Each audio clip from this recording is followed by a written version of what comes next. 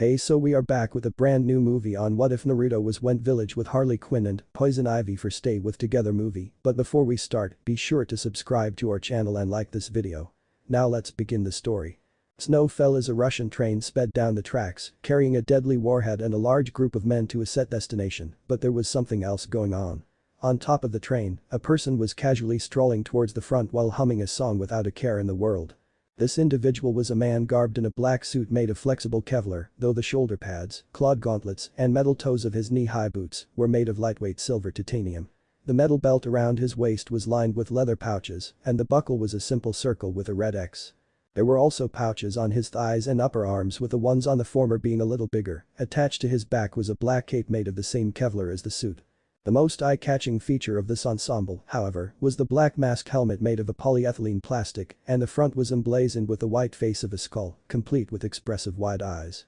As with the belt buckle, there was a red X over his left eye, as well as in the middle of his chest. The mystery person in question was Red X, the famous master thief and assassin who was feared by countless criminals and loathed by numerous supervillains across the planet, especially those of the Legion of Doom. He continued strolling up the train and humming, but it was worth mentioning that he was carrying a warhead of his own under his left arm.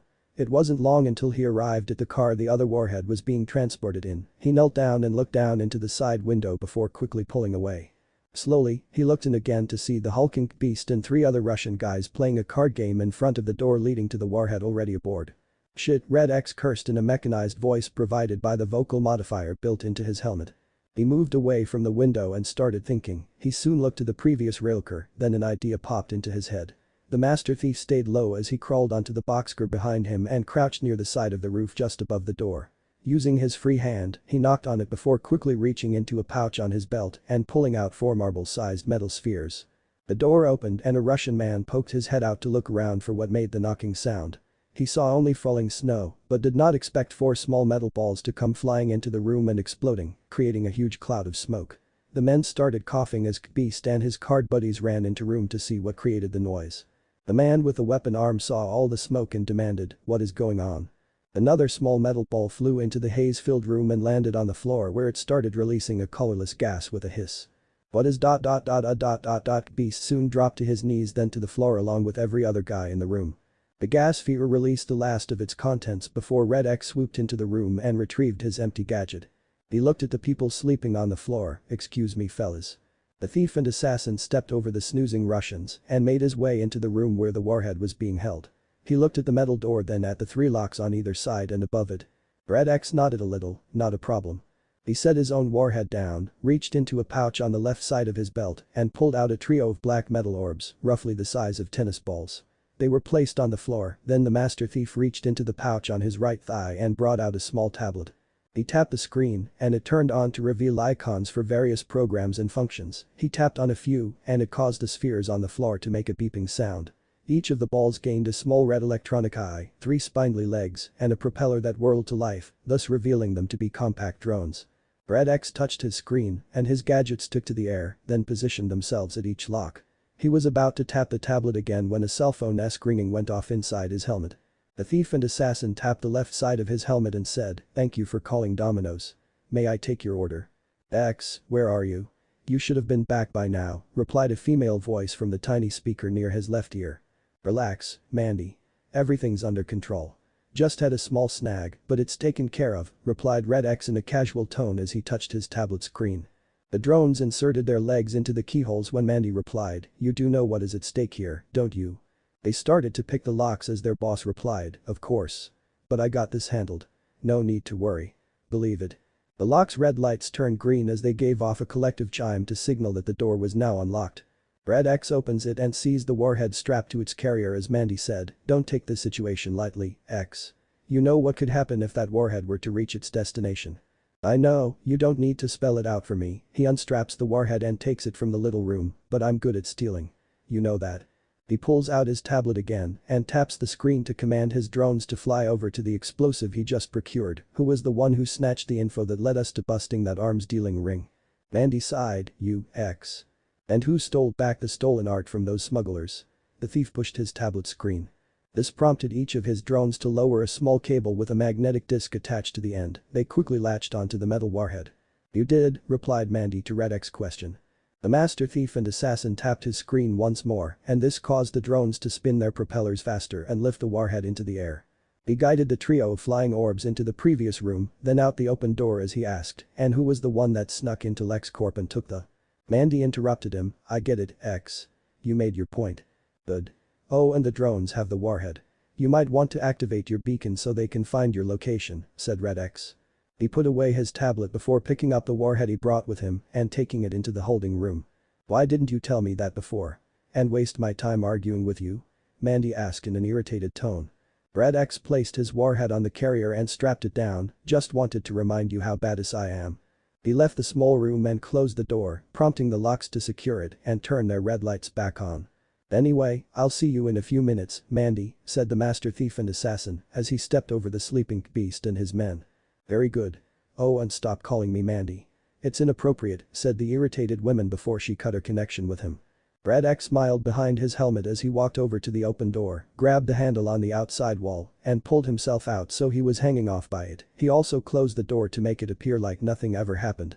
He saw the train was now speeding along the side of a rocky mountain, but instead of being discouraged, he just jumped and plummeted downwards. The thief and assassin fell for about a minute before reaching down and pushing his belt buckle, which caused the X on it to glow before he disappeared into thin air. 2 hours later. The train was once more being targeted, but the intruder this time was the wild and crazy Harley Quinn, the Joker's ex-girlfriend and up-and-coming supervillainess. She heard about the warhead being transported and decided it would be a perfect score for her and help her get noticed by the Legion of Doom. It was her dream to become a big name in villainy and show up Joker. Her new pursuit was starting out slow, though this did not discourage her and only made her want it more. Right now, Harley was proving to be quite the spitfire since she took out everyone on the train before taking down Beast by uppercutting her baseball bat into his testicles. The blonde soon entered the room where the warhead, or rather fake warhead, was being held and noticed she needed a key. She found it on Beast's person. She tried using it on the lock to the left, but it did not work, and she realized she needed a key for the lock on the right, which she found on Beast as well. For the next few minutes, she tried to unlock both locks on either side of the door, though it was proving to be quite difficult. Her latest attempt had her horizontally stretched across the door and using her hands and feet to work the keys, she looked like a steering wheel locking bar. She managed to turn the keys and get a chime from the locks before a buzz directed her attention to the third lock above the door. "Oh god. Are you shitting me?" Harley yelled in annoyance. Before she could think up an idea on how to deal with the third lock, her attention was drawn to a door behind her that buzzed and exploded off its hinges. Who should walk in through the smoke and laughing manically was the last person she ever wanted to see right now, Joker. "Joker?" Harley exclaimed before she fell to the floor but quickly got back up, "This is my score." Joker walks into the room with a smug smile on his face, well it was. He snapped his fingers, and the 3 henchmen he brought with him came in and grabbed a third key from the still unconscious Beast, then moved Harley out of the way so they could work. They made a human pyramid as to reach all 3 locks, unlocked the security door, and retrieved the warhead for their psychotic boss. The clown prince of crime soon had his prize handed to him, but it's mine now. "The only reason you're getting this and I'm not is because you got a bunch of goons that do whatever you say," argued his former sidekick. "That's not true." He growled before his smugness returned, "Goons, throw." He was interrupted by a loud click from within the warhead. Harley ... his prize clicked 2 more times ... out. Everyone in the room eyed the explosive as it kept clicking, then suddenly, an angled nozzle popped out of the tip. Joker looked at it in confusion, "What the hell is?" He could not finish his sentence due to the nozzle starting to spray some kind of clear liquid while constantly rotating in random directions. Gotham City's most dangerous criminal shouted in fright as he held the warhead up and kept his head down to avoid getting hit by whatever was being sprayed. Unfortunately, Harley and Joker's henchmen were now in the line of fire and moved to keep from getting hit, with Harley being a lot smarter and dove onto the floor, covering her head for protection. Some of the liquid soon landed near her head and she yelped in surprise. She did, however, notice a strange yet familiar smell coming off of it.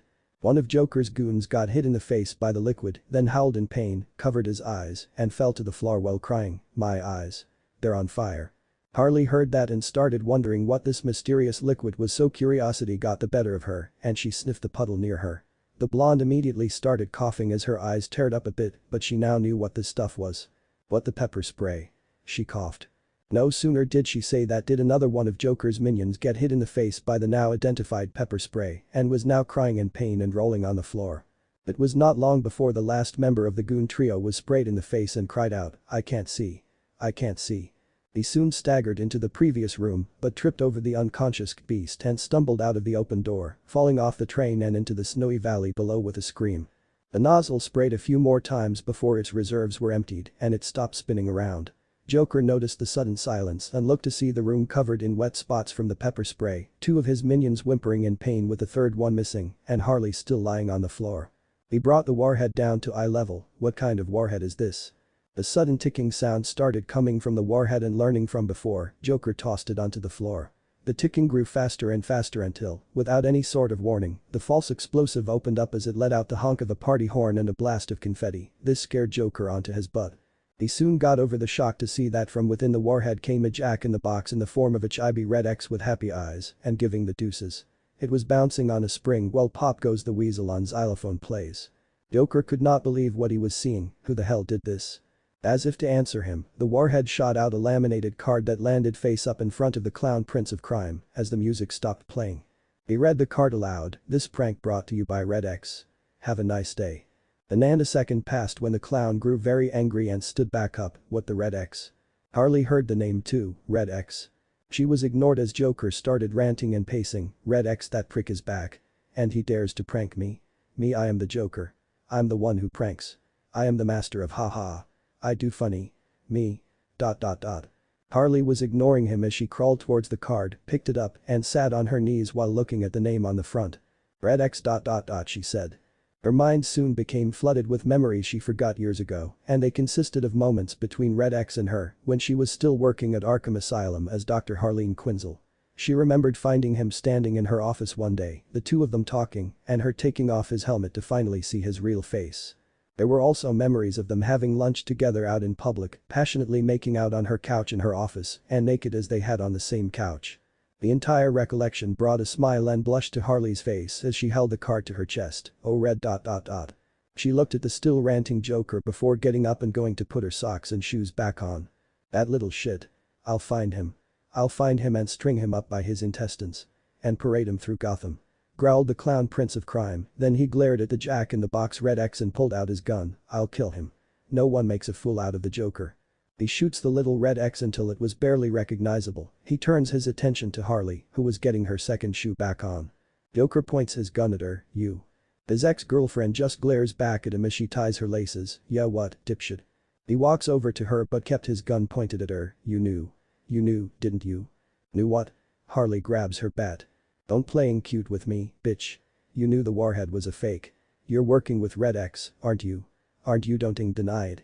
Hey asshole, I haven't seen Red X in 3 years. The last time I saw him was before I took my chemical bath. Joker snarled, bullshit. You're him, aren't you? You cocksucking slut. She kept a straight face, believe me, I wish I was. He pointed his gun straight at her face. Where is he? Talk. Even if I knew, I wouldn't tell you shit. Harley suddenly performed a quick roundhouse kick and knocked the gun out of Joker's hand, which he immediately held in pain as she walked past him and to the door to the other room. She looked back at her ex, later, dickhead. Oh and one more thing. Red X dick ... much bigger than yours. Harley flipped him the deuces before running over to the side door and backflipping out. By the time Joker ran over, he could only watch her fall backwards and flip him off some more as he fumed in anger.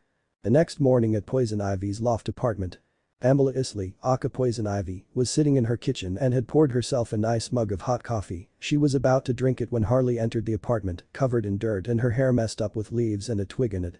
The lady clown sighs and says with a straight face, I need to find someone. No, you need a shower, said Ivy, then she took a sip of her coffee. Harley walked over to her best friend and roommate, ugh fine. She reached into her cleavage and pulled out the card, then tossed it onto the table where it landed face down in front of the redeed. Hold that for me, will ya? The eco-terrorist picked up the card. What's this? The person I need to find. The blonde made her way to the bathroom to get cleaned up. Ivy started drinking again as she flipped the card over, but when she read the name Red X, she spat out her coffee in surprise and coughed a little. Red X. She cried out. Frank, Ivy's mutated Venus flytrap, popped his head out from one of the flowers in the apartment. Red X. Where's he at? He asked looking around for Red X. The eco-terrorist called to Harley, Red X. This is the person you want to look for. That's right, her roommate called back before entering the bathroom. Ivy looked at the card again and stared at the name in disbelief. Red X. Holy shit. 10 minutes later. Ivy was sitting on the living room couch while drinking her coffee and looking at the card as Harley came in with her wet hair wrapped in a towel and wearing her red bathrobe. Red X. Wow. I haven't heard that name in years, the retard thought aloud. I know, right? Harley sat down next to her best friend and roommate. Ivy held up a card. Where did you get this? It came from the warhead. The retard immediately became confused. Okay, you're going to have to explain. Okay, Harley took a breath then started telling the story. I was about to nab the warhead when Joker and his goons came in and stole it. They were about to throw me off the train when a nozzle popped out of it and started spraying pepper spray all over the place. From the train? Asked Ivy, trying to follow the story. No. The warhead, said Harley. Right, gotcha. Please continue. Anyways, the nozzle started shooting pepper spray everywhere. Got Joker's goons in the eyes too. Then a jack-in-the-box in the shape of X popped out and scared the shit out of Joker. Kinda funny actually. Really wish I captured it on my phone. The look on his face was priceless. Harley laughed as Ivy chuckled too. Nice. Joker's former sidekick calmed down then continued, so after the pop-up scare, the card shot out. Joker got super pissed off after realizing he'd been pranked and started ranting, but I didn't bother to listen to him. I snatched up the card and left, but not before telling that clown the truth. What truth? Harley smirked, that Red X had a bigger dick than him. Ha! Grinned Ivy. Her blonde roommate put her hands behind her head and smiled smugly. Ivy looked at the card, so now you want to find Red X. Why after all this time? Harley took the card back, because this card is a sign. A sign of what? Her friend gained a solemn look, that it's time to correct one of the biggest mistakes of my life. And that would be ... Ivy took a sip of her coffee. Harley sighed, choosing Joker over Red X. All her plant-loving best friend could say was, oh. Yeah, I never told anyone this, but ... I kinda had a fling with Red X while I was still seeing Joker. Back when I was still working at Arkham. Kinda? How do you kinda have a fling with someone? Ugh, okay. It was a fling, alleged fling. Her retard roommate smirked, well look at you. Cheating on the Joker. How come you didn't tell me? Well, obviously, I didn't tell anyone. The last thing I wanted back then was for Joker to find out I was sleeping with someone else, responded the pale-skinned beauty. Ivy scooted closer, so ... how did you two meet? The blonde sighed, well, I might as well tell you. I had just finished a session with Joker when I walked into my office and saw Red X there, leaning against my desk. Of course I freaked because I had no idea why he was there. But he did tell me he wasn't there to steal something or kill me, so I chilled the out. After that, we started talking and got to know each other over the next few days. Then next thing I knew ... one day, we ended up having a lot. Every day. For almost a week. Damn, Ivy smirked. Well, I couldn't help it. X was just kick-ass in the sack. I mean the guy knew how to hit all the best spots, smiled Harley as she grew rather hot, remembering all the times she and Red X did it in her office. Her best friend chuckled, tell me about it. That guy was a god. She took a sip of her coffee but stopped once she realized what she just said. Harley immediately put two and two together, you and Red X. Ivy smiled sheepishly, well we might have bumped into each other. A few times. A few times hahaha. Laughed Frank, more like 100 times. And that's only from the times when they brought their asses back here. Yeah, that's right. I heard you too. I'm surprised your mute and bed isn't broken from all that shit. A blush appeared on Ivy's face, then looked away only to find Harley's face inches from hers and mildly glaring. Okay, your turn to share. Now, demanded the blonde. The retard sighed in defeat, okay. She scooted away a bit before speaking, Red X and I were involved years ago. Holy shit. Seriously? Asked a surprised Harley. Yeah. We met one night at the Gotham Museum. I was there to steal some rare plant seeds that were being studied in one of the labs and, of course, I couldn't resist. After I grabbed them ... I might have accidentally set off the alarm. Turns out they were on one of those weight sensitive pads or whatever. Anyway, the police showed up before I could escape, so I hid to think up an escape plan. Little did I know, I was sharing my hiding spot with Red X. Go on, Harley was enthralled in the story. Turns out he was there to steal an artifact that was stolen in the first place and return it to its rightful owner. But I guess he did not count on anyone else trying to steal something at the same time he was. Anyway, the police came in and were closing in, then Red created a smokescreen for us and we slipped out of there and made our escape. Okay. So then you ended in bed together? Oh no, not yet. After that escape, we started talking and got to know each other a little. Then we decided that it would be nice ... to see each other again. So we did, hung out a few times and all that. We even started doing some heists together. He'd help me with mine and I'd help him with his whenever he was in town. Then after a month, we ended up in bed together. And many more times after that, said the redeed whose face was now blushing from the memories. Wow. You two must have been quite the power couple. Actually, we were more like friends with benefits. Wait, just friends with benefits? Why? Asked her pale-skinned friend. Because I'm a wanted eco-terrorist and he traveled a lot. It would have been almost impossible to be a real couple, said the redeeded beauty in a solemn tone. Harley immediately picked up on that. But you wanted to be, didn't you? The only answer she got in return was Ivy sighing and nodding her head before sipping her coffee. Damn Ivy, the blonde said sympathetically. Thanks, said Ivy, and since I'm being honest here, there's something I should tell you. She put her mug down on the table when Harley asked, what is it? The redeed took a deep breath before speaking, I know why Red was in your office all those years ago. You do? Well, tell me. Okay, said Ivy, it was because I sent him to you. The revelation actually caused the gymnastic blonde to jump to her feet, what? The redeed bestie followed suit and held her hands up, before you go all Harley and shit, I did it because I care about you. I have been constantly telling you that you could do so much better than Joker. Even back then. And I was right, wasn't I? I mean you have legit feelings for Red X and want to see him again after all these years. And he really liked you too. He told me so himself. Harley calmed down a little, he did. Ivy smiled as she lowered her hands, yeah. He may have been doing it as a favor to me at first, but then he told me he fell for you. He said you were beautiful, funny, crazy, and smart. Exactly what I see when I look at you. He really said all that? Asked the blonde. Her green-skinned roommate used her finger to trace an X over her heart, I swear it on my life. Harley sat back down on the couch as a blush appeared on her face, wow. Can't believe he said that about me. Gotham City's most infamous eco-terrorist sat down next to her, it's all true, Harles. Every last word. Soon Harley's mood went from happy to depressed, ugh, great. Now I feel even worse about this. If he really felt that way about me then that means I'm the reason he left Gotham. And you. Ivy put a hand on her friend's shoulder, don't put all the blame on yourself. I pretty much deserve some of it. I mean if I had took that one big step, he might have had a reason to stay. Harley was still depressed, but it's still my fault. All because I chose Joker. I hurt him, I hurt him bad. She looked at the card in her hand, including you, he was one of the few people who actually gave a shit about me. But still I chose Joker. And worst of all I forgot all about him, like he never existed. I only started remembering him just now is because I heard his name and saw this card. Now all I feel is regret. For not choosing him for not making the right choice Ivy put her own 2 cents in, joined the club. To this day, I still regret never telling him how I felt about him. How I really felt about him. The two friends let out a collective sigh before Harley spoke, well that settles it. Settles what? Asked the green-skinned beauty. Harley smiles in determination as she holds up the laminated card, this card really is a sign. To both of us. She stands up, a sign of a second chance. A sign to make things right. Suddenly, she rips the towel off her head despite her hair still being damp, and we ain't gonna do that just by sitting here on our asses. We're going out there and getting our man back. Hold up. Our man. What do you mean? Ivy asked but was interrupted. What? You think I'm gonna stop liking him just because you like him too? That. We're sharing the dude. Besides with both of us sleeping with him, we might actually tire him out.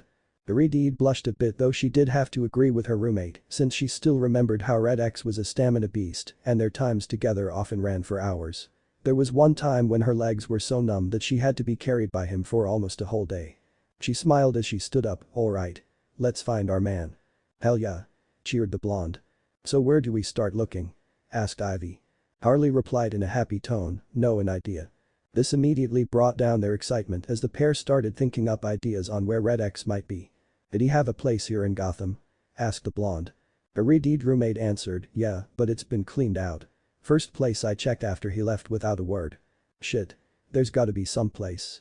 Before they could go back to thinking, Frank cleared his throat then said, I might know where to find him. Ivy looked at him but seemed skeptical, how would you know Frank? You know that little bonsai you gave him that one time? Asked the mutant plant. Yeah.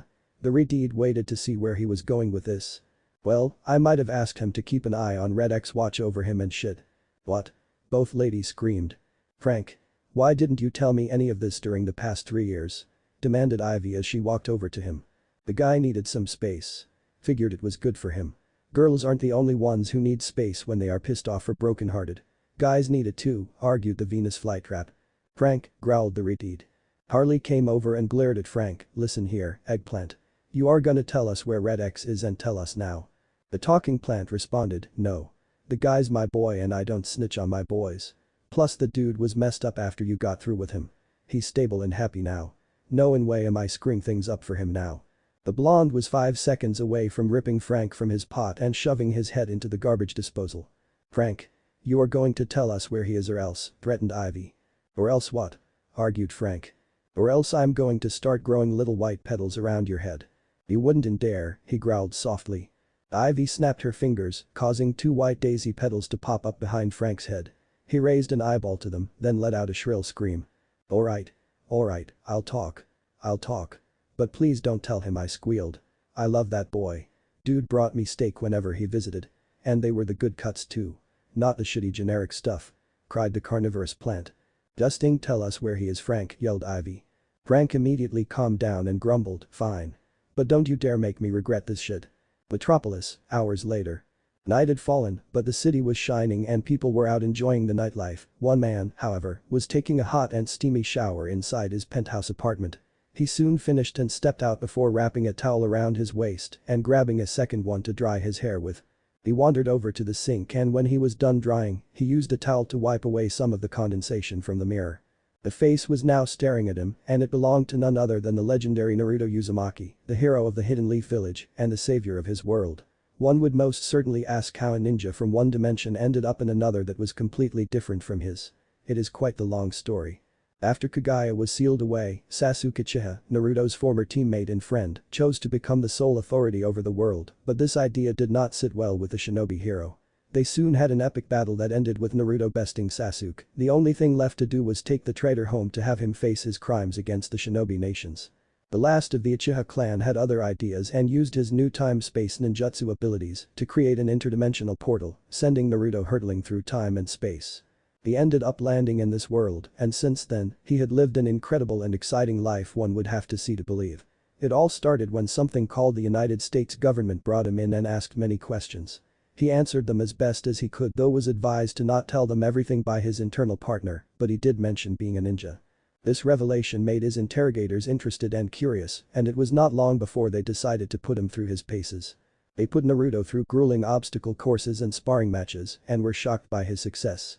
It was then these people came forward with an offer for him to become what many in this universe would call a superhero so he could keep being a ninja and do some good for the world. He was hesitant at first, but could not deny liking what they were saying and what they were willing to give him if he accepted their offer. Of course, he was free to decline. After a night of thinking, the hero from another dimension told them that he accepted their offer.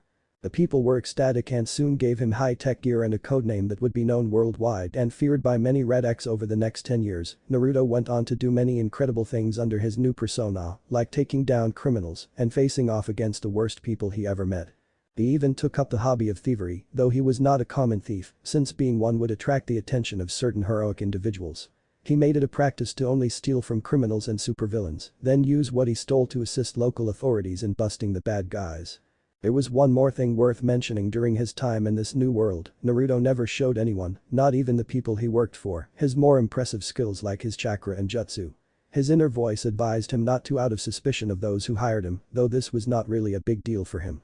He found his physical combat skills to be more than enough to complete the missions he took on as Red X. A lot of the people he went after were no real challenge and did not have the abilities he had, so using his chakra on them would be a huge waste. Naruto had changed over the years as well. He was now 27 years old, taller and more mature looking, his body was toned from his training and missions, and his hair was longer. One more change was the tattoo on his left shoulder blade, depicting the symbol of the Egyptian goddess Hathor, outlined by a circle within a larger circle and with Egyptian writing between the two. Back to the present day, Naruto continued to look at himself in the mirror as the last water droplets ran down his body. Keep looking at yourself like that and people will think you're vain. And I hear that's the worst type of guy, said a deep voice. The blonde was not startled by the sudden voice, nor was he surprised when the head of a red-orange fox with red eyes and rabbit-like ears appeared in the mirror. This was Kurama, the nine-tailed fox inside his body. I'm not vain, I'm looking myself over. Big difference, he thought, telepathically speaking to his inside partner of 10 years. That's what they all say. And do you know what kind of guys say that? Asked Kurama. No, but I get the feeling you're going to tell me, mentally responded Naruto. Douchebags. Douchebags who think they are God's gifts to women. The kind of douchebag who brags about getting laid every night when they get very little pussy. And when they do get some pussy, they barely last a minute. But I last way longer than a minute. Exactly. You get laid all the time. You last for hours with a woman. You don't need to be a douchebag. Stop being a douchebag. Roared Kurama. Naruto was not impressed by the fox's raving. Okay. I will get right on that. Immediately. Good. You're Red X for S sake. Red X is no douche, said the nine-tailed beast before his head vanished from the mirror and he went to sleep. The blonde exhaled softly before leaving the bathroom for his bedroom where he sat down on his bed and fell backwards. Right now, all Naruto wanted to do was get some sleep and was about to ... until something suddenly moved beneath the covers. He leapt onto his feet and looked back in surprise, since there should not be anything or anyone in his apartment let alone his bed. He grabbed the top cover and gave it a strong yank. The unmasked Red X was ready for a fight but soon became shocked once more by what he saw: a completely naked Harley Quinn. She rolled onto her side, gave him a seductive smile and wink, and said, "Long time no see, Naruto. Missed me?" Naruto dropped the bed cover and stepped back. What the Harley? All the movement he did loosened the towel around his waist and it slid off, exposing him to the world. Harley looked down at his exposed manhood and licked her lips in desire. Looks like little Naruto grew the last time I saw him. He picked up the towel and wrapped it around himself again. "What are you doing here, Harley?" asked the blonde male. She flashed him a grin. "I'm here to see you, of course." Naruto didn't believe her. "Why? Shouldn't you be smooching with Joker?" His words confused a former gymnast. "Why would I be?" "Because last time we saw each other, I remember you being completely nuts for that nutcase." "Hold on. You don't know." He was now curious. "Know what?" "I dumped Joker." Harley turned onto her back. The light coming through the large picture windows behind highlighted her body and made her look alluring. Naruto was taken in by the sight but held onto his senses long enough to ask, "You? Dumped Joker? You?" "Yeah. Left his in pale ass about 2 weeks ago," she answered. The male with a whiskered face was not exactly convinced. "I find that hard to believe." "No, it's true. I finally realized he never loved me and was just using me. I finally understood what everyone was trying to tell me. Once I did, I left the clown ... and destroyed his hideout to make it official." The pale-skinned beauty grinned. So what was it that finally got through to you?" Naruto decided to humor the woman who broke his heart 3 years ago. "Ivy. She opened my eyes to the truth about Joker." The unmasked Red X arched his brows in suspicion. "Oh really? And how exactly did she do that?" "Let's just say it involved Riddler, a fake killer Riddle, and a shit ton of margarita mix," said Ivy's voice. Naruto immediately looked to see Poison Ivy standing in his bedroom doorway and wearing nothing but a towel. "Ivy ... he stared at her. To say he was surprised to see her would be an understatement. She made her way over to him and just like with Harley, the light coming in from outside gave her an alluring aura. She stopped before him and looked up into his eyes. "Hey Red. Been a while." "Yeah, it has. You're still as beautiful as I remember," said Naruto. The blush appeared on Ivy's face as Harley made herself comfortable and watched the two of them with a smile on her face. She almost looked like a kid watching their favorite television show. "Well, you haven't changed much either." Ivy reached up to his hair and ran her hand through it, "but it looks like you've let your hair grow out. Looks good." She could not resist bringing her hand to feel the muscles of his left arm. "Feels like you've been working out too." "Maybe a little," Naruto said with a small smile. Ivy grinned as she kept feeling his body. It had been a long time since she touched him and it was bringing back a lot of good memories. The same was happening to him as his mind was captured within the grips of Uul remembrance every time the gorgeous Reteed caressed his skin. Of course they were not the only ones taken in by the moment since Harley was watching them and was starting to get a little excited, but let them have their moment. The fog inside Naruto's mind soon cleared and he spoke, "So ... what brings you here?" His words snapped the ladies back to reality with the green-skinned goddess responding, "Well, just like Harl's, I'm here to see you. And to back her up in convincing you that she has left Joker's disgusting ass." "So ... it's true? Harley actually left Joker?" "Yeah. Dumped him once she finally saw the truth for herself." Naruto could not help being surprised and all he said next was, "Whoa. Yep. And now we're here, in your apartment. Ready to make up for lost time," said Harley, giving him a seductive grin and wink. When he heard the words lost time, the unmasked Red X got a little excited about what she was implying. Then the blonde on his bed spoke again, "But ... there's something we gotta do first." "What's that?" asked Naruto. She got off the bed, walked over to him and took hold of his hand, then looked up at him with saddened blue eyes, "Fix past mistakes." Before Naruto could react, Harley spoke again. I am so sorry Naruto. For choosing Joker and hurting you. I was such an idiot, fawning over a piece of crap who never loved me then chasin' away and forgetting the best guy I ever met. I can only imagine what you must think of me. But if you can find it in yourself to forgive me and give me a second chance to make the right choice, I promise to give you all the love that should have been yours from the beginning. The unmasked Red X was completely taken back by her words. But he could feel the sincerity in her voice. He took a breath then said, I won't lie, Harley, I was really upset with you. So upset that I refused to set foot in Gotham for the past 3 years. But there were times when all I wanted to do was find you, beat Joker to a bloody pulp, and take you away. Even despite what happened, I still cared about you. And I still do. So much that I want to give you that second chance. So yes Harley. I will forgive you. His words caused Harley to tear up a bit, but she quickly wiped her eyes and hugged Naruto's arm, thank you. Ivy was moved by the scene as Naruto smiled lovingly at the blonde with the pigtails. Then she smirked, "Fee, you talk about beating Joker to a bloody pulp again, you better be ready to spend a whole day in bed." "I'll try to remember that," he chuckled. "Also Ivy told me how you said I was crazy, smart, funny, and beautiful. Did you mean all that?" said Harley. Naruto smiled at her, "I did. And still do." The blush appeared on Harley's face as she smiled. His attention was soon captured when Ivy took hold of his other hand and said, "Also, Harley isn't the only who needs to fix some mistakes." Before Naruto could ask what she was talking about, she continued to speak, "Do you remember how I said we should only be friends with benefits?" "Yeah. Because you said something about being the most wanted eco-terrorist and how I traveled a lot as Red X," he answered. "Well, to be honest, that's not exactly what I wanted." Naruto was a bit taken back by her words, "It wasn't." "No, the truth is I wanted something more. A lot more. But I was scared. Scared of shit happening and our relationship going sideways. I didn't want to lose you so I thought us just being friends with benefits would keep us safe from that. But it just kept me from telling you how I really felt about you. Maybe if I wasn't scared to tell you maybe you wouldn't have left Gotham." The blonde male looked guilty then sighed, "I shouldn't have left like that. I'm sorry." Ivy gave him a small reassuring smile, "Hey, don't beat yourself up. I didn't exactly give you a real reason to stick around." She brought his hand up to her lips and gave it a gentle kiss, "But I'm not making that mistake again. This time I'm keeping you around because I love you." Suddenly, she wrapped her arms around his and kissed him on the lips. He immediately kissed back as he enjoyed the feeling of her soft lips against his once again. Their kiss lasted for about a few seconds, then Harley turned his face towards her and smiled at him. "Don't forget, I love you too," she said before kissing him. Ivy smiled upon seeing her best friend kiss their man, since it showed that the blonde babe was truly moving past Joker and embracing her new future with Naruto. The kiss soon ended before Harley spoke again, "And because we love you so much, Ive and me agreed to share you." "Share me?" he asked. Ivy smirked, "What? Were you expecting us to compete over you like petty high school girls? Sorry pal, not going to happen. This is the real world and we're adults.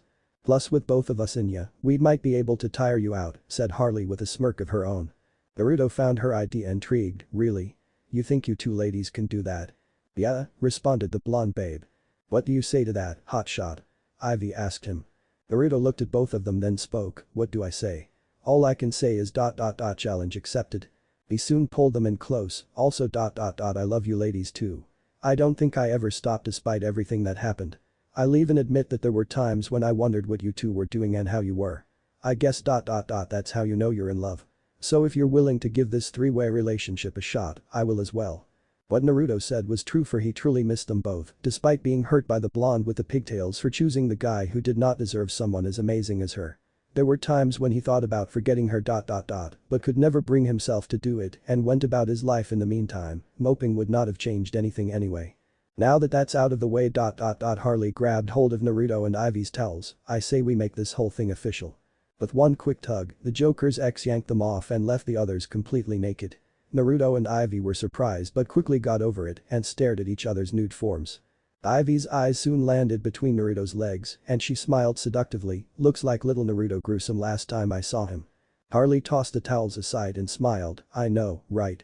I'm starting to wonder if I can still handle him." "Only one way to find out," said Ivy before the ladies threw their arms around Naruto and pulled him over to the bed. Once there, the two beauties from Gotham pulled their new boyfriend down onto it and turned the three of them into a naked heap for a second before the unmasked Red X held himself up over his ladies. His eyes soon fell upon them, the light from the outside gave them an enticing glow as they posed to show off their bodies. "What you waiting for, hotshot?" asked Ivy in a seductive tone. "Yeah, Foxy. We're right here," said Harley in a similar voice. All Naruto said in response was, "I love my life." He lowered himself to the girls as they wrapped their arms around him, and the apartment was soon filled with the sounds of carnal pleasure and satisfaction. Morning sunlight seeped into Naruto's bedroom and fell upon the two beauties resting on either side of the California king-size bed. Harley was lying on her back and smiling in satisfaction while Ivy was on her stomach and snuggling into a pillow, a large white bedsheet covered them. The blonde soon stirred before slowly waking up and looking around the room as the events of last night filled her head, turning her smile into a grin. She rolled onto her right side and spotted her sleeping best friend, then slowly curled over, tapped her softly on the nose, and whispered in a sing-song tone, "Ivy, hey Ive, wake you P. Reunite steadily opened her eyes and smiled softly upon seeing Harley. "Hey Harls. Since you're here, I'm guessing last night wasn't some insanely hot wet dream." "Nope, it was real." The lady clown turned onto her back and let out a content sigh, "That was the best I've had in a long time." Ivy propped herself up a bit because it was with Naruto or because it was a threesome. "Yes," said Harley. Her response made them both chuckle. The bleached-skinned beauty continued speaking, "But seriously, I haven't felt this satisfied in a long time." "Ugh, tell me about it. I swear after my first time with Naruto, I was completely ruined for other guys. And believe me, I've tried after he left Gotham," said Ivy. "I totally know what you mean. Even when I was with Joker, I only felt 30% satisfied. Maybe 31. Well, from now on, you can get the full 100. Oh, last night was definitely a solid 200, Harley smirked at Ivy, "and I had no idea you could be so enthusiastic." Reunite blushed and smiled, "Well, it's been 3 years since I last slept with Naruto. I couldn't help it." A small laugh escaped the blonde's grinning mouth, then she said, "But there's one thing I gotta ask." "Yeah?" Harley leans in a little closer, "Can you get up at all? My legs are a little numb." Ivy wiggles around a bit then says, "Mine are too. Again, it's been 3 years." The bedroom door suddenly opened and Naruto poked his head in. He smiled upon seeing the beauties in his bed. "Oh hey, you're awake. Good morning." The unmasked Red X walked into the room and revealed to be only wearing a pair of dark gray boxers. He also had a spatula in his hand. Harley and Ivy could not help checking him out before the former said with a lustful tone, "Yeah, a very good morning. I'm making breakfast. Figured you two could use the food after last night," said Naruto. "What a gentleman," Ivy playful smirked. "Came in to see if you were awake. Now that you are, how do you want your eggs?" he asked. "Make mine scrambled.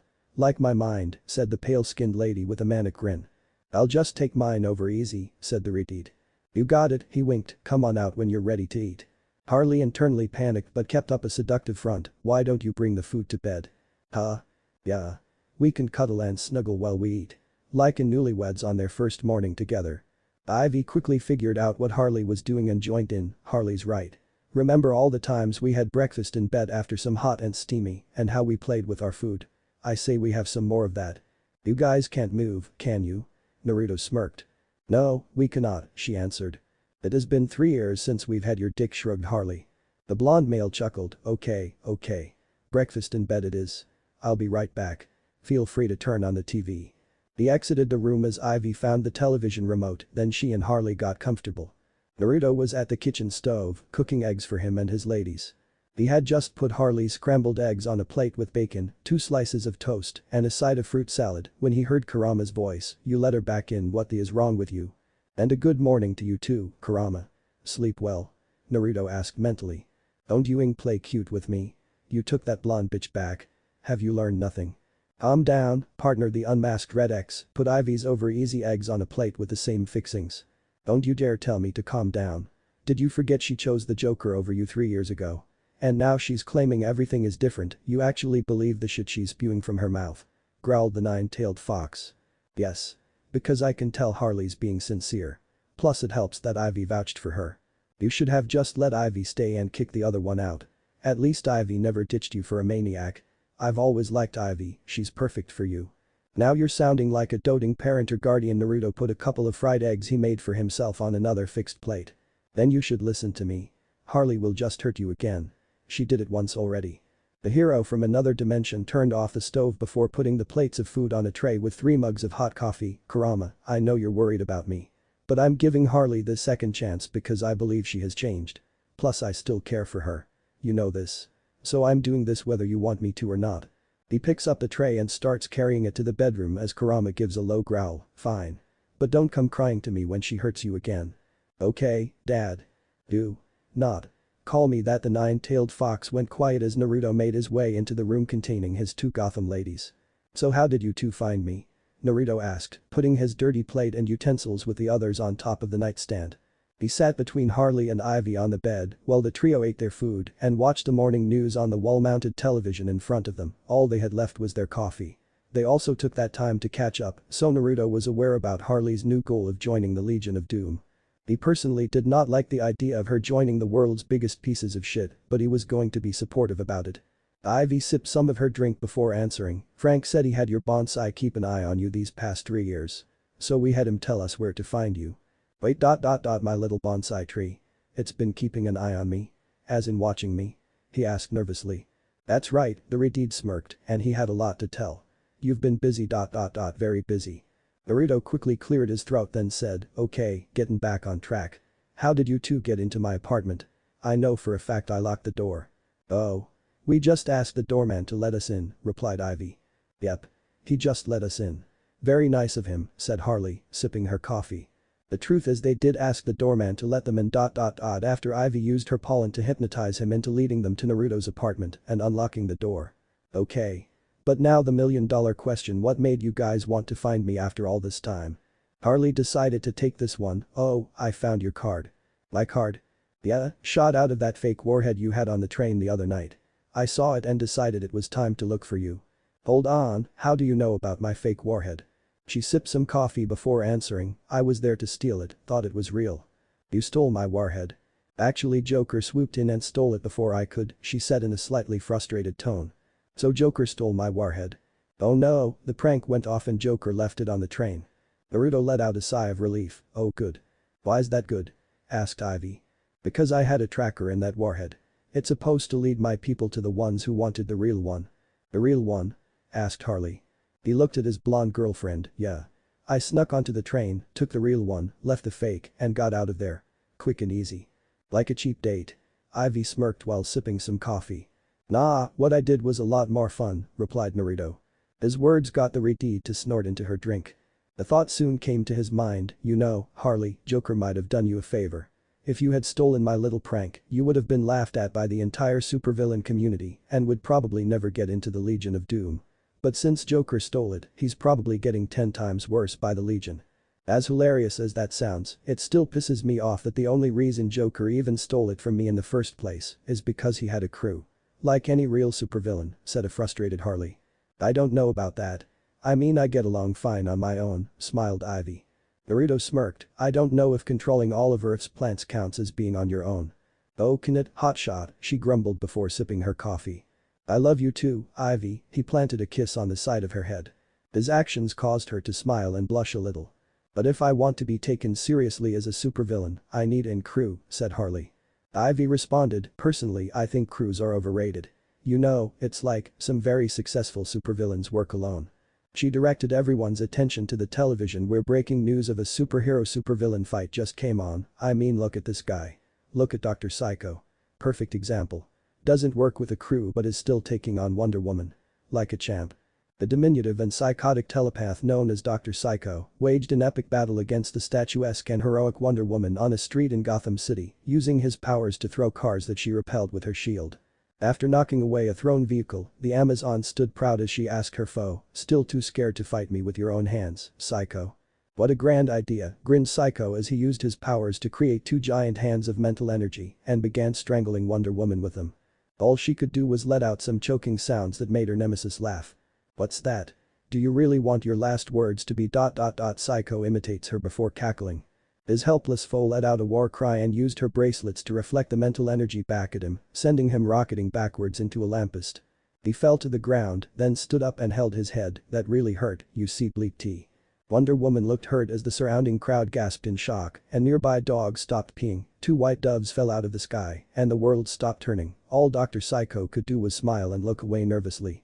Holy shit, was all Ivy could say after she, Naruto, and Harley just watched Dr. Psycho insult Wonder Woman on live television. See. If he had a crew, they would have told him to use the B word instead. And if I had one, I'd use that warhead to blackmail Gotham into naming a highway after me, the lady clown grinned. Huh, a highway. Alright. Well, you know, that took a weird turn, Ivy slurped some of her coffee.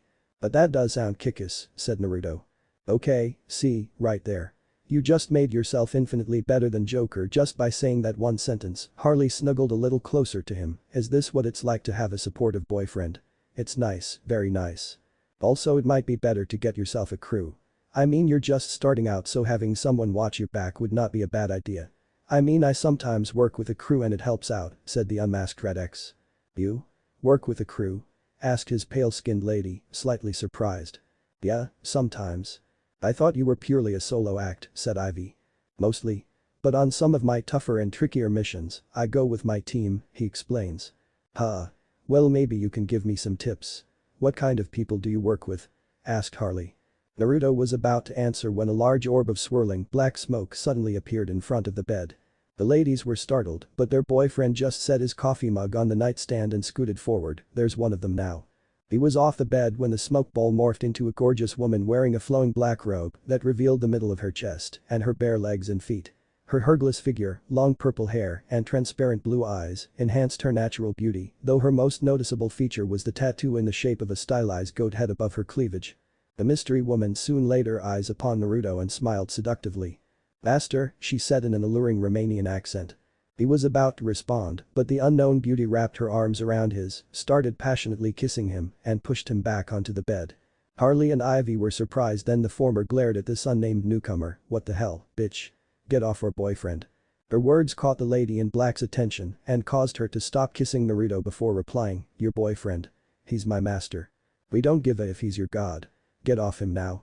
Scowled Ivy. You dare command me? The mystery woman held her arms out as purple smoke wrapped around her limbs and took the form of fanged snakes. Despite their still somewhat numb legs and nudity, the beauties from Gotham City were ready for a fight, but Naruto called out, stop. Time out. Everyone calm down. All three ladies seemed to do just that as he looked at the two in his bed. Harley, Ivy, this is Tala. She's a sorceress and works with me. He looks at the woman straddling him. Tala, this is Harley and Ivy. I told you about them. Remember? The smoke serpents disappear from Tala's arms as she spoke. Oh yes, I remember now. The woman who commands plants and the lover to the psychopathic clown. Ex-lover. I left that asshole, corrected Harley. And you have now found her way into my master's bed. You'll have to forgive me if I'm the least bit suspicious of your motives, said Tala, narrowing her eyes at the pale-skinned blonde. Ivy spoke up, okay, I gotta ask this. What's with the master shit? You two have some kind of kinky role-playing thing going on? It's a long story, said Naruto, then he looked up at the beautiful sorceress. Anyway, Tala, what brings you here this time? A seductive smirk appeared on her face. Oh master, must I really need a reason to come see you? She leans down to him so their noses were barely touching. Maybe I just wanted to come and be with you. Have a little fun as well. One of her hands moves to his crotch and caused Harley's rage to steadily rise to the point where she wanted to break her mug over the newcomer's head. Ivy had the same urge, but was doing her best to resist that temptation. Tala sat back up. But I'm afraid I'm here to deliver a message. What's the message? He asked. The team followed the tracker to the people who wanted that warhead. Turned out to be some kind of splinter cell of the Russian government. Please tell me they were taken down. They were, she smiled. He sighed happily, good. Yes. And now it's time for you to crack her open. Naruto nodded, then Ivy spoke up, excuse me. Who are you going to crack open? And are you being literal or is that some kind of thing we've never heard of? Asked Harley. The unmasked Red X looked up at the sorceress. I guess it couldn't hurt if they come and watch.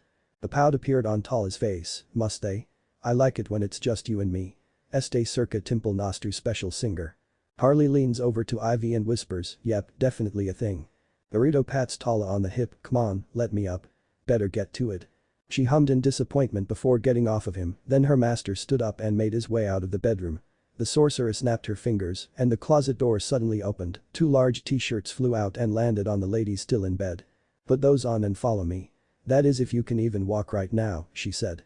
Ivy and Harley could indeed walk despite the slight soreness in their legs as they followed Tala through the apartment. The three of them soon found Naruto in front of his thermostat. They watched him flip over the device to reveal some kind of scanner that he pressed his thumb against before it read his print and gave off a small beep. The wall beside him slid open and he and Tala went inside, as did the ladies from Gotham City, since their curiosity was intrigued. Naruto's villainous lovers were taken back at the high-tech looking room they now found themselves in.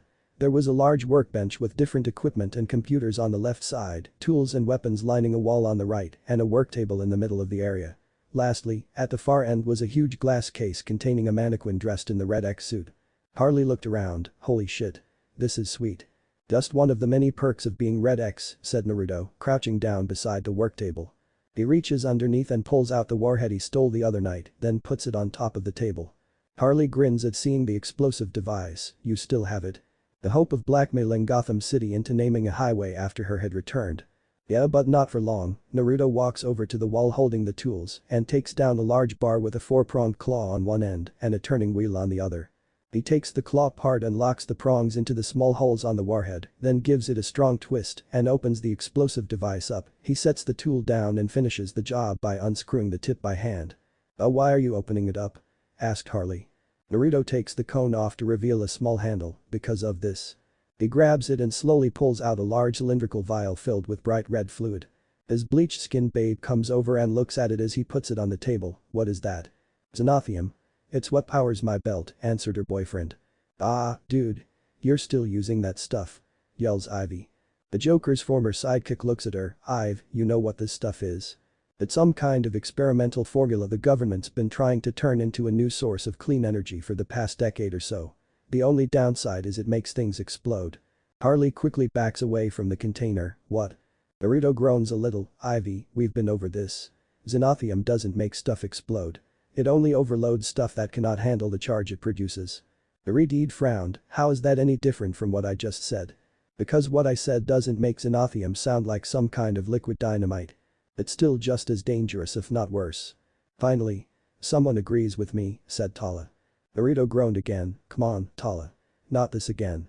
I've been telling him for 2 years that he should find a new power source for his belt. Leste atat ink pianet. The unmasked Red X holds the xenothium out to her. Tala, we've been over this. Xenothium is the only thing that can power my belt. She takes it from him and glares at the supposedly dangerous liquid. It doesn't have to be. If you just let me, I could find something a lot safer than this disgusting concoction. Ivy smirked and crossed her arms. I'm starting to like this chick. Naruto looks at her with raised eyebrows. Really? You two going to tag team me on this now or something? If it means getting that liquid bomb away from you so it doesn't blow off your crotch, yeah, answered the eco-terrorist. Whoa, wait a minute. Blow off his crotch. That stuff will blow off his crotch if it explodes. Harley asked in a slightly hysterical fashion. Oh yeah. One wrong spark or whatever and boom. Bye-bye, little Naruto. The blonde babe let out a deep gasp. Harley, I promise it's safe. I've used this stuff for 10 years, Naruto said, but was interrupted. That. You're finding something different. I just got you and little Naruto back and there's no way I'm letting the two of you get blown up. You hear me? She yelled. He let out a loud sigh. Great. Now it's 3-1. We're just concerned for you, my beloved master, said Tala in a loving tone.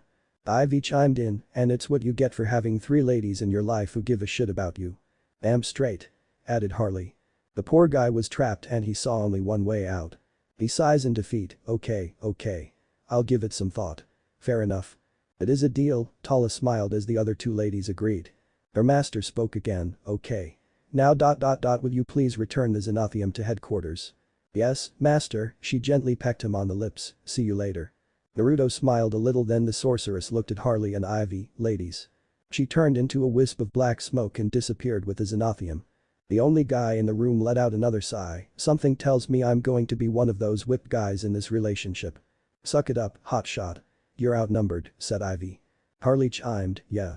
And we're gonna make sure you and your dick don't go exploding into tiny bloody bits. There's a lovely thought, said Naruto sarcastically. His redeemed girlfriend spoke up, and one we do not want coming true. So you better seriously consider finding something else to power your precious belt. Fine. But only because I love you ladies, he sighed for a 3rd time. Ivy gave him an approving nod in response. Well, now that we've handled the crisis of our boyfriend's dick flying off his body, I'm still in need of a crew, said Harley. Oh right. What are you gonna do about that? Asked Naruto. Simple. Go to UTI. UTI? What's that? Ivy answered, Underworld Talent Incorporated. It's a henchman talent agency for villains. This surprised him. There are agencies for henchmen. Seriously? You didn't know? Smirked Harley. He shrugged, I don't go to agencies for crew members and such things. I get everything from the US government. Anyway, I'll just make an appointment and see if they can fix me up with some henchmen.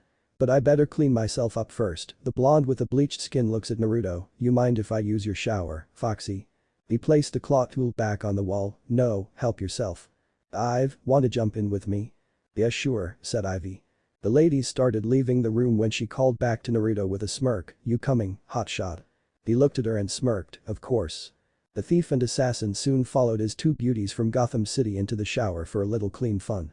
2 hours later at Underworld Talent Incorporated. Harley was sitting on the white couch in the lobby, waiting for her appointment with the 2 henchmen talent agents who ran the place to begin. After taking a hot and steamy shower with Ivy and Naruto, she made a reservation and found out their next opening was in 2 hours. The blonde was ecstatic and used the free time for some wholesome fun with her new boyfriend and the redeed she shared him with. Still waiting, Harley sighed in boredom, then played with her hair before she heard someone coming in from the back room. It turned out to be Dr. Psycho with the talent agents, Dick and Terry. So you're certain this whole bleak tea thing is gonna blow over, right? Asked a diminutive supervillain. Oh yeah, said the tanned Dick. The bespectacled Terry spoke next, sure, yeah. A few talk show appearances. Cry about how you love your wife. Terry laughed as he and his business partner walked their client to the door while ignoring Harley. It's exactly what we had Mr. Freeze do when he exposed himself at the Gotham Water Park. The agent with the ponytail and glasses opened the door for Psycho who said, you guys fixed that. Wow, you're good. And by good, I mean bad. His flattery got the pair to laugh loudly, though it was one of those suck-up laughs used to make bosses happy, even Harley could tell they were faking. The foul-mouthed telepath left when Dick and Terry finally noticed their next client with a ladder greeting her, Ms. Quinn, we've been expecting you. Thank you, she said politely and stood up. Let's get you henched up, said Terry. Harley smiled at the idea of getting her own crew. The talent agents took Harley into the back room, closed the windows, darkened the lights, and started showing her some available henchmen via Terry, using a laptop wirelessly connected to a large wall-mounted screen. Right now, they were showing Harley the mugshot and profile of a muscular adult male, as the bespectacled agent spoke, that's Kronk, he's muscle. If you don't mind crazy roid rage, he's your man. He chuckled before switching out Kronk for an older-looking scientist character, the professor, he's brainy. So smart, added Dick. Not brainy with names though, huh? Harley said with a smirk. The pair did their suck-up laugh with the tanned male exclaiming, oh my god, so right. Beautiful, said Terry, then he showed the on-screen profile of a male with a punk rocker theme, meet Blaze. Explosives. Boom, emphasized Dick. Lot of buzz on him. Buzz. Lot of chatter. Chat. Lot of heat. Yes, and if you don't take him today, he'll have 7 offers tomorrow. Goodbye, said Dick, pushing for Blaze's possible new employment. Hell, I'll take 'em all. I'll crush Joker with this team behind me. Harley could not resist grinning in determination. The henchmen talent agents were surprised to hear her say that, then Terry spoke, I'm sorry. I thought you were his girlfriend. No, I dumped that bum weeks ago, she said proudly. You didn't go back to him? Yeah, like you always do? His partner asked. Harley chuckled as if they told her a legit joke, no. I'm on my own now. She stood up and smiled, so when can these guys start? The business partners looked at each other, then opened the windows, turned on the lights, deactivated the screen, and closed the laptop as Terry said, I'm sorry, these men are currently unavailable. For how long? Asked Harley. Terry responds, for ... Ever? Dick finishes. Yeah, forever. It was at that moment she finally understood what was going on, fine. I don't need ya, I don't need any of ya. I'll put together my own crew. One that is excited to work with a real up-and-comer. She stomped out of the room as the glasses-wearing agent called out, if you ever get back with Joker, our doors are always up. You? Screamed Harley, then she slammed the doors behind her. Later at Noonan's bar. Harley opened the doors and looked around at the myriad of tough and mean-looking goons and thugs hanging out and having a good time. If she was going to put together a crew, this was the second best place to go to. The up-and-coming villain somersaulted onto the bar counter and turned to the crowd, hey you. Are you tired of being a lousy sidekick? Abused, shit on, used as a human shield. Then come work for me. You'll get top dollar, great benefits, and I won't ever, knowingly, send you to your death. She pointed her baseball bat to the side where evil sorcerer Felix Faust was using his powers to keep a hell portal open and forcing his goons to jump into it. One goes in and screams in pain before the next guy walks up and asks, wait, was she talking about a job where we don't have to jump into hell portals and definitely die? Faust scowls and points to the portal, oh just shut up and jump. His minion does what he is told and yells in pain, I'm definitely dying. Harley watched the whole thing in horror before she turned back to the crowd and resumed her pitch, I promise you it'll be better than that. Join me and we'll be doing million-dollar heists in no time. Who's with me? She grinned in joy, feeling that her speech won some of these goons over, she waited for them to start joining her. Pant, says one guy at the bar, drinking his beer. Busy, says another doing the same thing. A third thug pulls out his cell phone and says, I got a family emergency, and walks away. The fourth tough-looking dude stands up from his table and says, I have a thing. He rushes over to Faust's hell portal, pushes the next guy in line out of the way, and jumps in before screaming in pain. Harley watched in disbelief as that one guy would rather kill himself than work for her. She gets off the bar, sits on a stool, and grumbles, assholes. Nah. No, said a voice to her left. She looked and there was Dr. Psycho drinking a scotch on the rocks. Before you open your female trap, no way in hell am I working for you, he said before taking a swig of his drink. Who asked ya? She bitterly asked the telepath. The pale-skinned blonde was given a scotch on the rocks as well, then she asked the bartender, can you believe bleak tea guys rejecting me? She took a drink when the barkeep, looking like a white cowboy from a male pin-up calendar, answered in a southern accent, well, ma'am, I don't know nothing about that. I'm just a simple farm boy from Oklahoma. I got 2 parents, 3 girls, 4 boys, 2 lab mixes, both uncut, on a small ranch just outside of Muskogee. The fact he was explaining all of that to her just seemed a little off. What's your problem, weirdo? Asked Harley. The bartender just gave her a smile, why miss ... I don't have no problem because I am actually ... He suddenly spun around like a hyperactive top as his whole body completely changed, then revealed to now be a humanoid misshapen blob of clay. His spinning also got Harley and Dr. Psycho covered in splashes of goop. Geez, the blonde looked at herself. Good and God, grumbled the telepath, shaking some clay off his hand. The blob continued to introduce himself and was now speaking in a classical accent, the name ... is Clayface. Thespian extraordinaire recently portraying the juicy role of country boy bartending in the big city. I thought you were playing the role of literal piece of shit, remarked Psycho. Not yet, frowned Clayface before he spun around. The glob of clay flew into Harley's left pigtail and she finger-combed it out, ugh. It's in my hair. The shapeshifter stopped spinning to reveal he had changed into the diminutive telepath, now I'm a literal piece of shit. Okay. Psycho leapt over the counter and pounced upon the impostor, then they got into a fist fight. Harley grinned and drank her liquor as she watched the other two beat each other up. Is it Clayface or face? Yelled Psycho as he wailed on Clayface. Soon after that, Kite Man, the lame villain known for the giant kite on his back, came swooping onto the scene and announced himself, hey. Kite Man here.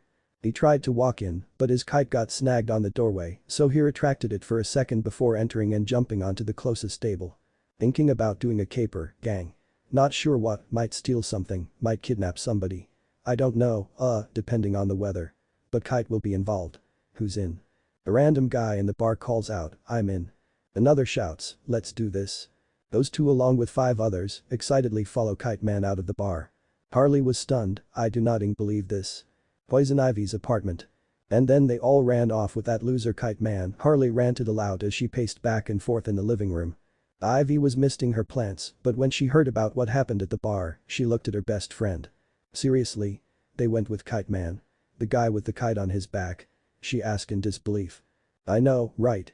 The blonde plopped down onto the couch and groaned, ugh. It was humiliating. Oh come on, you'll get your crew. It'll just take some time, said Ivy, trying to cheer her roommate up. There has to be something I'm missing or doing wrong, Harley looks at the redeed, how do I get people to work for me? Before the eco-terrorist could answer, Frank spoke up, she has no idea. Because plants do all this shit for her lazy ass. Hey, I said something like that this morning, said a sudden voice. Everyone looked to find Naruto standing in the doorway and wearing a casual outfit consisting of an open black denim jacket over an orange t-shirt, light blue jeans, and white tennis shoes. Naruto, the ladies cried out happily. Harley's mood skyrocketed upon seeing him, then she somersaulted over the coffee table, ran over, and started cuddling into him. He's back. My boy's back. Cheered Frank. Ivy made her way over to her shared boyfriend, what brings you here, hotshot? He wrapped an arm around the redeed and brought her in close, what can I say? I missed you girls. But that was only 3 hours ago, she smiled. Will I get lonely? Naruto. What's up? You're looking good. Did you get a haircut? Called the Venus flytrap. Frank, the blonde male went over to the mutant plant, long time no see. Yeah, 3 in years. I missed ya, said Frank. Speaking of which, Ivy said you had my bonsai watch me during that time. And you used that to tell them where to find me, said Naruto. The talking plant grew nervous. In my defense, they made me do it. Well, I have just one thing to say about that. The unmasked Red X reached into his jacket pocket and pulled out something wrapped in butcher paper. Frank squealed happily upon seeing the bundle and grew excited as it was unwrapped to reveal a juicy-looking steak. You did the right thing, buddy, said Naruto and tossed the meat into the air. Oh yeah. The mutant flytrap laughed before he stretched up, snatched the food out of the air, and swallowed it whole. This was actually a game the two of them used to play before Naruto left Gotham City. Frank returned to his original size and sighed contentedly, I really missed ya, man. I missed you too, Frank, smiled the blonde as he petted the mutant flytrap on the head. One of Ivy's other plants took the paper wrapping from Naruto and placed it in the recycling bin before he went over to the couch. Ivy returns to spraying her plants, so really, what brings you to our little corner of the world? He sits down as Harley takes a spot next to him and he answers, like I said, I missed you guys and I wasn't really doing anything back at my place, so I figured I'd spend some time with you too. Joker's former sidekick was touched by his words, oh, that's sweet. Funny. I'd figured you'd be doing that Tala chick. Since you're her master and all that, said her best friend. Naruto looked at the redeed, do I detect a little jealousy, my rose? Ivy could not resist blushing at hearing his old pet name for her before she answered, no, whoever you want. You're already being shared between 2 women. How's 1 or 2 more going to make a difference? She went back to tending to her plants as her shared boyfriend chuckled then said, I also came to see how Harley's henchman recruitment is going. Said blonde babe let out a loud groan, then laid down and plopped her head into his lap. He looked down at her, that good? Do you want the long version or the short version? Asked Harley in a frustrated tone. Short. She took a breath before speaking, UTI rejected me and the thugs at Noonan's ditched me to work with Kite Man. Kite Man? Isn't he the guy with the huge kite on his back? That's him, confirmed Ivy. Yep, the one Ivy slept with last week, laughed Frank. Frank. She scowled. Naruto laughed a little, you slept with Kite Man? We did not sleep together. I only brought him back here to get the antidote for those kids. I told you about that, said Ivy. Oh right, he chuckled as she went back to her plant caretaking. The blonde looked down at the one using his lap as a pillow, anyway Harley, you'll get your crew. It'll just take time. She sighed then asked, how did you get people for your crew? They were assigned to me. I didn't have to ask or interview anyone. Lucky you, she thought for a second as she sat up, there must be someone who can give me the inside scoop. Maybe another supervillain. Babe, what real supervillain is gonna give away their trade secrets? Asked Ivy, finishing her caretaking. Yeah, most of them aren't big into sharing, added Naruto. An idea soon popped into Harley's head, well, maybe not give away. Later at Gotham Exhibition Center. The lights went dark in a Greek-themed auditorium before the figure of a muscular man rose up from the stage, he lifted his arms and the 3 screens behind him lit up with lightning bolts. Applause came from the attending audience as the screens turned red, with the middle one reading So You Wanna Be a Supervillain.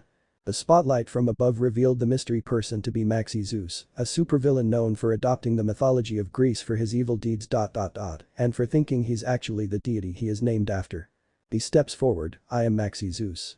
And tonight, I max all your dreams come true.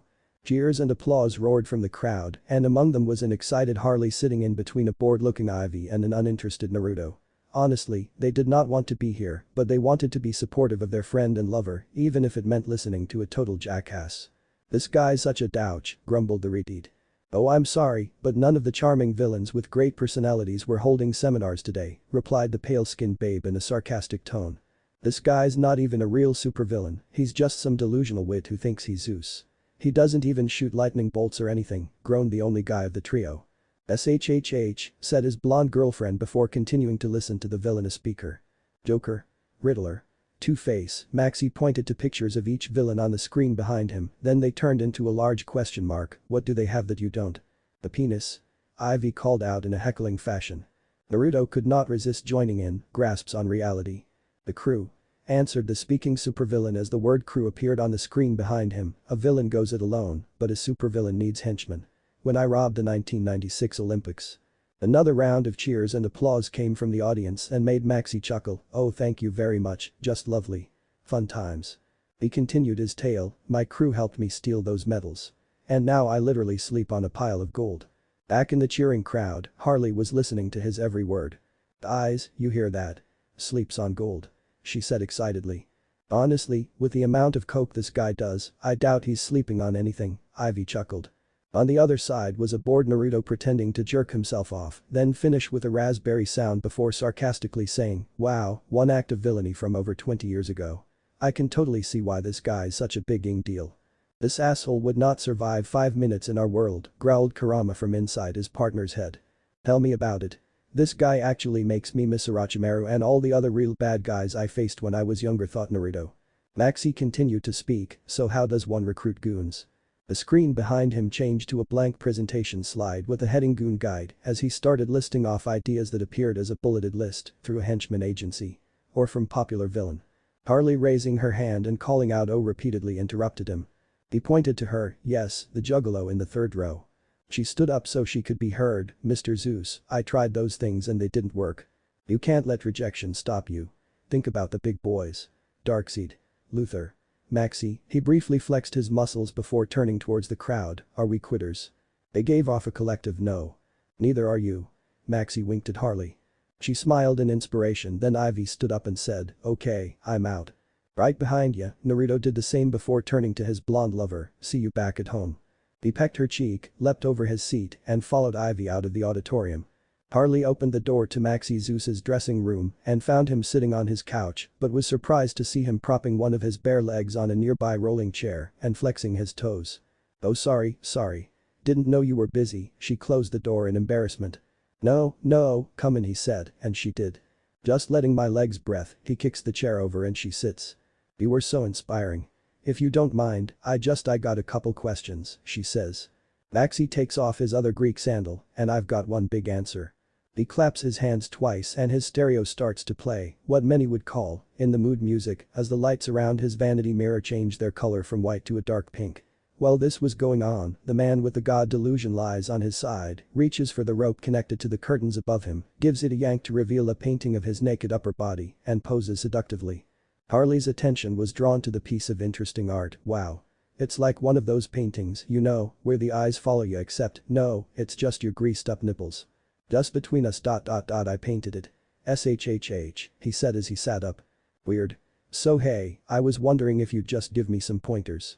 Well, I can certainly give you one. He opened his legs to reveal that he was going commando under his toga.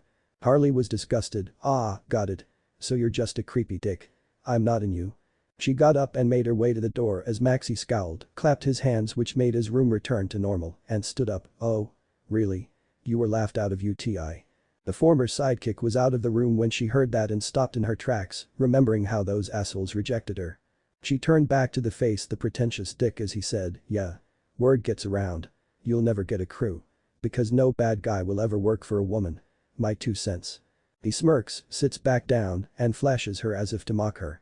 Then here's mine. Seeing urologist cause creepy dick wasn't just an insult, it was a concern, said Harley. Maxi looked down at his penis, wondering if she was right. She kept speaking, and if no bad guy will work for me then maybe I don't need a bad guy. Back at Ivy's apartment. Harley, I told you this, I work alone, said Ivy. Naruto snorted while Frank retorted, alone-ish. Don't you two start with me right now. The Redeed went back to reading an article in a gardening magazine while she leaned against her boyfriend who was watching television with a mutant plant. Come on, Ive. With your ability to control all plant life on Earth and my gymnastics, I mean, there's nothing we can't do if we team up, Harley pleaded her case. Her best friend replied, I said no. I mean I got a brand. You know. It's like adding gymnastics to it, it's a very muddled message. Tell her the real reason, you lying mother, said Frank. Ivy sighs, oh god, here we go. She places a hand on Harley's shoulder, alright, so look, there's a glass ceiling for female supervillains, okay. Like, sure, we're tolerated, but as long as we don't get too powerful. I'm sorry, my rose, but please tell me you aren't being serious about that crap, said Naruto, listening in. The blonde with the pigtails spoke, I'm with Naruto, Ive. Aren't you being a little dramatic? Their naive asses haven't heard of the Queen of Fables, said Frank. The unmasked Red X facepalmed, oh god, her. Hold on, who's the Queen of Fables? Asked Harley. Naruto sighed as he muted the television, you better let Ivy tell you. Yeah. Go on Ivy. Tell the story. I'll set the mood, said the mutant plant before he dimmed the lights. Alright. Thanks, Frank. Ivy went on to tell the tale as everyone listened, so, a long time ago, way back in the 80s. There was this powerful sorceress, right? she was known as the Queen of Fables. Fed up with being a footnote to the male supervillains, she decided to turn Gotham into an evil force by using sorcery to pull characters from the pages of storybooks. Until she had a whole army at her command. What happened to her? Asked Harley. Ask her yourself, her best friend pulled out and held a purple-colored business card to her. Before the blonde could take it, Naruto snatched it away and stood up. Whoa, whoa, whoa. You aren't seriously gonna send Harley to that nutjob, are you? Ivy answers, Naruto, she needs to know the disadvantages she's at and the hurdles she'll face as a female supervillain. Ivy, I'm sorry, but this gender inequality bullshit is, well, bullshit. And it's not the reason why Harley cannot get a crew. Harley joins in on the conversation, but it's the only thing that makes sense. Even Maxi Zeus said that bad guys would never work for a woman after he tried to me. Ignore that last part for now. But first of all, just because that greased up asshole said it doesn't make it true. And second, you being a woman has nothing to do with you not getting a crew, said Naruto. Well, what else could it be? She asked, crossing her arms. It's because you're you. Harley glared at him, what the s that's supposed to mean? He held up his hands in defense, sorry. That came out wrong. It better have, frowned Ivy. First day of their new three-way relationship and Naruto was already in trouble. The unmasked Red X-eyed, okay Harley, let them ask you this, have you ever led a crew before? No, she answered. Have you done any villainous act or crime that was not connected to Joker? Well no. And have you ever done anything that has cemented your name in terms of villainy? It was Harley's turn to sigh. No, I haven't. That's what I'm saying, babe. You're inexperienced as a supervillain, an up-and-comer. No one is going to work with you right away because in their eyes, you're just Joker's scorned ex-girlfriend and former sidekick. You want to get a crew? You gotta show them that the old Harley Quinn is dead, Naruto advised. All the better for me to go see this Queen of Fables. Maybe she's got some tips, said Harley. Harley, trust me. You do not want to get involved with her. She held out her hand and glared, the card. Her boyfriend sighed in defeat, fine. Just promise me one thing. What? Don't let her get into your head, he gives her the card and plants a kiss on her forehead. Harley blushed a little but got over it by the time she looked at the card. On a business strip street. Harley followed the address on the purple business card until she found herself in front of a building with a matching sign that read. Taxes for free. Not for free. She went inside to find it was some kind of tax consulting office, she soon heard a woman speaking and followed the voice. It led her to a room where a guy with folders was sitting in front of a desk as someone was talking to him, Fee, bailing out your klepto aunt with the snow globe fetish does not count. Next. He stands up and leaves, then Harley comes in, hey. I'm looking for the Queen of Fables. Just found her, sweetie, said the female voice. Harley looked around but did not see anyone else in the room. No. Why you looking up there for? Down here. The book. Me, the blonde directed her eyes to the desk where she found a tax code book, talking and smoking a cigarette. I'm stuck in this bullshit. I've got 20 minutes till my next appointment. What's up? This situation was a bit weird, but the former sidekick took it in stride and sat down. Hey, my name's Harley Quinn. I'm a new supervillain and I was told I should ask what happened to you. The Queen of Fables sighs before having a quick coughing fit, then says, alright. Buckle up, honey. It's story time. So there I was with my crew, a bunch of dumb storybook things, when the heroes showed up. Ugh. It was a horror show. Batman comes and cracks open Humpty Dumpty before turning Pinocchio into firewood, Wonder Woman decapitates Mayan Dragon, and Superman tears off Jill's head and burns it. No. There's no way Superman did that, said Harley, knowing the aforementioned hero's goody two-shoes nature. I exaggerate to add flavor. So sue me, the trapped supervillainess continued her story, but the truth is they punished me in a way no one has ever been punished. Instead of throwing me into Arkham like any male villain, they came up with this bullshit. She taps her cigarette to knock off the ash into her tray. I mean, a guy robs a bank, he's a criminal mastermind. A woman robs a bank. She's a crazy bitch, finished Harley. Exactly. Think about it. A male supervillain can literally look like a deformed penguin, but God forbid we outshine them even a little bit and into the ink tax book we go. Forever. Yeah. You can get as big as you want as long as you don't get bigger than them. Yeah, you get it. And your ambition won't just hurt you. It'll hurt the people you care most about. Outside the door, the gingerbread man, the Queen of Fables' only surviving storybook character henchman, walks up with a quarter of his head missing, his left leg gone, so he was walking with a crutch, and tattoos on his chest and arms.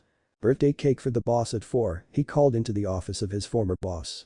Thanks, Mark, said Queen of Fables. God, I hate this place. But at least I'm not on the street turning tricks for cash anymore. The cookie smiles at that thought before walking away. Fables sighs, who knows? Maybe your story will turn out different. I couldn't get a crew cause no one believed in me. So I had to make my own by believing in stupid little things like Mark. Mark looks into the room upon hearing the insult about him, then the trapped villain is said, "No offense, Mark." The cookie just sighs and hobbles away. The Queen of Fables went on to speak, "But yeah, honey, you've got a tough road ahead of you. It's a male supervillain's world out there and we women cannot catch a break. No one respects us and no one wants to work with us." "That's not what Naruto said Harley. "Who?" "My new boyfriend. He said the reason I can't get a crew is because I'm new on the scene and not because I'm a woman," explained the blonde. "Oh really? Is he a supervillain?" asked the talking book. "Well no, not exactly." She could not exactly tell the trapped sorceress that she was dating the infamous Red X, menace to many criminals and supervillains everywhere. Then what the does he know? "Trust me. Don't believe any of that shit. There's a glass ceiling for us and it's not going away anytime soon," said the Queen of Fables. Her words just made Harley give off a small sigh. Back at Poison Ivy's apartment. "Queen of Fables, pretty fun, right?" asked Poison Ivy, clad in her pajamas and watching television as her best friend walked into the apartment. Harley walked over to her then sighed, "You could say that." She looked around and saw no sign of their shared boyfriend. "Where's Naruto?" "He headed back to Metropolis. Said something about having to do something important tonight," answered the redeed as she sat up. "Anyway, how was her former majesty?" The blonde sat down next to her on the couch. She was pretty bleak. "Before I left she was like, I have to use the bathroom. There I did it. Did you send me to her because you think I can't do this?" "No Harley. I sent you there because I know you can. Look. It's like I said earlier, I wanted you to know what you're up against, you know, cause I love you." Her best friend in the whole world could not help feeling touched as a smile appeared on her face. "But don't make a thing of it. Even though we, technically, did have together," said the eco-terrorist with a straight face. She suddenly felt a drop of water hit her shoulder and heard the sound of sniffling. She turned to see it was Frank crying from their emotional talk as tears fell from his eye buds. "Anybody feel that shit but me?" he asked, taking a tissue handed to him by one of Ivy's other mutant plants. He wiped his tears away. "A man can't show emotion." Ivy chuckled, "A man? You, Ivy?" Harley spoke up, "Look, I appreciate your warning, but Queen of Fables did make me realize something. If I want a crew, I shouldn't be looking for scumbags who believe in me. I should look for scumbags no one else believes in." "Right, okay. So, that was the takeaway from the chain-smoking book and the trick-turning cookie?" asked Ivy. "Yeah." The blonde grabbed the remote and turned up the volume on the television, "And I know just where to start." On the screen was the newest episode of Tawny. And guest starring on it was Dr. Psycho, his wife Giganta, and their emo teenage son Herman. "Welcome back. We have here Dr. Psycho," said newscaster and television host Tawny Young. When the villain's name was spoken, the crowd started to boo very loudly, some even flipped him off. "He says he's here to apologize for using the C-word," Tawny informed her audience. The woman amongst them cried out, "Woman hater." Dr. Psycho tried to play it off by laughing at Bit, "What? Hate women? I cherish them. No one on God's green earth respects women like this guy." His words were not exactly winning over the people as they still booed. I know," said the blonde host before directing her attention to the giantess on stage. "Giganta, girl, how are you feeling about all this?" Psycho cut into the conversation. "She is devastated that the world is attacking a man she knows is so kind, is so loving." Let's hear it in her own words. Those are her own words. "I'm a telepath, right? She thinks it, I say it." He smiles at his wife. "Isn't that right, honey?" She said right. More boos come from the studio crowd as Tawny protests, "She did not say right." She turns to her audience, "Did y'all hear her say right? She was talking to me," shouted Giganta as she flipped off her husband who fell off the couch in surprise. Tawny nodded in agreement as the giant woman kept speaking, "An individual person who exists outside of you." Dr. Psycho crawled back into his seat as the blonde host supported his wife. "Go, girl. The person who, for years you mind controlled. The audience cheered for Giganta as the diminutive telepath grumbled, "Don't do this. Into thinking they loved you. Do not do this. The person who is leaving you." Giganta soon walked off the stage as their son followed her. The crowd cheered, then Dr. Psycho shouted after her, "Why you get back here, you miserable bleep tea." The collective gasp came from the studio audience. Tawny, a female camera operator, and the cue card handler were frozen in shock, a nearby dog peed in surprise, and the world stopped turning. On the television screen, Dr. Psycho let out a groan and hung his head in defeat. "Holy shit. He just became the least employable person on Earth, laughed Ivy. Exactly, smiled Harley. Later at Noonan's. So, I thought, hey, maybe you should join me and my crew, Harley pitched to Dr. Psycho as they sat at the bar while Clayface, still playing the southern bartender, cleaned some glasses. The telepath chuckled in response, join you? I'm in the big leagues, mama. The LOD. The Legion of Doom. Hard pass. Suddenly, a news flash appeared on the television suspended from the ceiling. It was a press conference being held by the Legion of Doom. Assembled were Black Manta, Bane, Scarecrow, Cheetah, Gorilla Grodd, and Sinestro with Lex Luthor behind a podium as the speaker. We cannot condone Dr. Psycho's use of the C-word, as it does not represent our brand of evil. We hereby banish him from the Legion of Doom Europe, and the Junior Doomers of America, he said to the reporters.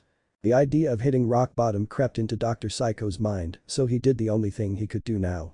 The newly casted out supervillain flashes Harley a smile, did I say hard pass? I meant soft accept. I want to join your crew. Not because I think working for a female will help rehabilitate my ruined image, blah blah blah ... It's for other reasons. He started to sip his drink as the up-and-coming villainess narrowed her eyes at him, as if to say she did not believe his words. I don't hate women. He yelled, slamming his glass onto the counter and splashing some of his liquor onto his lap. Kinda seems like you do, retorted Harley. Woohoo, the salty language that comes out of your mouth. I'm just glad my mama Jean ain't allowed to hear it, chuckled Clayface, still using the southern accent. The blonde with the pigtails chimed in, even hot southern bartender character thinks you're a piece of shit. But I believe in you and I think you have a part to play. Excitement hit the disguised shapeshifter, did you say a part? Then you must also require the services of ... He spun around, sending out globs of clay flying as Harley and Dr. Psycho shielded themselves with the latter grumbling, not again. Clayface returned to his original form ... an actor. His offer got the former sidekick excited as she smacked the counter, you're damn right I do. You, me, and Psycho. This is gonna be the start of something huge. They grabbed their drinks, clinked them together, and took a sip, thus sealing the deal of their new partnership. So what's our first evil scheme? Is it a nuke in a volcano? Asked Dr. Psycho. Evil scheme? Clayface thought for half of a second before coming up with something, oh, a honeypot heist where I seduce Gotham's mayor with my saucy Sheila character. How do you feel about petty personal vendettas?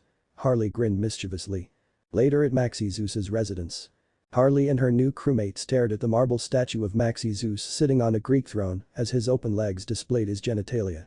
Dr. Psycho observed the sculpted lower body part, I say more unsettling than creepy. Nope, disturbing. That's it. Found it.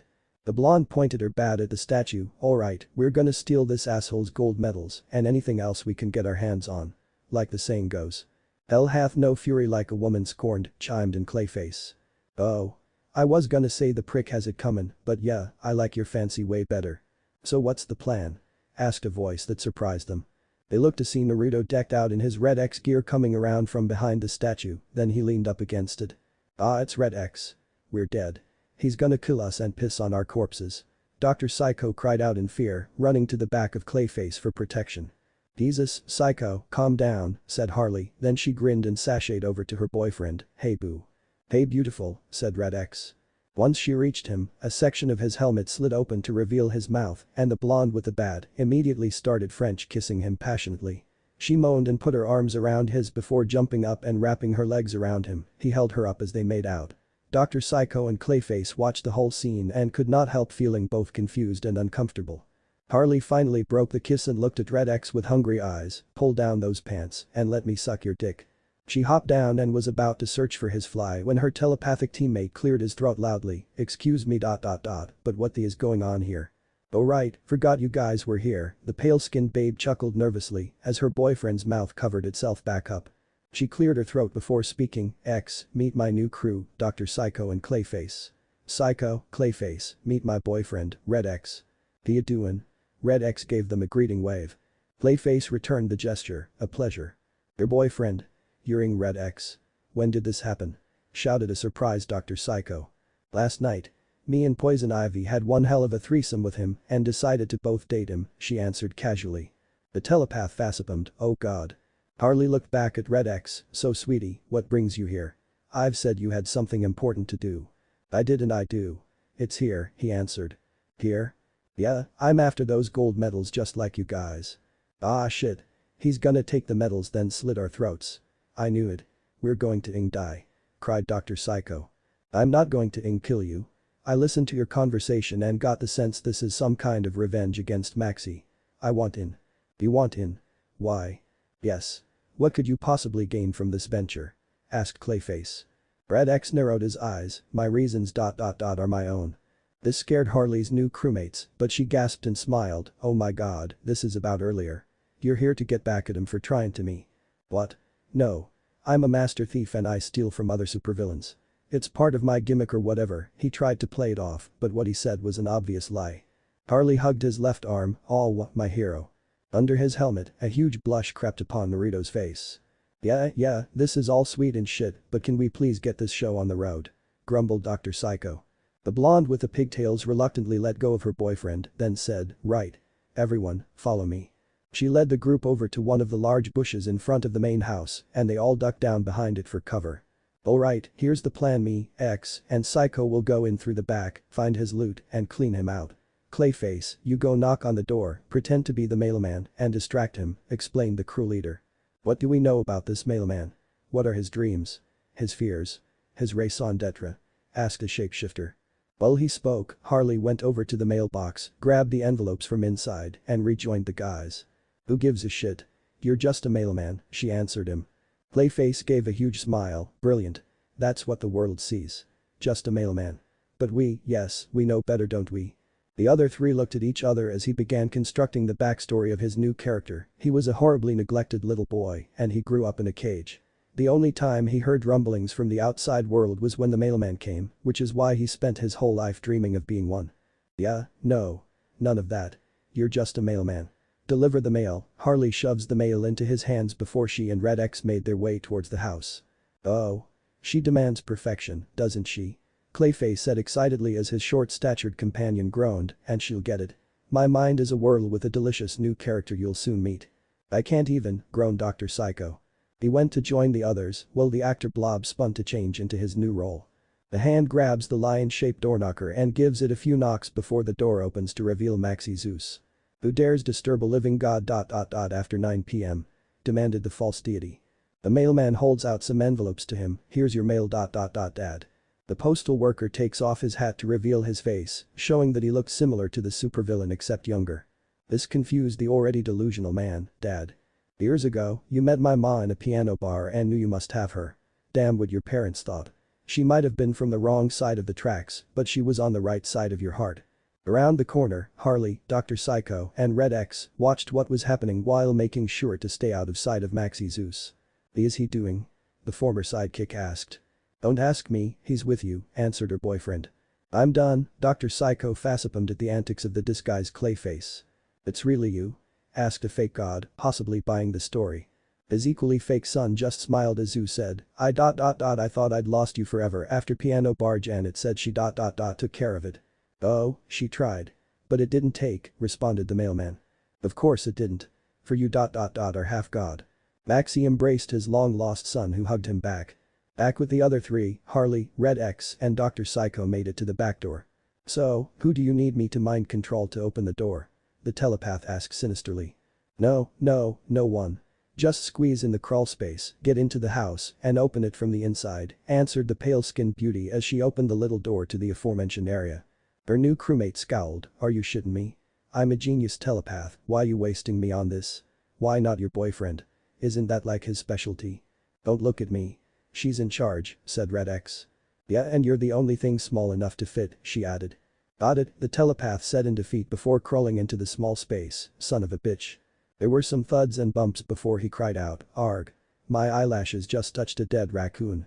"Quit your bitchin' and keep going," Harley called to him. His only response to that was, "God, this is humiliating." Maxi Zeus and his son were sitting on the couch together in the former's Greek-themed living room. "Son, we have much to catch up on," said the false deity. Clayface replied, "Yes, father. Or should I call you Dad? Call me Almighty Zeus. God of the sky and thunder, supreme ruler of Olympus and all of earth below." "Okie doke," shrugged the mailman. Harley leads Dr. Psycho and Red X into Maxi Zeus's Greek-styled bedroom, where there were statues of himself everywhere, though the most disturbing feature were the sculptured pillars of his naked lower body surrounding his bed. "Wow. And I'm an egomaniac," exclaimed Dr. Psycho as he took in the decor. "Yeah, this looks about right," said Harley as she led them to the bed. Red X noted all the sculpted penises and erections everywhere. "I bet the real Zeus doesn't love his own dick this much. Probably has a smaller ego too. So where the does he keep those stupid medals?" the telepath asked Harley. "Easy. He said he literally sleeps on a pile of gold," she answered before flipping the mattress off the bed. There was a metal box within the frame. Excitedly, the pale-skinned supervillainess grabs and pulls out the container. But grows angry at seeing the huge padlock on the front. "Are you shitting me? Again?" she hissed. Brad X holds a hand out to the box. "Hand it over. This is where I shine." Harley was about to give it to him when Psycho chimes in. "What are you doing? Don't give it to him. Does the phrase 'no honor among thieves' mean anything to you? He'll shove a knife through our skulls. Will you give it a rest with that?" She growled at the telepath before giving her boyfriend the metal container. "Open it." The master thief took it and knelt down on the floor while taking out a device similar to a laser pointer from his belt. He pointed it at the padlock, turned it on, and an actual laser beam started melting through the shackle. "And then after getting the Medal of Honor in war, I toured the world playing ping pong," said the disguised Clayface, keeping the supervillain distracted. "What a remarkable journey your life has been. And so oddly similar to that of Forrest Gump," said Maxi Zeus, stroking his beard. When he heard that, the mailman grew a little nervous. The fake god continued to speak. "It is rather strange you don't share your mother's brilliant blue eyes." His fake son smiled then, with a few blinks, changed his eye color to blue. Zeus noticed. "My mistake, I guess. Trick of the light." Clayface sighed in relief. "Although I don't know how you avoided her family's proclivity for hunchback." The shapeshifter grew antsy again. Back in the bedroom, Red X soon finished melting through the shackle of the padlock, then took it off the metal container. He hands it back to Harley with a wink. "All yours, beautiful." "Thank you, babe." She took it and opened it as a golden light shone from within. "Aha. The Olympic gold medals," said Dr. Psycho happily. Harley closed the box. "Okay. Let's get out of here and rendezvous with Clayface." She started leading them out of the room, but Red X spied one of the stone statue erections, and an idea came to his head. "Go on without me. I'll meet up with you guys later," he said. "What? Why?" asked Harley. "Trust me, you like it. Go." Upon his insistence, she and Psycho left as the master thief took his laser cutter out again. Harley and Dr. Psycho snuck their way over to the stairs and were making their way down when the latter caught sight of Clayface. What the hell? Whatever happened between him and Maxi Zeus caused the shapeshifter to make some adjustments to his form, which now included a large hunched back, an overbite, a crooked right leg, and a peg leg for his left. "Son, you are the spitting image of your mother," said Maxi. "I'm so glad you think so, Daddy Zeus. But it's so sad she suffered from a lisp," said the mailman in the aforementioned lisp. "Oh you lying piece of shit." The fake god yelled as he stood up. "Did you really think I'd fall for this?" Clayface just gave a nervous smile and shrugged. "Perhaps." He was grabbed by his front as Zeus scowled. "Who do you work for, monstrosity?" He punched the shapeshifter in the face. "Joker." From the stairs, Harley saw this and looked ready to jump in. "Oh, no, you didn't." Dr. Psycho stopped her. Wait, don't emasculate him." Zeus lugged Clayface again. "Riddler." The blonde on the stars still looked ready to go, but the telepath just said, "No, he's about to rally. I can feel it." Maxi knocked the shapeshifter to the ground, then performed an elbow drop on him, the penguin. He picked up his beaten victim, then threw him at the wall where his disguise finally fell apart, reverting him back to his original form. The fake deity wasted no time in picking him up, except upside down this time, and looked ready to perform a pillage river. "Tell me who you work for, creature, or the next blow will be a killing one." "He works for me, you oily bitch," yelled Harley from the stairs. Maxi dropped Clayface and gave her a smug smirk. "Well, if it isn't the girl I chose not to have with." She just stuck her tongue out at him as he said, regrettably, "You're too late I'm afraid." The fake god took a marble statue from its pedestal and was ready to use it to squash the clay-based shapeshifter who whimpered, "No." Finally having enough, Dr. Psycho gave a small scream and used his telepathic powers to move Clayface out of the way in time for the statue to shatter upon hitting the floor. "Thanks, Psycho," the actor said, still lisping and giving his savior a thumbs up. "Alright, dickhead. Just drop the lisp," responded the telepath. "I wish I could, but I bit my tongue," said the clayman, showing his bitten tongue. After giving Psycho the box, Harley somersaulted onto the downstairs banister, then flipped and landed in front of Maxi Zeus. "You said no woman could ever get a crew of bad guys. Well I didn't just get bad guys, I got two of the worst," she said with an evil grin. "You call that a crew? A midget and a mudslide." The fake god proceeds to laugh. This just pissed the blonde beauty off. Then her new crewmates regrouped with her as she said, "I'll give you one chance to tell the world Harley Quinn's crew ain't nothing to with." "Or what?" smirked Zeus. His answer came in the form of her snapping her fingers. Dr. Psycho levitated 6 marble busts and sent half of them flying at the delusional supervillain who dodged them. 2 more sandwiched him while the last one started to pound him repeatedly like a hammer onto a nail. Harley smirked, "Had enough, dickhole." Maxi Zeus yelled before getting to his feet and smashing the 3 levitating statues with his enhanced strength. He had a few cuts on his face, a beaten eye, and a bloody nose. "In hell," said a surprised Dr. Psycho. The fake deity chuckled, "Is that all you got? I'm Zeus. King of the gods. What do you have? Huh?" Harley looked behind him and smirked, "Him." Maxi felt someone tap his right shoulder, then he turned around and came face to face with Red X. "Hey," said the thief in black. Zeus stepped back in surprise. "Red X. What are you doing here? Are you working with them?" "Nah, just doing my lady a favor." "Your lady." The fake god looked back at Harley and soon realized he had ed up, shit. "Yep." Zeus throws a powerful punch at the master thief who evaded, then threw 3 of his own at the supervillain's face, with the last one breaking his foe's nose and sending him to the floor. Red X looked down at the floor deity, "You know, the last time I checked. He knelt down, grabbed Zeus's broken and bloody nose, and gave it a rough twist, which caused him to scream in pain. The assassin clad in black let go. "Gods don't bleed." He flicked some of the blood off his hand and onto the fake god's face before standing up. He turned to his girlfriend, "Harley, you mind if I borrow your crew for a minute?" She grinned, "Please, go right ahead." "Thank you." He turned to Clayface and pointed to Zeus still on the floor and whimpering in pain, "Clayface, hold him up." The shapeshifter stretched his arms, coated the supervillain's entire upper body in clay, and held him up. "I'll rain thunder down upon your ingheads," screamed the so-called king of Olympus as he started squirming. "Psycho, keep him still," ordered Red X. The diminutive telepath sent out a beam of mental energy to grab and keep Zeus from moving. "Now, onto the good part," said the master thief as he walked towards the back of the fake god and lifted the back of his toga to reveal his butt, humming the whole time.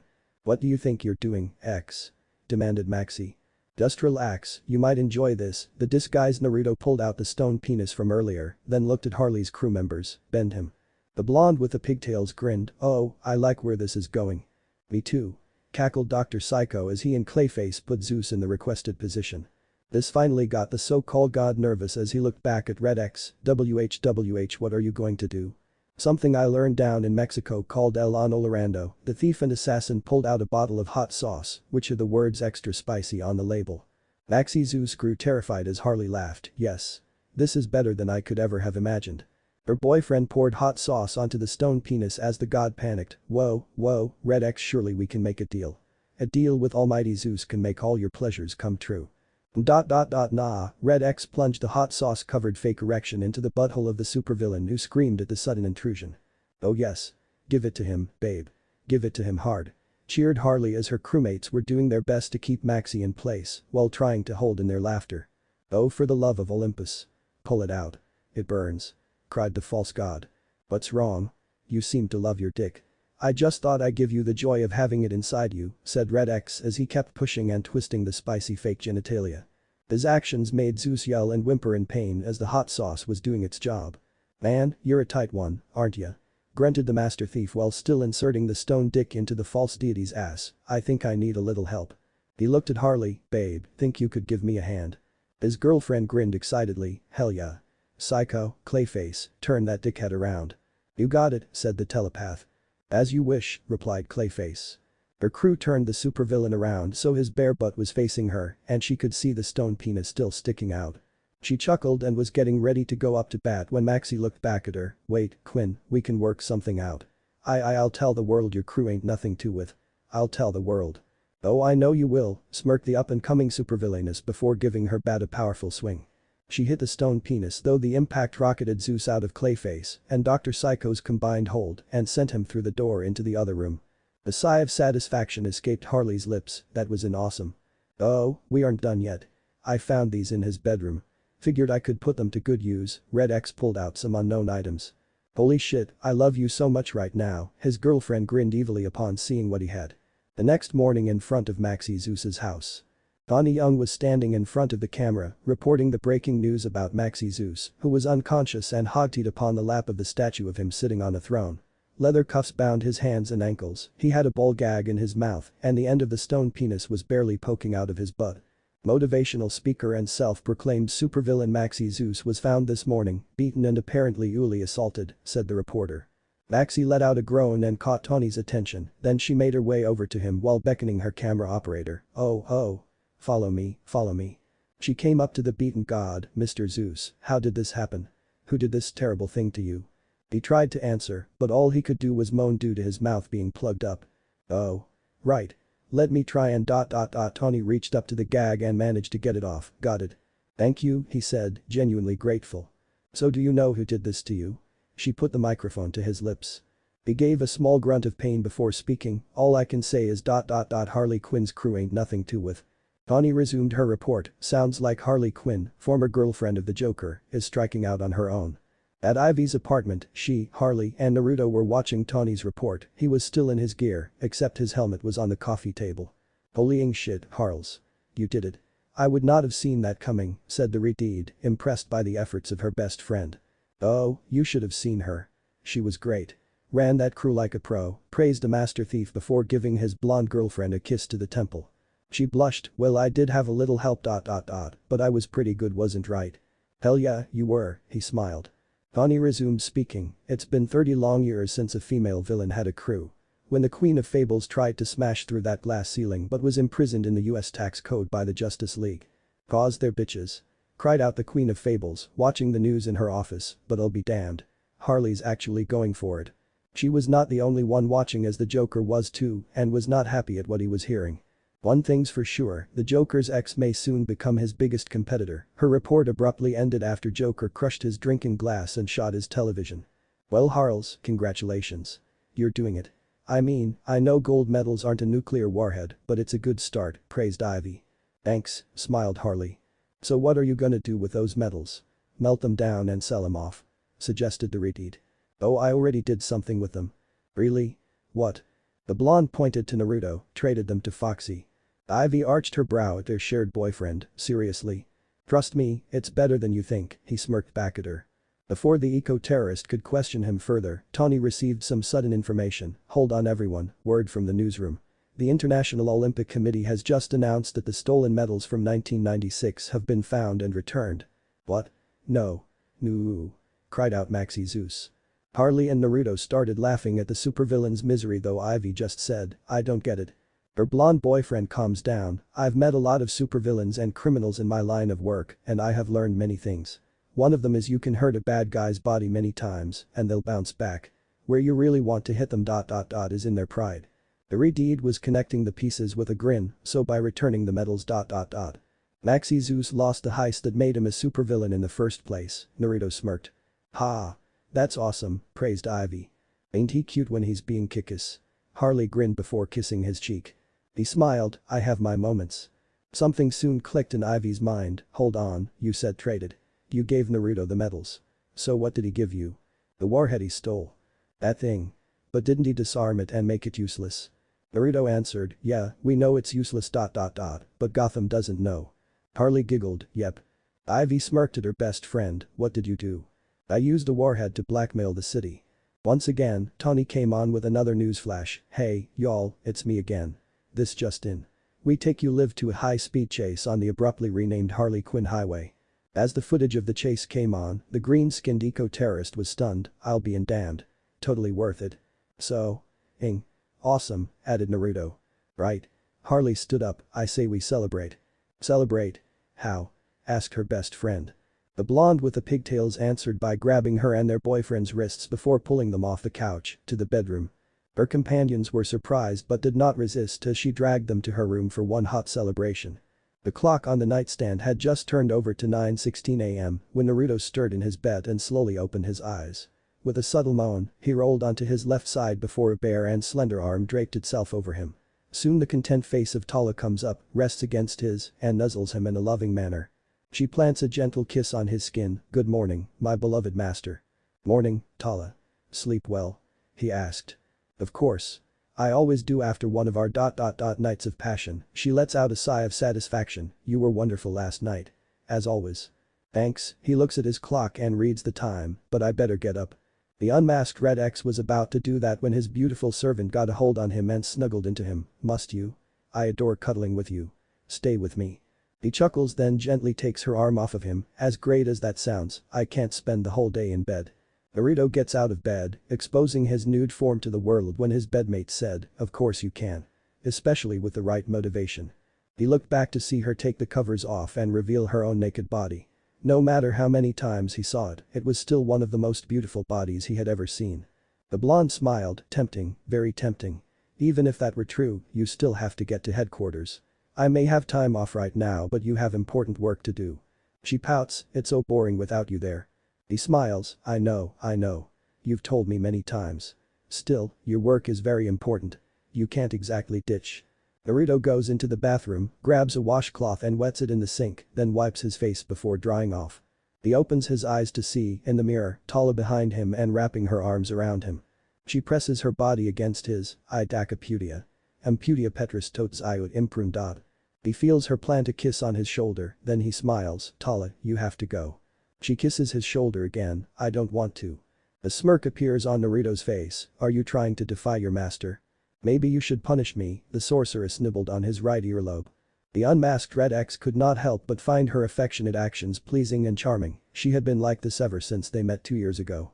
As fun as that sounds, it's probably best if we save that for another time. "Besides, you're not the only lady who wants me around them," he said in a gentle voice. Tala knew exactly whom he was talking about, then she glares and pouts, "Oh, I see." Naruto saw her face in the mirror and chuckled a little, "Don't tell me you're jealous." She looks away, "Maybe I am. So? I'm just surprised. You were alright with the one-night stands I used to have from time to time." "Yes, because those were just one-night stands. But now you have 2 full-blown girlfriends I have to share you with now. I'm not sure I like it." Naruto smirks, "Well, I'm sorry, Tala, but you have to share me now. Their feelings for me are no less than yours." It was Tala's turn to smirk, "Or I could use some magic to make them disappear for a while. Or maybe just the pigtailed one." "I really like this one," growled Kurama from the deep recesses of Naruto's mind. The unmasked Red X smiled a little, "No, you're not allowed." His still nude servant thought for a second, "Can I at least punish the clown a little? Maybe with a curse? An undeadly one? No." She frowns a little, "Tsk. You never let me shine." The answer is still no, Tala. And that is final. An angry pout appears on Tala's face, "Fine." Naruto could sense her unhappy vibes from behind, so he turned around and said, "Come here." The sorceress did not have time to react as he wrapped his arms around her and kissed her lips. Her initial shock soon wore off as she returned his actions in kind. They stayed like that for about 10 seconds before separating. She gained a look of content, then he asked, "Feel better?" "Very much so," said Tala before smiling slyly, "but I might feel even better if we were to have a date night. Like we used to." The hero from another dimension chuckled, "Okay, I'll agree to that. No problem. You promise?" "I promise. And you know I never go back on my word." But the deal's set, his nude servant smiled and pecked him on the lips before saying, "It's a date." He smiled back, "Okay. But now, let me make you breakfast this morning. I won't have you grabbing another sandwich from that little hole in the wall again," she said in a slightly firm tone. "I'll have you know those sandwiches are very filling and are packed with essential carbs for helping someone get through the morning," he smirked. "So you say. But I won't be shown up by some man behind a griddle." He laughed, "Whatever you say, Tala." She glares and pouts, then he says, "But before we eat, let's get clean."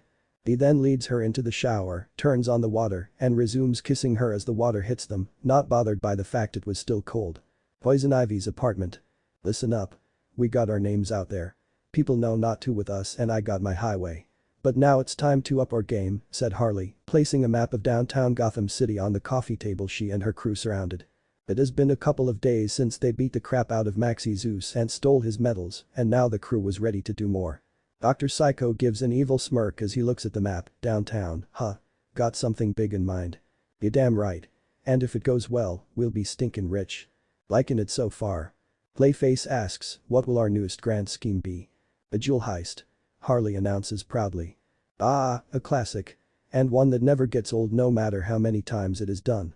Like a cinematic masterpiece from decades ago," said the shapeshifter. "So which store are we hitting? Gotham Jewelry? Diamonds of the Night? Eternal Sparkles? Oh. Maybe Rubies Galore?" asked Psycho, getting more excited with every name he lists off. The blonde with the pigtails gave a smug smile, "All of them." "Huzzah," cheered Clayface. His telepath teammate was just as excited. Hot damn. That's what I'm talking about. So when do we do this? Harley answered, tonight. Excellent. So which one will we start our spree off with? No spree. We are hitting all of them tonight. In one fell swoop. In one single night, she answered, smirking excitedly. However, the enthusiasm of her crew died away as they looked at her like she just grew a second head. Harles, I know you want to prove yourself as a villain and get into the Legion of Doom. But it sounds like that plan will be a little hard to pull off, suggested Ivy from the kitchen where she was having some coffee. She was staying out of the planning since she was technically not a part of the crew, she was still a solo supervillainess. A little hard. It's damned near impossible. Psycho pointed at Harley, do you have any idea how many jewelry stores are in the city? Too many to rob in one night. A job this big will have to take 2. Maybe 3 nights. The blonde just smiled, that's why we're going to hit them all at the same time. In case you haven't noticed there's only 3 of us.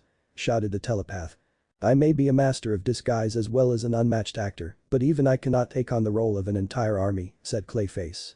No, guys, we won't need an army. The 3 of us will be more than enough, she said confidently. Okay, well you've clearly lost your mind, said Psycho. A long time ago, but that's not important right now. Listen, what do all the jewelry stores in Gotham have in common besides all being jewelry stores? Their favored clientele are among the vastly wealthy? Asked Clayface. They all put their goods on display in very breakable glass cases? Asked Dr. Psycho. Well I guess but no. They all get their gems delivered by the same truck, said Harley. She reaches behind her, pulls out a few photos, and throws them onto the map to reveal them depicting the same large armored truck, this truck to be exact.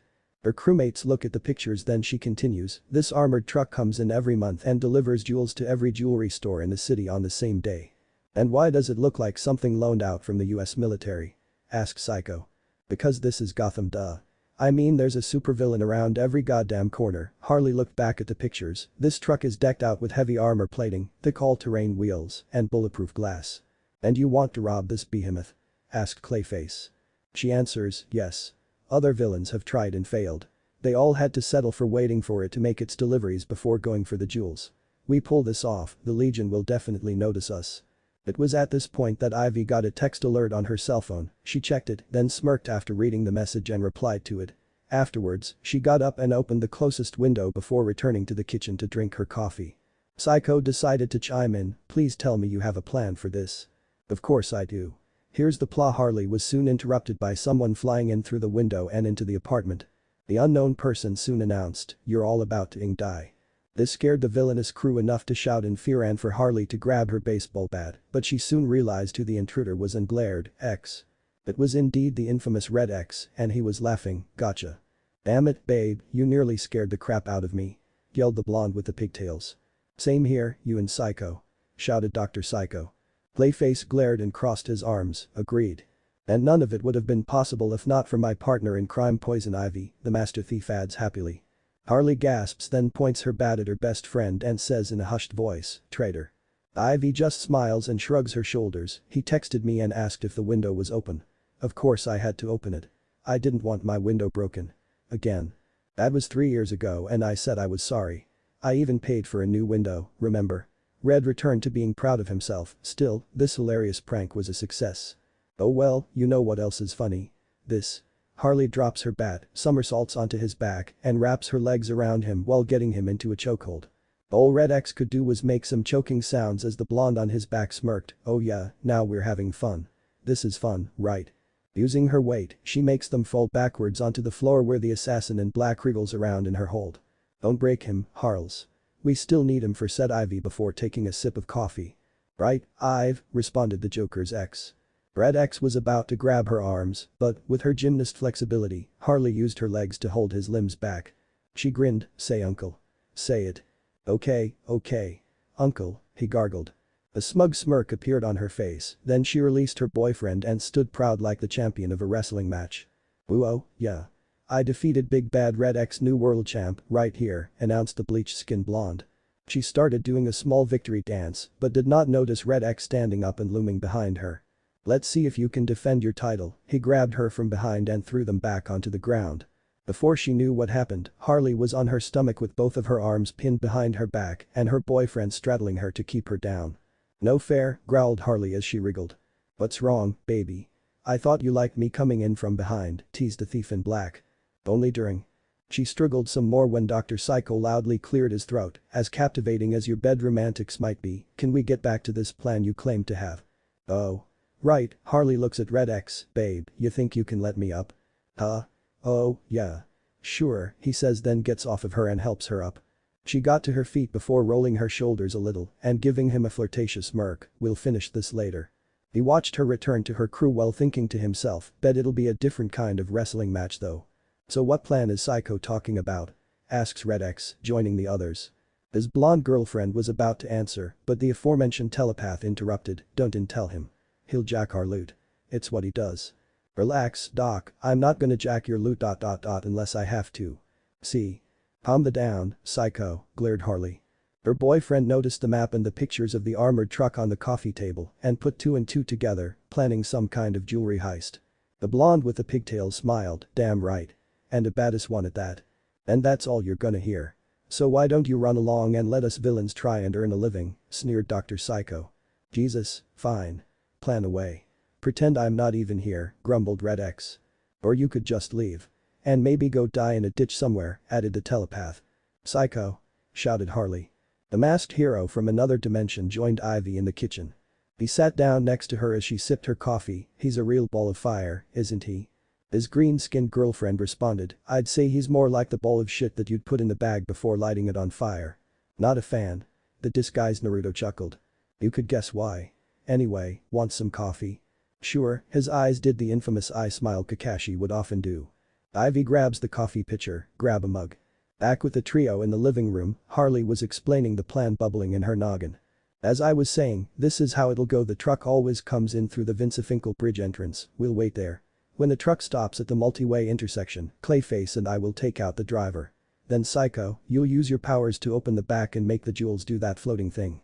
It's called levitation, and it's one of the best things you can do as a telepath," defended Dr. Psycho. Yeah, whatever. Anyway, you'll grab the jewels, then we hop into the van we stole yesterday and make our getaway. Then after the sun rises, we pour out all the jewels on the floor and roll around in them like in royalty before selling them on the black market for a buttload of cold hard cash." A sinister grin appeared on Psycho's face. "Yeah. As disappointed I am in the lack of the chance for me to exercise my acting abilities, I must admit this plan appears to be a solid one," said Clayface. "Right? This gonna be so awesome," grinned their pale-skinned crew leader. Soon they heard a loud humming coming from the kitchen. They looked to see it was Red X as he drummed his fingers and looked off to the side. "You okay, babe?" Harley asked her boyfriend. "Yep," he replied quickly. Soon a thought came to her head. "Is there something wrong with my plan?" No, it's a good plan. It's a good plan." His mouth became uncovered and he took a sip of coffee. The blonde with the pigtails crossed her arms and gave him a slight glare. "Babe." Red X stopped sipping his coffee and his mouth returned to being hidden before he said, "No, it's a great plan. Just not for this particular truck." "What do you mean?" asked Clayface. "Yeah, spill it," shouted Dr. Psycho. The master thief shook his head. No. I'm staying out of this. This is your guy's heist, do it your way." This. I'll just mind control him and get him to tell us," growled the telepath. He was about to do it when Ivy glared at him before summoning huge thorny vines from her indoor gardens and pointing them at him. "Keep your powers away from my boyfriend," she scowled. Harley gave Psycho a similar scowl. "That goes double for me." "Oh come on. Seriously?" protested the telepath. "Seriously," replied the pale-skinned babe in a low growl. The diminutive villain grumbled. "Fine." Ivy retracted her vines as Harley said to her misogynistic teammate, "Let me handle this." She goes over to Red X, wraps her arms around him and starts cuddling. "Come on sweetie. There's no harm in at least telling me what's wrong, isn't there? Please." She started giving him puppy dog eyes and after a couple of seconds, Red X sighed, "I guess not." "You're the best." His blonde girlfriend gave him a quick hug before getting down to business. "So what's wrong with my plan?" "Okay. First of all, you have the right idea of waiting at the intersection. But that's it. You and Clayface won't be able to knock out the driver since his partner in the passenger seat would see you and sound the alarm. Also, they'd be fully decked out in armor and carrying high-powered rifles that could put a hole in Killer Croc's tough leathery hide. Plus they are also trained in other forms of weaponry as well as hand-to-hand combat." "Holy shit," this information surprised Harley. "Good lord," gasped Clayface. And if Dr. Psycho went ahead and got to the back, he would be met with about 4 other armed guards, all wielding similar rifles. He'd be gunned down in seconds after opening the back doors, turning him into Swiss cheese. "In hell," cried said telepath. "Yeah. So sorry." "Oh shit," groaned Harley. Ivy chimed in, "Hold on, honey, how do you know about the guys in the truck?" "Yeah. How do you know?" His other girlfriend grew curious. "Well I guess you can say the people hired to guard the truck might have been hired from the same organization I work for." Red X points at Harley, "Before you ask, no, I have no idea who they are. Even if I did, I couldn't tell you." The blonde with the pigtails groaned and disappointed as her redhead roommate asks him, "Seriously? They got government soldiers or whatever to guard some shiny rocks?" He shrugs, "It's Gotham City. There's practically a supervillain around every corner." Harley looks back at her crew, "Told ya. So this heist has gone down the shitter?" asked a snarky Dr. Psycho. The pale-skinned lady started thinking, No, I think we can still pull off this heist. But you heard Red X, even if we get into the truck, we'll be blasted by those soldiers or whatever." I know. That's why we gotta be smart about this." "Does this mean you have a new plan in mind?" asked Clayface. "Yep. And I think I know exactly what our first move will be," Harley smirked evilly. 3 a.m. the next day. The armored truck carrying the cargo of jewels for Gotham City exited the Vincefinkel Bridge and arrived at the urban area with a multi-way intersection. Like Red X said, there were 2 people in the cab of the vehicle and 4 in the back, and they all wearing tactical gear and armed with powerful rifles. The driver stops at the intersection and looks in all directions before the sound of a person in distress rang out, "Someone help me." An adult male came running over, looking ragged due to his torn clothes and the numerous injuries upon his body. He draped himself across the truck's hood, "Please. We don't have time for this, Jackson. We have to get going," said the passenger in a female voice. The driver replies in their own male voice, "We're 30 minutes early. Besides, Doyle, this is what we were originally trained to do." Jackson puts the truck into park, then gets out his Doyle size and follows him. "Are you okay, sir?" the assigned driver asked the injured man. Before he could get an answer, the supposed victim suddenly transformed into a large blob of clay and wrapped itself around Jackson. "What the hell?" cried out the armored driver. Doyle saw what happened and hurried back to the truck to get a rifle, but was stopped by a baseball bat, hitting the side of her head and sending her to the ground, knocking her out. The attack was courtesy of Harley Quinn, who glanced at her downed victim before strolling over to the trapped transporter. "What? Harley Quinn?" asked Jackson. Night, said Harley before knocking him out with a bat strike to the head. "Clayface, you know what to do." Clayface's head popped out of the glob, "Right."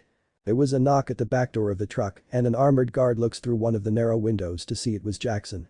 The guard opened the doors, then took notice of the area and saw no jewelry store in sight. "Jackson, what's going on? Why aren't we at the first location?" Immediately, Dr. Psycho jumps out from behind Jackson and grins sinisterly, "Detour, you pricks." The guards were about to grab their rifles, but were knocked out by the diminutive telepath, using his mental powers to do so. Jackson soon transformed into Clayface, then the 2 of them tossed their unconscious victims into a pile on the sidewalk by the time Harley walked over and looked at the 20 containers carrying the gems. "Okay, Psycho, do your floaty thing and carry the gems to the van," she ordered. "It's called levitation, and it's an impressive skill," he yelled back. "Justin, do it." Psycho just growls as he levitates the jewel containers out of the armored truck and they all ran around the corner where their black van was parked. "Get in," ordered Harley as she hurried into the driver's seat. Clayface opens the back door and crawls in, followed by the floating containers and Dr. Psycho. The blonde leader of the crew wasted no time in starting the vehicle and driving away. Parking lot outside of a Costco store. The sound of beer cans being opened filled the van as Harley cheered, "Woohoo. We undid it." "Huzzah!" Clayface shouted happily. "Hell yeah," agreed Dr. Psycho, then the 3 of them started drinking. Their blonde leader took a few chugs then said, "Oh man, I can't wait for the Legion of Doom to hear about this. They'll be begging me to join. And now, we're stinking rich.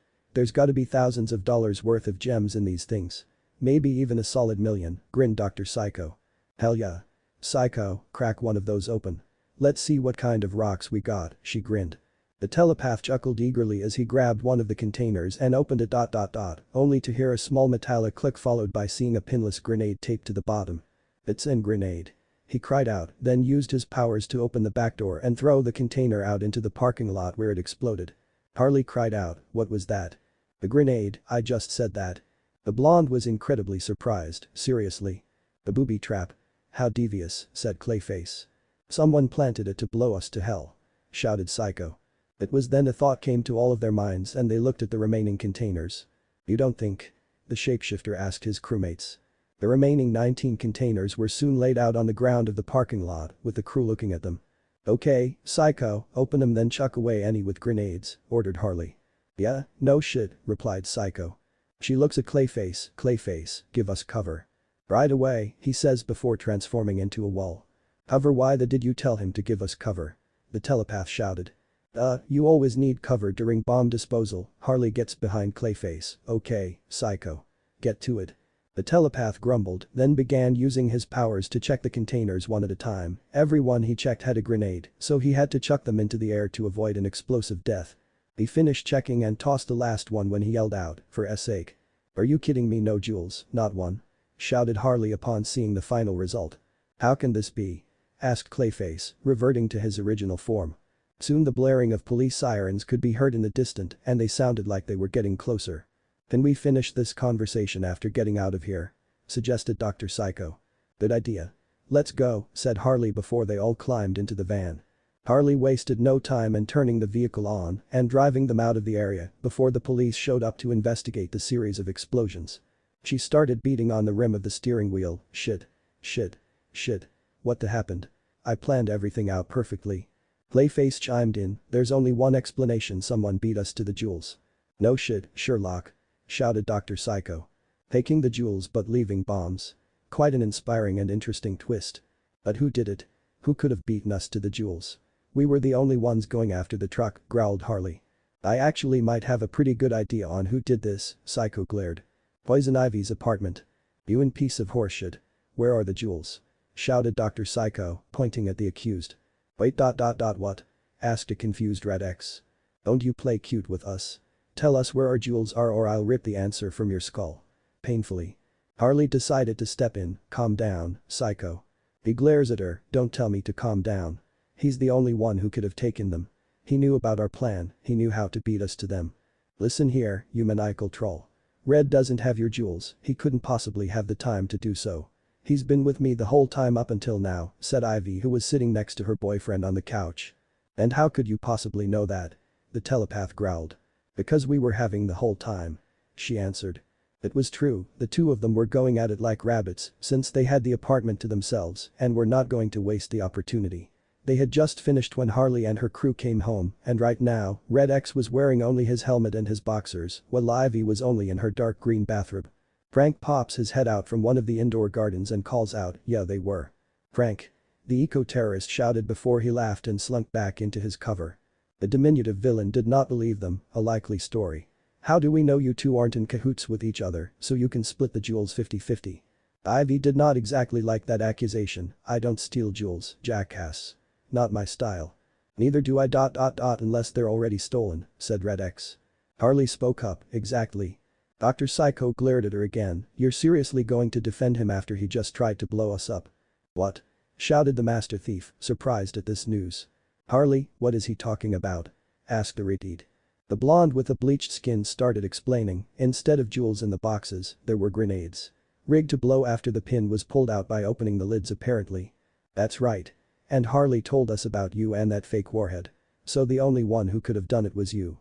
Dr. Psycho pointed at the near-naked Red X. "Why would I want to explode one of my girlfriends?" protested the disguised Naruto. "Tying up loose ends. It's what hitmen like you do." "Not to my own girlfriend." "Lies. But isn't the old saying that one is innocent until proven guilty?" asked Clayface. "You shut up." It was then a loud whistle came from Harley, getting everyone's attention. "Shut it," she yelled. Then she turns to Dr. Psycho. "Psycho, X has no reason to kill us and Ivy doesn't go for jewels. I'm pretty sure they weren't the ones who beat us to the heist. So knock it off." Her telepathic teammate gives Red X one last glare before growling, "Fine." The atmosphere was calming down when Harley spoke. "Now, we just gotta figure out who stole our heist, tried to blow our asses up, then beat theirs into a mushy paste." "But who could have done the deceitful deed?" asked Clayface dramatically. An idea soon came to Red X's mind. "I might have a way to find out. I'll be right back." He got up and went to Ivy's bedroom and while he was gone, Harley soon noticed that said retard was thinking. "Something on your mind, Ive?" she asked, sitting down on the couch. Her crew took some seats as the eco-terrorist responded, "It's just I don't know why, but stolen jewels being replaced with bombs sounds familiar to me." Her blonde roommate was about to question her when Red X announced, "Got it." He made his way back with his tablet in hand and retook his spot next to Ivy. "With this, I can look up all known criminals and supervillains. Your culprit is bound to be on the list." The master thief opened the application holding the aforementioned list and started typing in the query, "Better be specific. Thief ... replaces jewels ... with bombs." Everyone else soon gathered around him as the search continued. "How long is this gonna take?" asked Harley. Red X answered, "Don't know. Could take 5 minutes, maybe a whole day." A beep came from the tablet, "Or just a few seconds." They all looked at the screen as he said, "And it looks like there's only one match." The masked Naruto soon brought up the mugshot and profile of a young woman with silver hair, wearing dark glasses, and dressed in a black jumpsuit with feathered shoulders. He read her name, Margaret Pye aka Magpie. "Oh. That's it. That's why this whole thing sounded familiar," exclaimed Ivy in a relieved manner. "Ive, you know this chick?" asked Harley. "Yeah, Magpie was an inmate at Arkham. She often took the room opposite to mine." "Annoying as hell," the redeed said. "So what's your toy say about this broad?" Dr. Psycho asked Red X. "Let's see," the master thief began looking over Magpie's profile, "says here she's a classic kleptomaniac. Usually goes for jewels, but has been known to steal other shiny objects." Ivy spoke, "Yeah, that sounds like Smaggy alright. You gave her a nickname?" asked the blonde with the pigtails. Her redeed roommate shrugged, "A lot of us in Arkham called her Maggie. But you seem to know this lady quite well, Ivy. Please, what can you tell us about her?" asked Clayface. "Nothing really to tell. It's like the profile says, she's a klepto and likes to steal shiny stuff. In fact, she often stole metal trays, utensils, and cups from the cafeteria at the asylum. Hell, there was even one time she spotted a brand new wedding ring on one of the guards, pounced on him, and bit his finger off to get the ring. Good lord. Just like the infamous Gollum of the Lord of the Rings. Hey, like I said, she's crazy." "And the grenades?" Dr. Psycho asked her. "She tends to replace any jewels she steals with booby-trapped explosives." Red X looks at Magpie's profile, "Yep, says the same thing right here. Apparently she has caused multiple injuries and deaths by doing so." Harley just scowled, "Well, when I find her, I'm gonna shove a grenade up her ass and take my jewels. I planned hard for those." She looks at Ivy, "Ive, any ideas on how to find her?" "How would I know that?" asked the redeed. "She was your friend, right? You two must have talked. Exchanged information and secrets and shit like that." "She wasn't my friend. Barely an acquaintance to be honest. We didn't exactly talk to each other." "Well, I'm gonna find that little birdie and clip her wings for good," growled the blonde with pigtails. "And just how are you going to do that?" asked Red X. Harley thought for a second before an idea came to her head and a smirk appeared on her face. 1 hour and a half later. On the roof of a building in downtown Gotham City was a metal pole wrapped in many layers of aluminum foil and surrounded by miniature spotlights shining on it. Behind a large rooftop air conditioning unit was Harley and her crew, watching the metal pole, as well as keeping an eye out for anything or anyone. "This is stupid. There is no way this will work," grumbled Dr. Psycho. Harley responded, "You heard Ivy and Red. Magpie goes after shiny stuff. What's more tempting than a shiny metal pole? The big pile of diamonds, maybe. Look, this is gonna work. She arrives, we nab her, and make her give us the jewels that are rightfully ours. You know, I was wondering earlier why we are even doing this in the first place. The jewelry stores in Gotham still have plenty of rocks for the taking. Why don't we just go and nab some of them? This isn't just about the jewels, this is a matter of pride. I was the one to create a plan to get past the armed guards and armored truck. I deserve those in jewels and I'm gonna get them." Dr. Psycho was about to respond when Clayface whispered to them, at the risk of using an unoriginal line, "We are about to have company." The other two looked and saw someone traversing across the nearby rooftops and coming their way fast.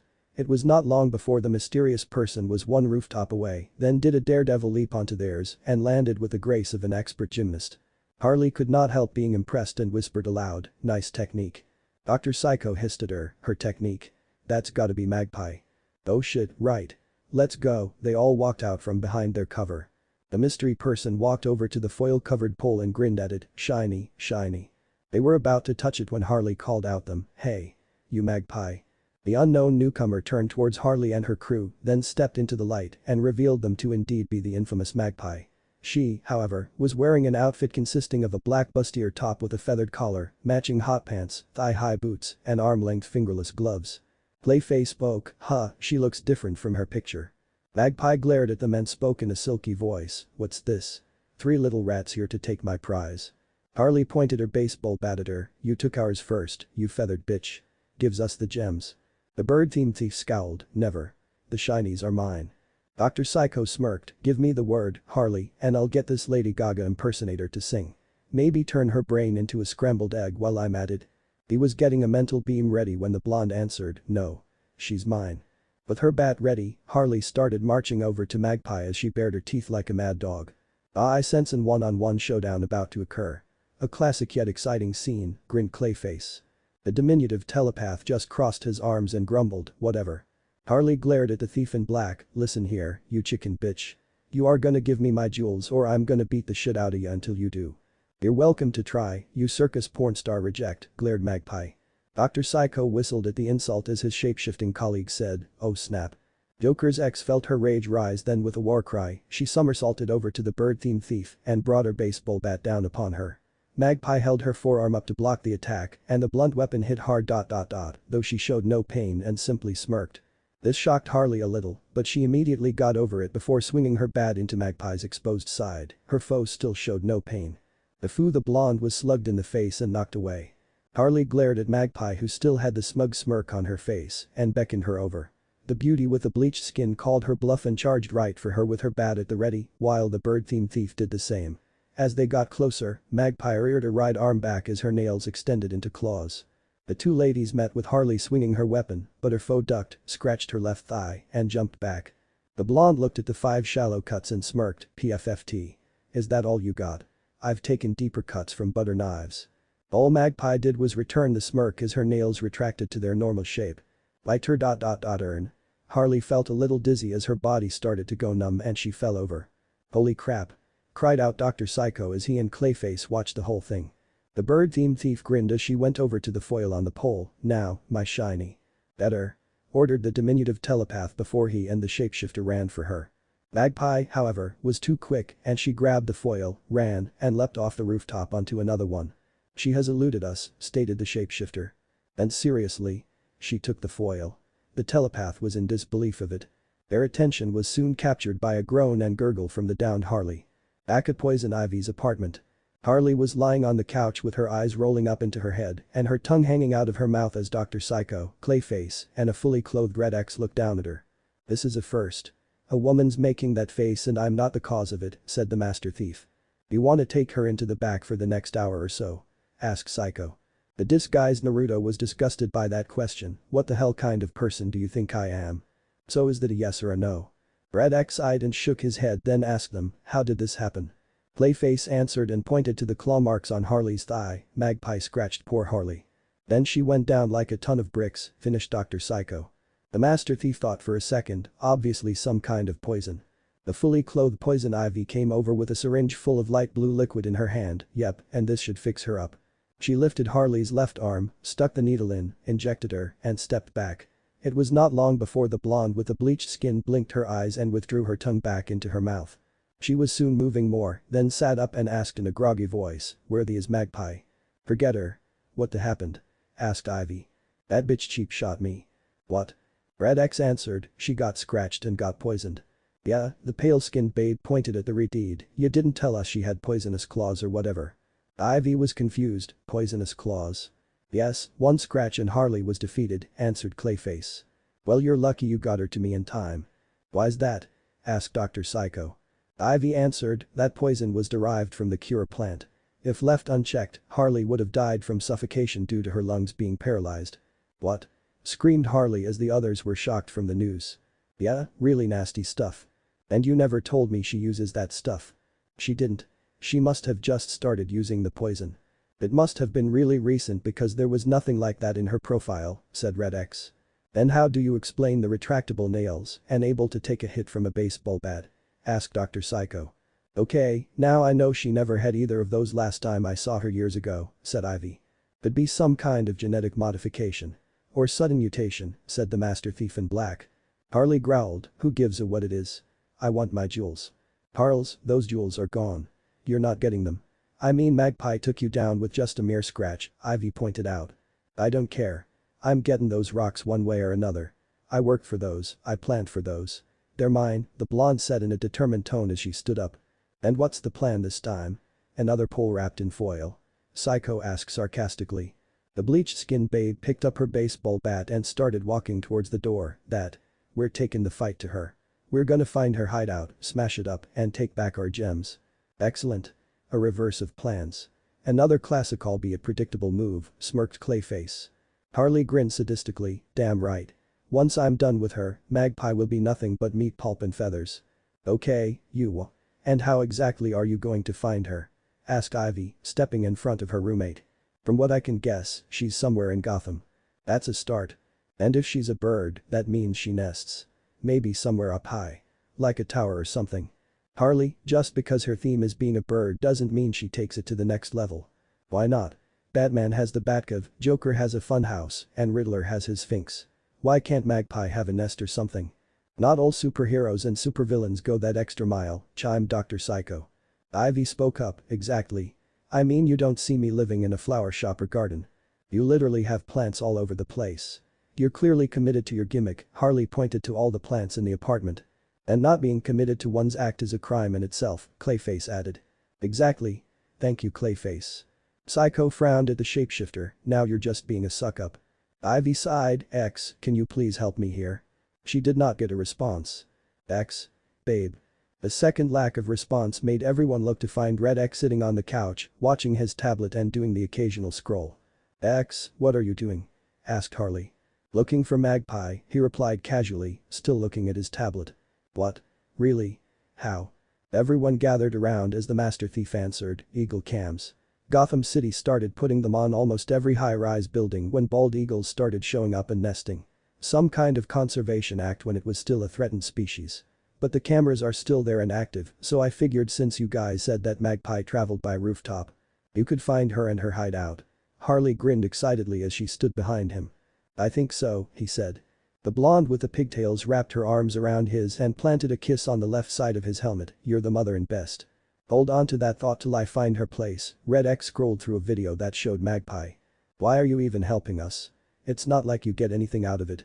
"I thought you were some kind of hero or some shit," said Dr. Psycho. The master thief scrolled through some more footage. "Well, she almost killed my Harley. That's all the reason I need." "Oh," the pale-skinned beauty was touched by those words. "Such chivalry," said Clayface. "Oh, gag me," grumbled the telepath. Red X continued to scroll through a few more videos until he said, "I think I found it." Where? Where?" Harley asked excitedly. Her boyfriend enlarged a video showing an apartment complex 5 blocks away from the Gotham Botanical Gardens, then he fast-forwarded it to a spot and let it play like normal. A second passed before Magpie appeared, stepping out onto the rooftop and jumping onto an adjacent building. She started running until she was out of frame. "There's her nest," the pale-skinned blonde growled. "And it's near the Botanical Gardens. Which explains the cure poison. There's a display of it in the South America exhibit," said Ivy. Harley released Red X and grabbed her bat. "Time to get our jewels. Let's go, boys." Her and her crew started to leave when the eco-terrorist spoke up. Whoa. You can't be serious about going down there." The trio of bad guys stopped in their tracks as their pale-skinned leader responded. "Hell yeah, I am. I want my jewels." "You do know that she won't give up the jewels willingly, right? She'll tear you apart to keep them." "I'm serious. One time, a guard at Arkham tried to take back a lunch tray she snagged, and they got their arm broken in 4 places and their left ear sliced off." Harley's 2 crewmates winced as they covered their left ears in fear of painfully losing them. Psycho looked over at Clayface. "Why are you covering? You don't have ears." "I'll have you know that it would still hurt like the dickens," replied the shapeshifter. The telepath rolled his eyes as Harley replied, "Oh please, I'd like to see her try." "Did you also forget about her poisonous nails? What if she scratches you again?" asked Red X, standing up. "I won't let her get me again. I got this." The blonde with the pigtails looked at her teammates. "Let's go." They were about to leave when Ivy groaned. Stop.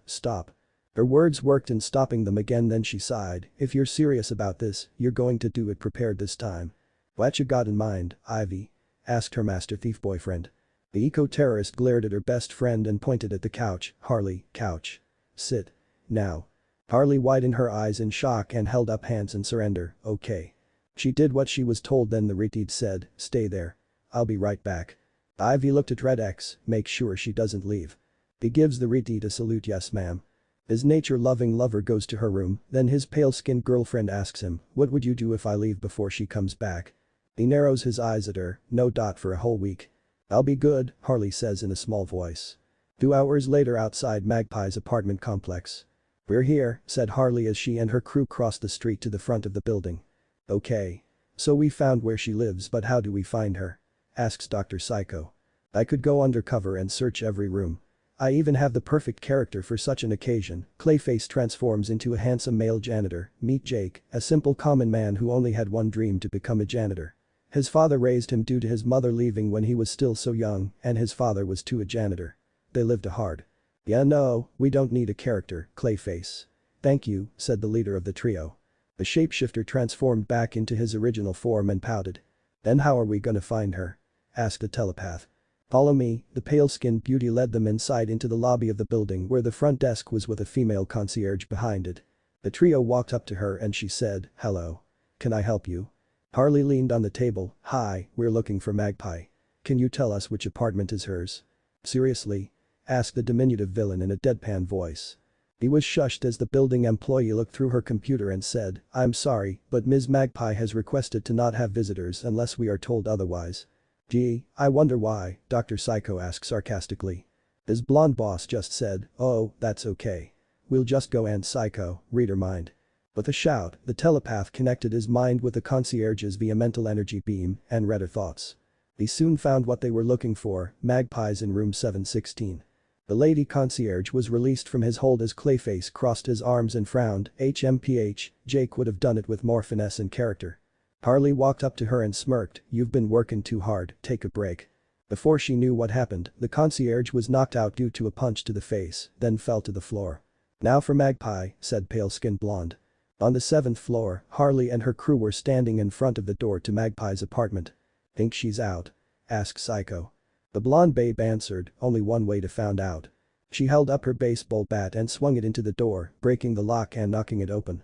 The trio enters the rather stylish apartment and was surprised at the numerous arrangements of shiny objects everywhere. Dr. Psycho looks at a pyramid of non-labeled tin cans. This broad seems more like a hoarder than a jewel thief or whatever.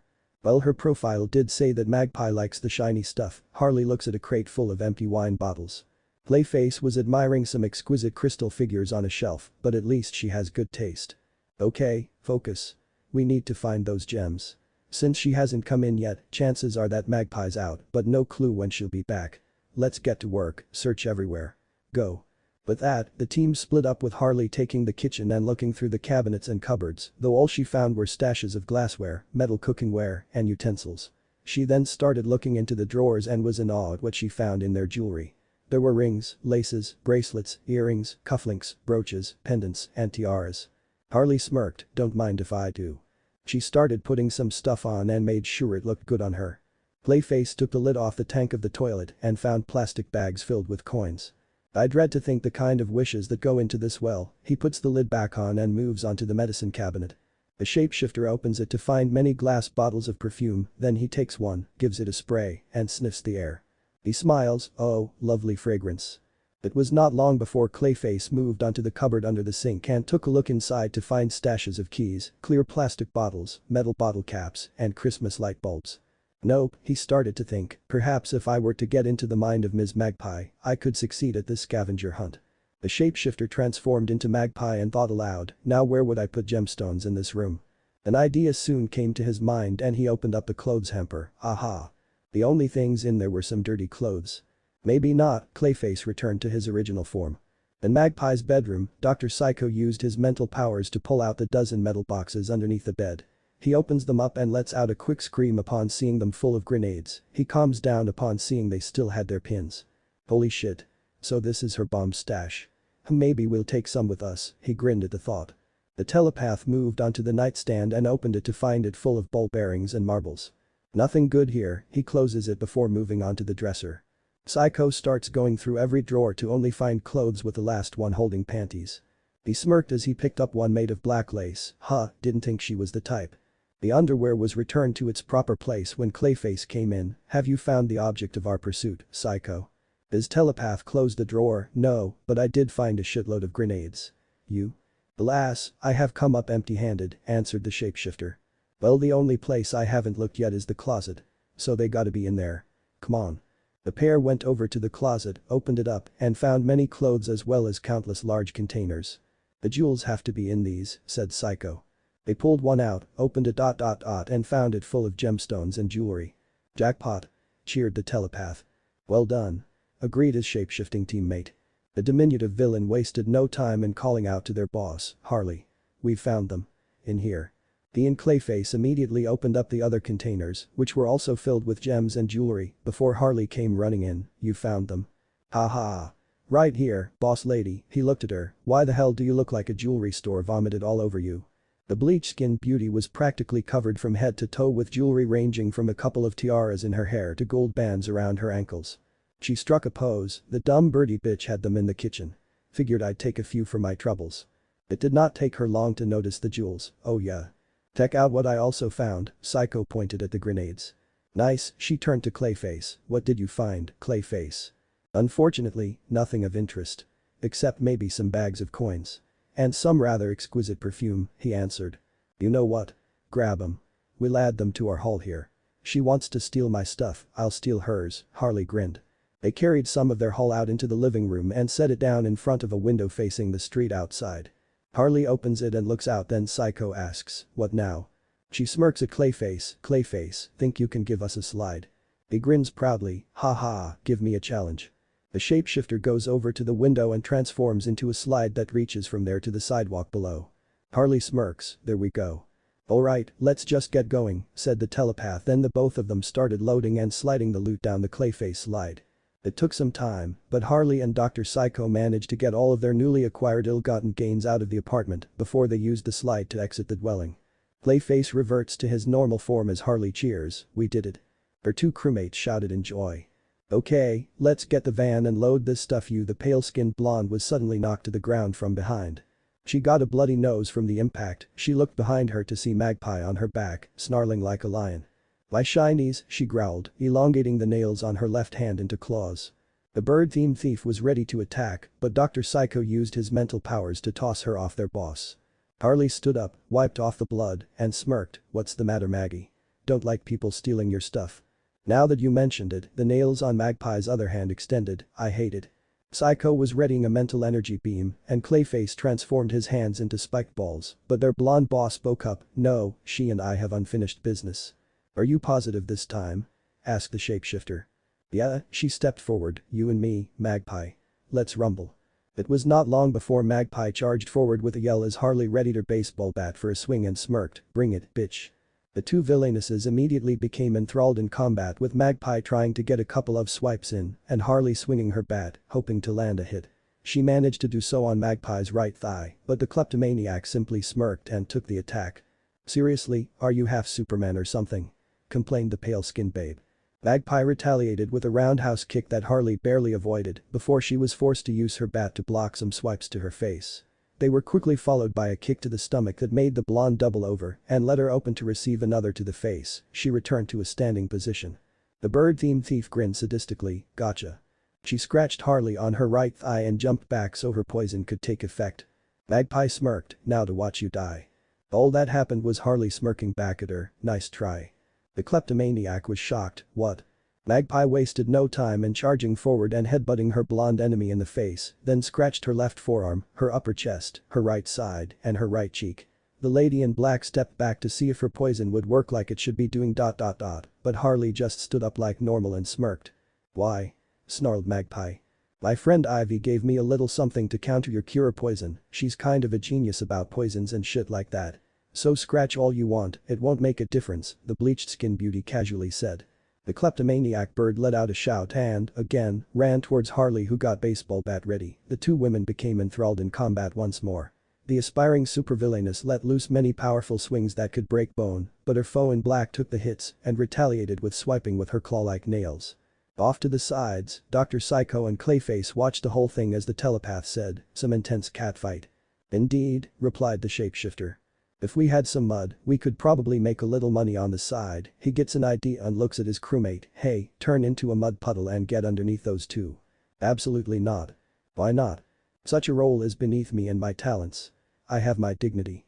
You're a blob of clay. It's hardly a stretch and you wouldn't have to do anything. Exactly. A simple puddle of mud. What kind of motivation is that? Your motivation is to make money by exploiting two scanty dressed women. That's all you need to know.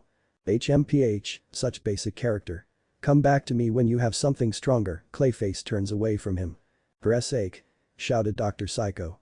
Back with the combating ladies, Harley managed to somersault over Magpie and get her in a hold using her bat before trying to choke her. The thief in black stomped on Harley's right foot, driving in her heel so the blonde would shout in pain, then followed up with a backwards headbutt into her foe's face. Her attack combination succeeded in separating herself from the pale-skinned woman, and she delivered a right jab to her face. Harley stumbled and growled, "Ah! You piece of shit." She wasted no time in raising her bat and rushing forward before delivering a powerful strike to the left side of Magpie's face. The attack made her stumble backwards a bit, then glare at the blonde who soon noticed a small trickle of blood coming from her mouth. "So you can be hurt," smirked the Joker's ex. Magpie just wiped away the blood and grinned sinisterly, "I'm going to pluck out your eyeballs and add them to my shinies." "Come and get him," Harley readied her baseball bat. The bird-themed thief lunged at her, but the blonde moved out of the way and swung her bat into her enemy's lower back, right onto the spine. Her attack made the kleptomaniac stumble a little before she turned around and made another lunge for the blonde with the pigtails. She had her claws ready to sink into her foe, though they never did due to the aspiring villain striking the side of her head with a piece of sports equipment like before. And just like before, the attack resulted in some blood coming out of Magpie's mouth. The thief in black did not have time to evaluate her situation since Harley decided to upswing her baseball bat into her chin, resulting in more blood gushing from Magpie's mouth. "Bet that hurt. Huh, Maggie," smirked the mocking blonde. Magpie only responded by yelling in anger and lunging forward, but Harley somersaulted over her and swung her bat into the thief's right shoulder. She followed up with another attack to the left side of the head and kicking the back of the right knee to knock her foe to the ground. Before the bird-themed villainess could get up, the blonde with the pigtails swung her blunt weapon into Magpie's face and knocked her onto her back, as well as knocking her out. Harley sneered down at her, "Nobody s with Harley Quinn." She spat at the downed thief and walked over to her crew, who were cheering for their boss's victory. Clayface gave her applause, "Bravo, Harley. Bravo. Not bad, Blondie. Not bad at all," praised Dr. Psycho. Harley was panting a bit, okay. Clayface, get the van and let's load up and get out of here." The shapeshifter left to do his job when something soon clicked in her mind, "Oh Psycho, turn around for me." "Huh? Just do it." The telepath shrugged before doing what was asked, then Harley slapped the back of his head. "Ow. What the was that for?" Psycho glared at her, rubbing the spot where he was hit. "That's for wantin' to turn me into a mud wrestling attraction." "Yeah, I heard ya," she scowled as their van backed up to their location. Psycho frowned, it would have been a perfect cash cow too. If only the walking turd would have just went along with the idea. Clayface arrived and opened the back as he heard the conversation, "He wanted me to play in one-dimensional prop. I would never stoop so low." "The mud puddle doesn't need dimensions, you diva." Psycho picked up some of their loot with his mind. Harley did the same except with her arms, "Just load the van." The trio began doing just that as the telepath kept grumbling, "Oh, like it would have been such a stretch for you. With your motif." "What are you talking about?" she asked. "The whole prostitute theme you have going on." "What?" Harley angrily pushed a jewel container into the van. "I mean, look at you. You're showing a lot of skin, your outfit barely leaves anything to the imagination. You're obviously hoping to use your body to distract your enemies, right?" The telepath placed a couple of the grenade boxes inside. "It's for maneuverability when I do my gymnastics. And it shows my independence as my own woman and as a supervillain. And it's a clown motif. I'm supposed to be a clown, maybe a jester." "Nah, sorry. Don't see it," dismissed Psycho as he kept loading up the back of the van. "I'm afraid I must agree with Psycho here, Harley. Your character does not scream clown or jester. Perhaps if you were to add a red nose, a ruffle, a scepter, or perhaps one of those hats with the bells," suggested Clayface as they finished loading the last of the loot. "I'm not gonna degrade myself to that. I gave up that crap once I left Joker. And he doesn't wear that shit and people understand that he's a clown. Yeah, but he has green hair, red lips, an evil cackle, and clownesque props. You just have a baseball bat and a revealing outfit," said Dr. Psycho, shrugging. But the growl, "Harley, shut the back doors, shut up and let's go." The trio of bad guys got in the van and drove away with their boss in the driver's seat, leaving the unconscious Magpie on the street. Where her eyes suddenly opened. The Harley crew started driving across a stone bridge overlooking a river, headed for Poison Ivy's apartment to celebrate their accomplishment, though it was beginning early in the van. Dr. Psycho was scooping through one of the gems containers in the back and cackling, "We're so enriched." Clayface was trying on some of the jewelry when Harley grinned, "Yeah, we are. And this is just the beginning. I have big plans for us. And I know exactly what our next heist should be." Despite being covered in scratches and blood, she was reveling in her victory. "Please tell me it's going to make us richer. And will it possibly have characters with more depth than a puddle?" asked Clayface, mocking his diminutive associate. "Will you just shut up already?" growled the telepath. Their boss smiled, "Yes and maybe. Haha, just wait till Ivy and X see." Suddenly, a loud thud came from the top of the van. What was Harley was interrupted from the sound of the roof being punctured and ripped open to reveal a furious Magpie baring her teeth and bleeding from the mouth. "Holy," cried out Dr. Psycho. "She has returned." Clayface pointed dramatically at her. The bird-themed thief dropped into the vehicle and glared at the two of them, "My shinies." After a quick squeak of fear, the shapeshifter took off all the jewelry he was playing with before the intruder lunged for the jewels. "Don't let her get him," ordered Harley as she kept driving. Psycho was readying a mental energy beam, but Magpie kicked him in the face and sent him flying into the front passenger seat with a bloody nose. Harley saw this then called out, "Get her, Clayface." "Yes, ma'am," said the shapeshifter, then his hands turned into hammers. He engaged Magpie in combat by swinging at her, but his attacks were dodged. Then she leapt at him, clung onto his chest, and drove two of her extended claws into his eyes. He screamed. Psycho saw what happened, in hell. Harley glanced into the rearview mirror and saw the same thing, holy shit. The poor blob of clay could only yell and flail about as Magpie dug into his eye socket some more until he fell onto his back and she pulled out. He whimpered for a moment before his eyes reformed and he calmed down. "That was certainly a less than pleasant sensation," he said. "I should have'n known," grumbled Psycho. "It still hurt," protested Clayface before Magpie yelled, grabbed his head, and ripped it off. She tossed him away and he landed on the dashboard. He frowned, "Now that was just rude." The bird-themed thief proceeded to rip his body apart, then Harley said to her crew, "I'll take care of her. Psycho, drive." "Me? I can't reach the pedals," protested the telepath. The blonde grabbed Clayface's head and dropped it by the pedals as she took her foot off the accelerator. "Clayface, work the pedals." "I shall play my part," the shapeshifter said proudly before extending his tongue and pressing down on the pedal. Harley climbed out of the driver's seat and crawled towards the back as Psycho took her place and drove the van.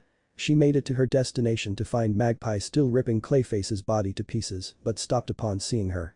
"Looks like it's time for round 3, Maggie." Harley charged forth with her baseball bat at the ready. She swung at Magpie, who dodged the attack and responded by trying to drive her claws into Harley's midriff, but that too was evaded and followed up by a bat to the face. The strike was strong enough to cause the kleptomaniac in black to fall onto the grenade containers and knock some of them open.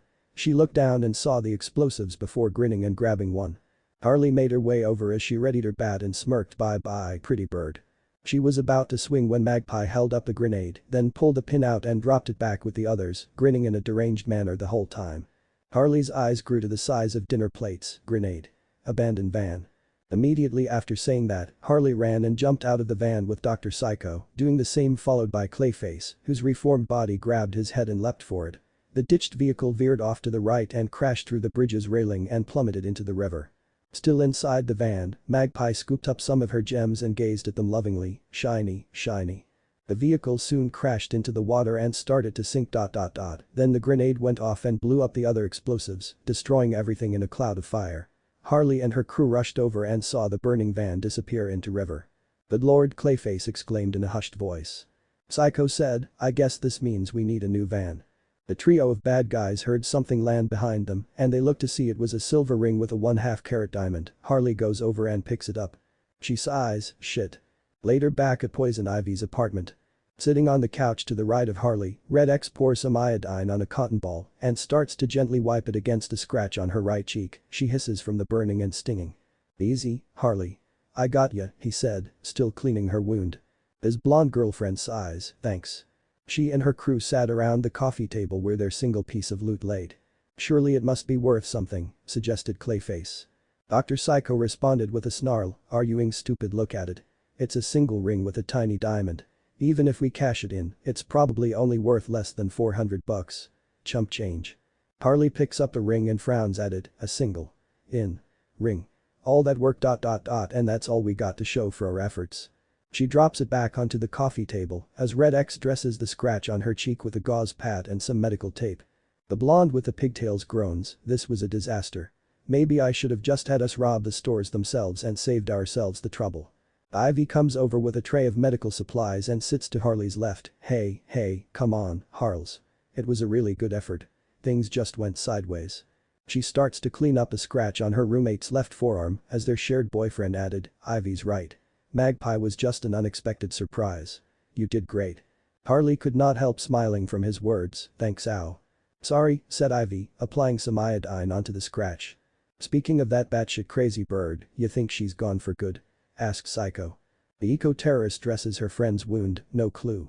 I know you guys said she was tough, but I doubt she could survive an explosion. Harley groaned, I really hope the Legion of Doom doesn't hear about this. The last thing I need is for them to know about me losing my loot to another villain. Brad X points to the television, something tells me you don't have to worry about that. Look. Ivy turns up the volume as they watch Tawny Young reporting in front of the armored truck that was originally transporting the jewels. Found earlier this morning, the armored truck that normally brings Gotham City the jewels for its stores was robbed and the guards found unconscious. The camera follows the blonde reporter as she goes over to the guard known as Jackson, who had his helmet off and was sitting on the sidewalk. Mr. Jackson, can you please tell us who did this? Asked Tawny. He answered, it was Harley Quinn and her crew. They took us out and took the jewels. You heard it here, people. Harley Quinn and her crew robbed the armored truck many other supervillains tried and failed to rob. Looks like Harley could be the strongest up-and-coming supervillain we have seen in a long time and a possible new candidate to join the Legion of Doom with such an impressive feat under her belt. Holy shit. Did you guys hear that? Harley grinned. Ivy smiled, yeah. An impressive feat. I mean the robbery was jacked and we lost our entire haul, but I still impressed people. The Legion has gotta notice this. Yeah, they will. I'm proud of you, babe. Red X's mouth became uncovered and he planted a kiss on her cheek. There is still one thing that puzzles me, how did Magpie steal the jewels before we did? Asked Clayface. Yeah. They didn't mention that crazy chick on TV.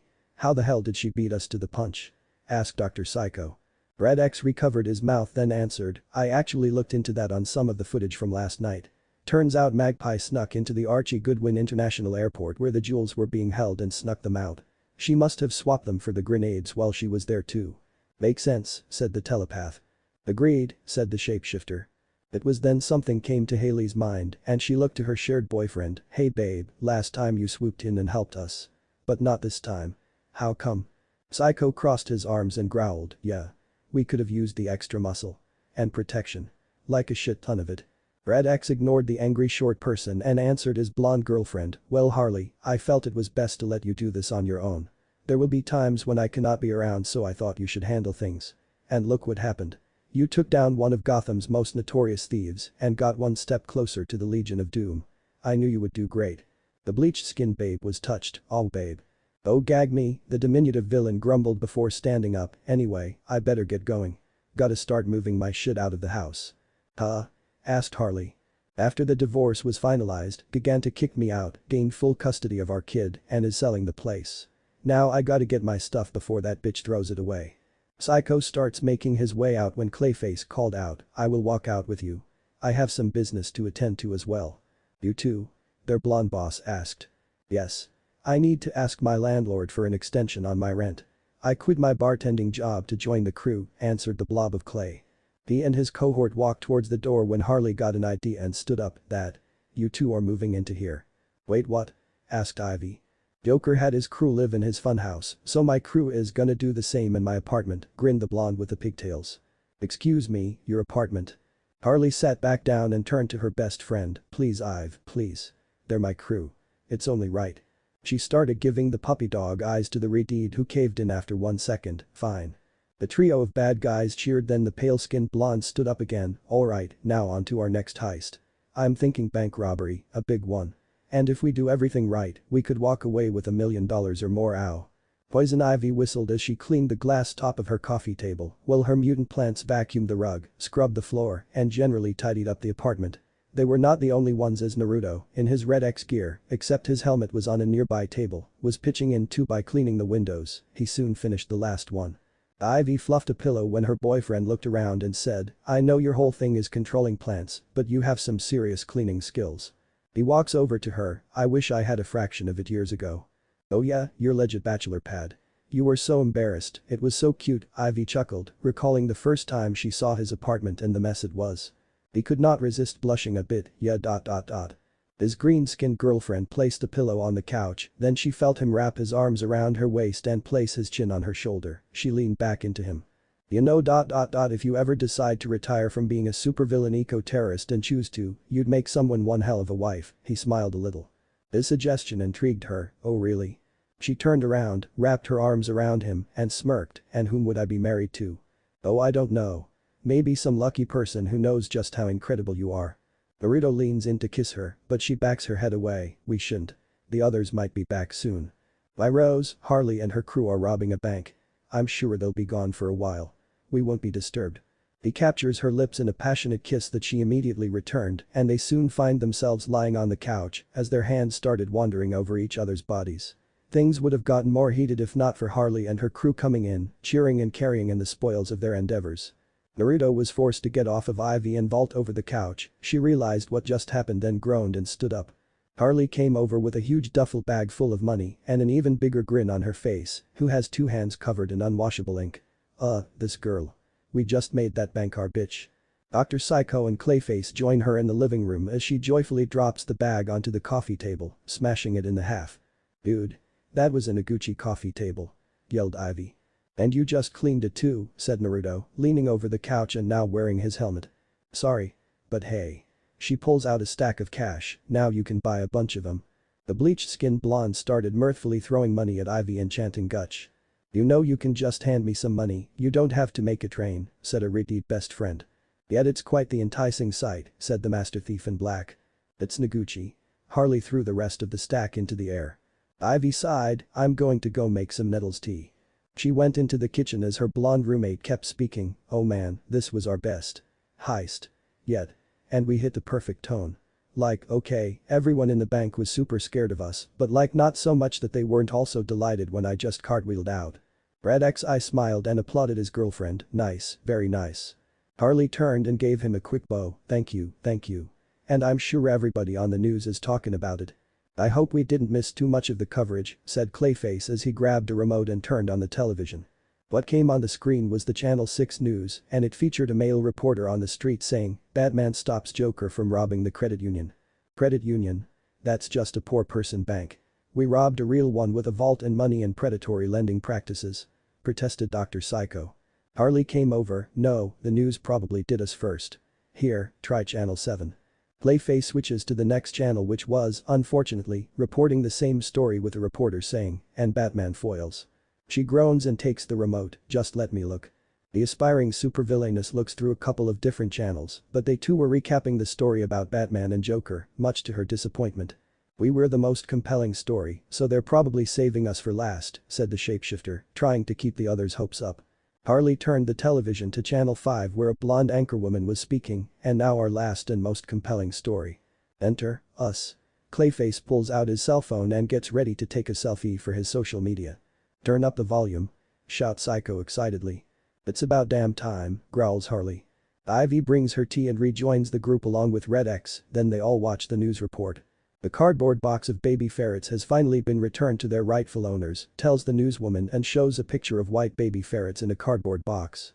Oh boy, muttered Ivy.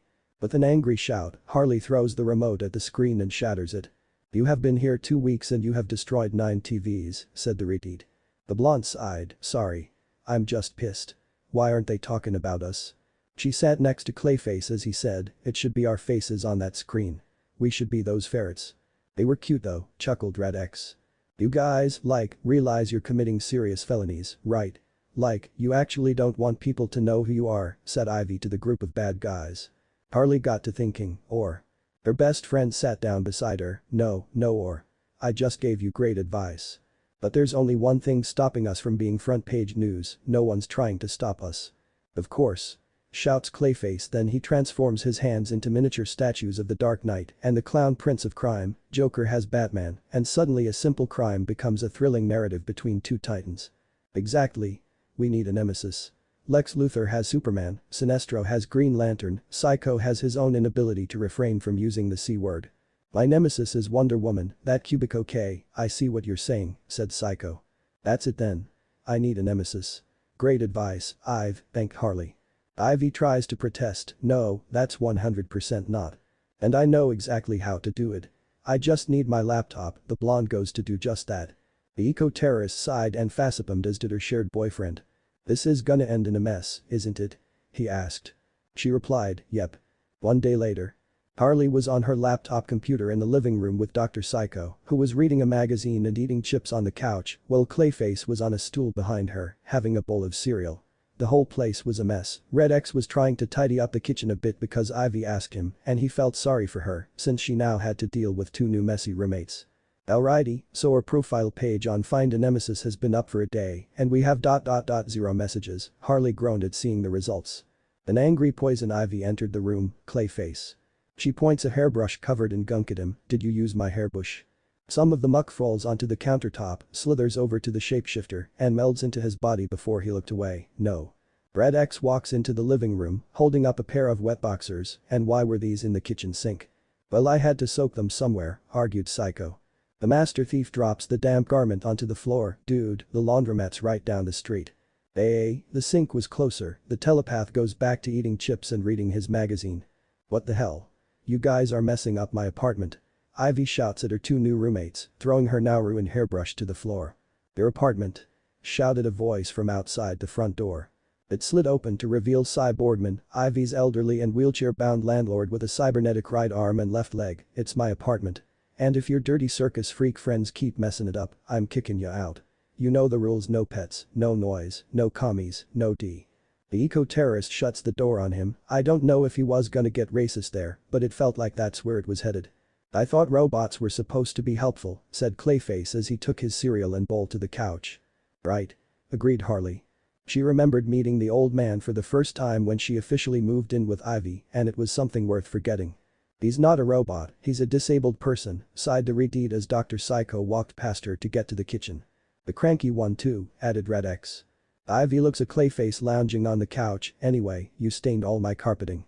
She turns to Psycho who was getting a soda from the fridge, and you came home drunk and tried to mind control the microwave and burnt a hole through the countertop. That microwave knows what it said. The telepath closes the fridge and glares at the broken microwave. There was a knock at the door and Ivy answers, damn it, Psy. I will move the trash bins, oh my god. Standing in the doorway was a humanoid great white shark wearing a blue hoodie, red cargo pants and sneakers. Harley, Red X and Psycho were shocked by the visitor. The shark man enters the apartment with the redhead eco-terrorist backing up, then summoning a pair of huge thorn-covered vines. Red X and Harley soon jumped in front to protect her, before the latter swung her baseball bat onto the shark's head, breaking her weapon in the progress. Ow. The aquatic creature said. Clayface quickly got in between them and smiled, Harley. Oh, this is a classic misunderstanding. Bat down, this is King Shark. Howdy, greeted King Shark in a friendly tone. Hacker extraordinaire and, perhaps more pertinent, social media maven. This giant, terrifying, half-man, half-shark is a computer whiz? Asked Harley, dropping her broken weapon as Ivy and Red X relaxed. Dr. Psycho came over once he saw it was safe, as Clayface continues to introduce his associate. I don't like to brag, but he took me from 8 social media followers to 8 ... teen. Bravo. I called him to solve our nemesis problem. I'm guessing you're the one having trouble finding a nemesis, King Shark said to Harley. Well, we put the profile up and we're not getting any bites, she said. Is that a shark joke? He asked menacingly, baring his teeth. The blonde with the bleached skin cowered a little as she grabbed Red X's arm. Suddenly, the shark man grinned, if so, it's very funny. Ha ha ha ha. Now Scooch, let me take a look at that profile. He goes over to Harley's laptop, puts on a pair of nose-resting reading glasses, and gets to work as the villainous trio joins him. Okay, now here's your first problem, you're not using any of the right keywords. I'll hack into the mainframe and get you featured, King starts typing away. How long's this going to take? Asks Dr. Psycho. The bing sound comes from the laptop, there you go. Got your first match. The shark man turns the laptop towards the crew of villains and shows them the profile. Who the hell is Tommy Tomorrow? He's got a personalized ray gun. Clayface takes a look, he says he's looking for something casual. Someone to fight on the weekends. Harley did not like the sound of that and walks away. I am not settling for Tommy Tomorrow. I want a nemesis up. You're not gonna find any A-listers on here. There's no Batman, said King Shark.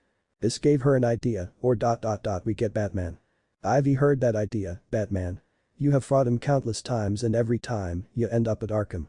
She was tidying up the living room once again with a little help from Red X. I know another way and by the end of it, Bats will be our nemesis, the blonde grinned excitedly.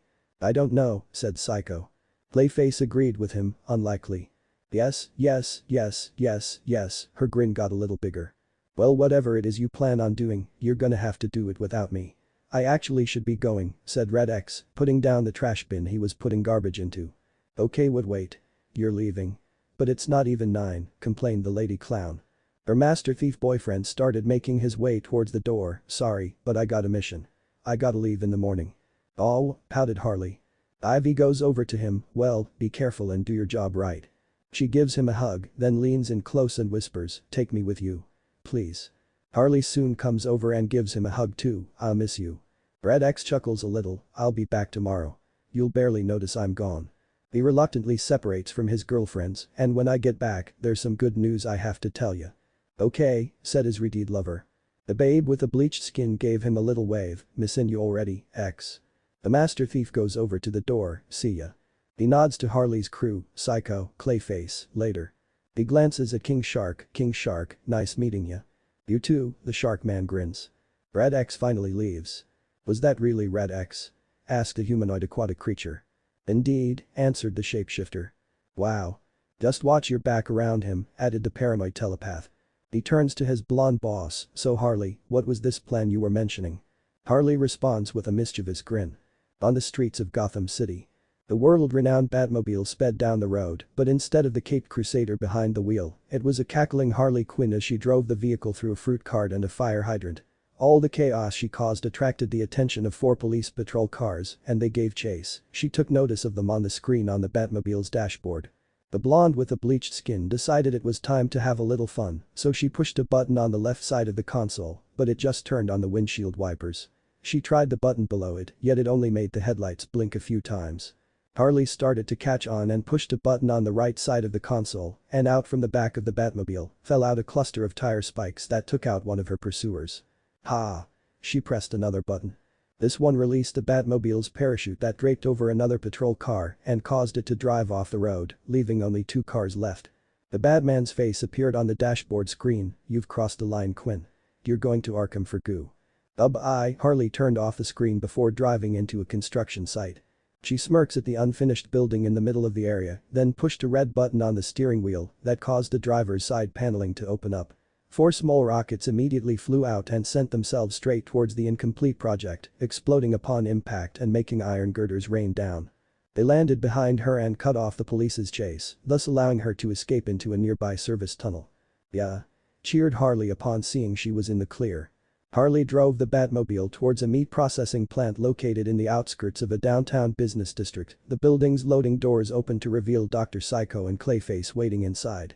They cowered in fear, but luckily for them, their blonde boss stopped the vehicle in time. She stood up and shouted, Todd ah. Her crewmates were amazed at what she had done with Psycho asking, how the hell did you pull this off? Harley flipped out of the Batmobile, then pulled out her cell phone, the car's voice activated. So I took some recordings of Bat's voice and spliced them together. She tapped the screen and Batman's voice started playing, open. Batmobile. Allow. Harley. 2. Drive. He also said ... The blonde presses again. I definitely. Make. Love. 2. Bats. Ha. Heavens to Murgatroyd, he admits it. Said Clayface. Suddenly a grappling hook wrapped a rope around his body and he was hoisted into the air.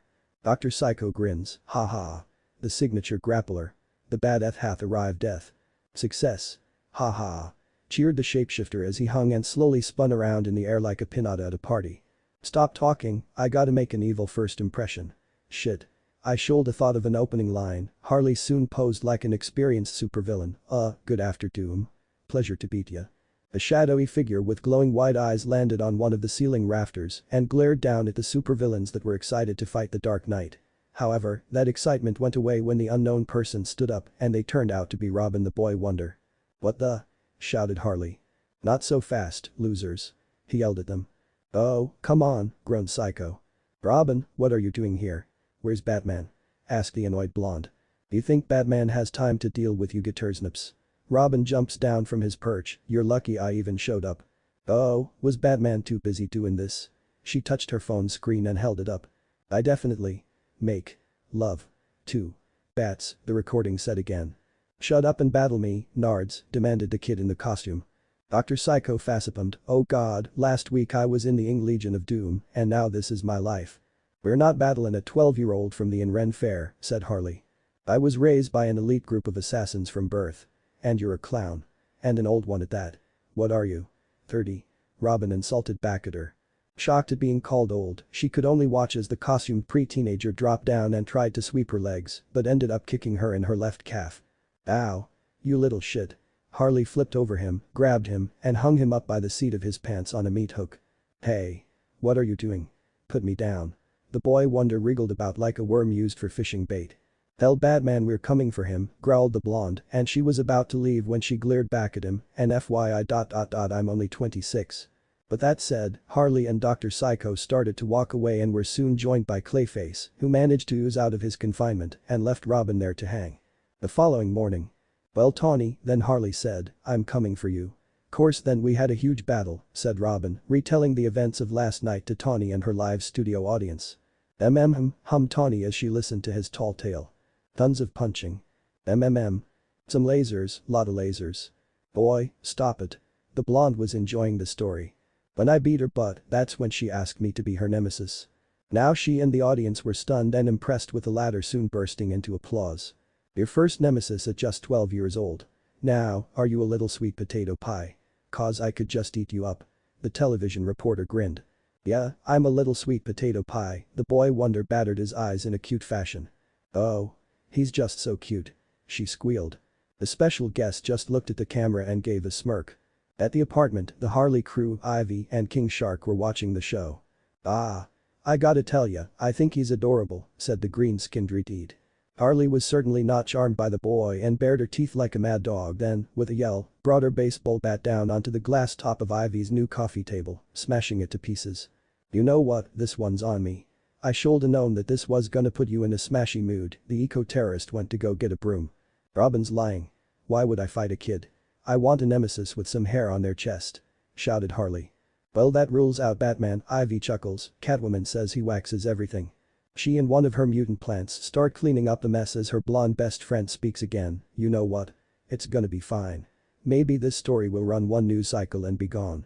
I don't think so, said King Shark while looking at Harley's laptop, you just got a Google alert for an article from the Lois Lane.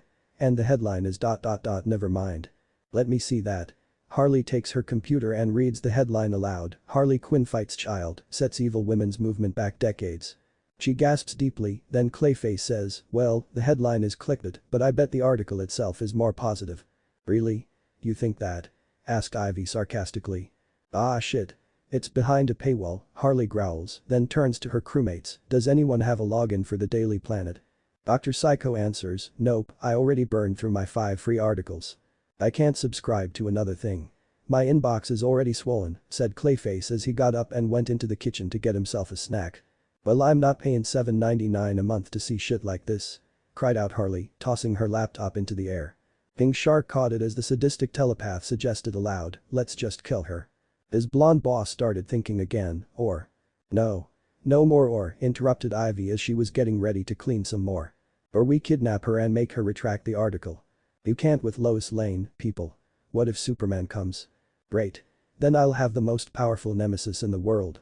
Oh, brother, the retard sighed. It was then Harley's cell phone started ringing, then she pulled it out and looked to see who was calling. A huge grin appeared on her face, it's Red. Well answer it. And put him on speaker, Ivy came over to her. Her blonde friend did just that then said into the phone, hey babe. Hi, the eco-terrorist greeted as well. Hi ladies. How are things? Red X asked on the other end. Ivy decided to answer, well since you asked. Things are fine, just fine, Harley interrupted her, so how's the mission going? Sounds of gunfire came from the cell phone then he answered, oh it's going just fine. Typical stuff, you know. An explosion was suddenly heard before he spoke again, anyway, I was calling to congratulate you, Harley. I heard the news. I know he's no Batman, but Robin's not a bad first nemesis. No, babe, he's lying. He's not my nemesis, Harley replies. Seriously? Seriously? That's kind of a shame. Since gunshots interrupted him, hold on, Harley. I gotta snap a guy's . It was not long before the sounds of fighting came from the phone, followed by grunting, growling, and bones cracking. The last actually turned Harley on a little. "Sorry about that." "That's okay," the blonde managed to calm herself down. "Anyway, I thought it was rather fitting for you two to be nemesis. The Joker's former sidekick battling with the boy wonder on a regular basis. It's like a Saturday morning cartoon or something." "Well, sorry, sweetie, but he's not my nemesis and vice versa. And there won't be any cartoon," said the pale-skinned babe. "Damn. That's a shame." Another round of gunfire followed Red X's words. "Hold on, how did you even find out about it?" asked Ivy. "I follow the Daily Planet. I got the alert for Lois Lane's new article." "You read the Daily Planet?" "Well, I do live in Metropolis. So why wouldn't I? Plus I like Lois Lane's articles," he said before the sounds of fighting came over the phone. Harley smirks. "Oh really? You sure it's her articles you like so much?" The combative noises came to an end. "Ha. It's not like that. Though she did try to interview me a few times. Half of those times, she flirted with me. I turned her down though." Ivy was surprised to hear that. I figured attractive female reporters would make up about 60% of your one-night stands. It's not that. I just don't do interviews. Because it adds to your whole dark and mysterious thing you have going on. That and my bosses don't exactly like the thought of me talking about my job to the public." "Gee, I wonder why," Dr. Psycho said sarcastically, overhearing the conversation. "But no.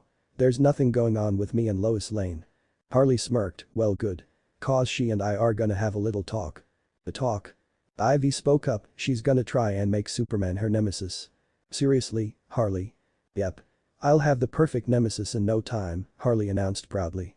Red X eyed. "Oh god. Exactly my thoughts, hun," said the redhead with the green skin. The yell followed by gurgling came from the phone before her shared boyfriend spoke again. "You sure that's a good idea, Harley? Maybe stick with Robin for a while. Then work your way up to Batman and Superman. How about Booster Gold? I hear he's good nemesis material for first-timers." "No. Sweetie, trust me. I know exactly what I'm doing here," the blonde grinned. The master thief sighed. "Alright, I guess I have no choice but to leave you to it. Just be careful, okay? He may be a Boy Scout, but Superman could probably kill you if pushed too far." "I got this, don't worry." Some explosions and gunfire rang from her cell phone before Red X spoke. "I gotta get going. I should be home in a few hours. See you all then. Bye." "Okay, bye-bye," smiled Harley. Ivy added, "Come home soon. Please." Their boyfriend hung up before the blonde with the bleached skin turned to the only guys in the room. "Let's move out, fellas. We got a meeting with a reporter. The Daily Planet, Metropolis. I don't retract articles, and I'm definitely not writing a puff piece about what was your headline?" asked Lois Lane. The lovely news reporter was tied to an office chair as Harley, her crew, and King Shark stood over her. The blonde with the pigtails answered, "It's Harley Quinn, #1 supervillain in the many multiverses, still hasn't committed to a nemesis, much less Robin the Boy Wonder, or any nemesis that's boy or bird based. You can punch it up if you want. You're the writer." Lois just chuckled. "Thanks. No." "Okay, then I'm gonna have to kill ya," Harley pointed her baseball bat at her. "Okay, go ahead," the news reporter answered as if calling out a cheap bluff. Suddenly, the wall behind her exploded and from the cloud of dust came Superman, the Man of Steel and the world's most powerful superhero, as well as one of the founding members of the Justice League. He spits out a piece of drywall. "I need to remember to keep my mouth closed when I bust through walls." "I've been telling you that," said Lois as she was turned around. Harley and her crew were surprised at their new visitor, then she exclaimed, "Holy shit. It's Supes. King Shark, get the camera. Livestream me fightin' Superman, my new nemesis." King Shark takes out his cell phone and starts to live record. "Okay, you're live." Showing no fear, the blonde walked right up to the Man of Steel. "Hey Superman. Come get Lois Lane before I make her a deadline." She looked back at the guys. That made sense, right?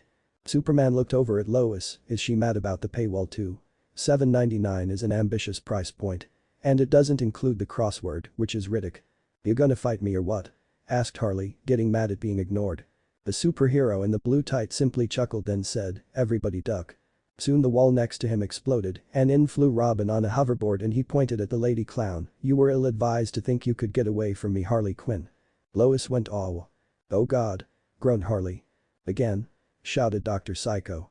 Superman laughed then ruffled Robin's hair. "Hey, sport." The boy wonder pushed his hand away and frowned. "I failed to find the humor in this." He soon noticed his nose starting to bleed a little and tried to stop it. Metropolis's superhero saw it too, then took out a handkerchief and held to the pre-teenager's nose. "No need to be nervous, kiddo. Just step into the box. You got this." Robin pushed him away and said in a hushed tone, "You're embarrassing me in front of my nemesis." Harley heard that and spoke up, "Actually, I'm not currently committed to anyone. But you know, Supes, if you're avail, I'm flattered but I have a pretty full dance card," said Superman. "Leave us be, Boy Scout. I'm sure there's a cat up a tree somewhere," scowled the boy wonder. His words just made the world's most powerful hero chuckle again, a cat up a tree. Isn't this just the cutest thing ever? He looks over at the captive reporter, "Lois, you okay if the little guy takes it from here?" Lois responds, "Yeah, whatever. We still doing sushi tonight?" "You know how I roll," Superman joked before flying out of the hole he made earlier. Robin groaned at the horrible pun, while Harley groaned from losing a potential nemesis. Dr. Psycho looks back at King Shark, "Do me a favor. Can you untag me from this whole thing?" The boy wonder turned his attention to the aspiring supervillainess who was regrouping with the others. "You ready to do battle, Quinn?" Harley just sighed then said, "Let's go." She led them out of the room as the preteen boy shouted after her, "That's right. Run away. Fear me." Poison Ivy's apartment. Harley slid open the door, then she and the guys walked in as she groaned, "That was the most humiliating tea." Everyone stopped upon seeing a miffed Poison Ivy, surrounded by blue-colored decorations and gifts for a baby shower. The blonde let out a loud gasp and gained a huge grin, "Oh my god. Ivy, you're pregnant." She rushed right over and gave her best friend a hug. "Oh. This is gonna be so bad for your career, but so good for your Instagram. You and X are gonna make such kick-ass parents." The guys walked into the living room as Ivy pried her off, "No. All this shit is for you." "Oh, no baby?" asked Harley in a sad voice and with a pout. "Nope, no baby. But there is a card. And it was addressed to you, so I didn't open it because I'm not a rude person." The redeed pointed to a baby carriage holding an envelope with Harley's name on it. The bleached-skinned babe picked up the packet and opened it to find a card that said it's a boy. She flipped it open to reveal a pop-up baby boy whose eyes suddenly turned red. Joker's voice chimed out, "Congrats on Robin the Cradle. Ha ha ha ha. From all you're never gonna be your friends at the Legion of Doom. Ha ha ha ha." The whirling sound started coming from the card and Harley knew exactly what was about to happen, so she threw it up into the air before it exploded into a plume of green smoke. Luckily, nothing was damaged and no one was hurt, there was just piles of ash strewn about. Ivy coughed a couple of times and frowned as she looked at her newly dirtied living room before sarcastically saying, "Well, this room was missing a dusting of ash everywhere." To be honest, this new mess was not as bad as the one she was previously cleaning up. Harley was scowling, "Alright, that's it. Enough of this shit. We're killing Robin." Everyone was shocked to hear her idea. "Harley, you can't kill him," said Ivy. "You don't think I can kill a 12-year-old? Oh, okay. Well, I will smash in his face. With a bat. Like a watermelon." The eco-terrorist held up her hands in defense, "Oh, no, no. I believe you have the ability to kill him. What I'm saying is if you do it, you validate what everyone's saying that Robin's your nemesis. Also, you'd be a child killer, which some may argue is worse," advised King Shark. The light bulb went off in Harley's mind, then she smirked and arched her brow, "Unless ... Ivy stepped forward, "Ah, you got that or face. Just can you make your eyebrows normal?" "I've ... Yes. No, I wasn't saying your name. I was saying I've ... as in I've got a plan." Inside a warehouse in downtown Gotham City. Dr. Psycho and Clayface lead King Shark over to a large glass-lined swimming tank full of water with a connecting staircase and platform. It was almost like something a person would find at a marine animal park. "Listen, Shark Man, get in the tank. All you gotta do is swim around and scare the kid so bad he admits he's lying," said the diminutive telepath. "Oh, I'm not that kind of shark. I'm more of the tech-savvy kind," answered King, feeling uneasy about the idea. "It's fine. I can play the role of shark if you want." Clayface immediately transformed into the walking shark, roar. "'Tis I, the violent type of shark. Straight from the beaches of Amity. Fear my rows of teeth, my unpredictable nature." The master hacker responded, "Yeah, that's offensive in a number of ways. I'll just be the shark." Clayface turned back to normal as King Shark started walking up the stairs then spoke, "But, just to double check here I'm not gonna do any biting, right? Cause I do not do well around blood." "No blood. You're just supposed to scare him," answered Psycho. Harley comes running in with a huge sack slung over her shoulder, "I got him." She throws the bag onto the floor and her captive inside starts to move and grunt, trying to escape. Robin was hanging upside down over the water tank as King Shark, now wearing only swimming trunks, swam in circles underneath him. "You're gonna die, Robin," shouted Harley from the platform before the shark man lunged and bit off the end of Robin's cape. "Admit it. Admit we never battled, I never asked you to be my nemesis." "Unhand me, you freak," demanded the boy wonder. "Not until you tell the truth about us." "Why would I ever tell the truth? I'm Gotham's little sweet potato pie, remember? Those rubes will believe anything I say."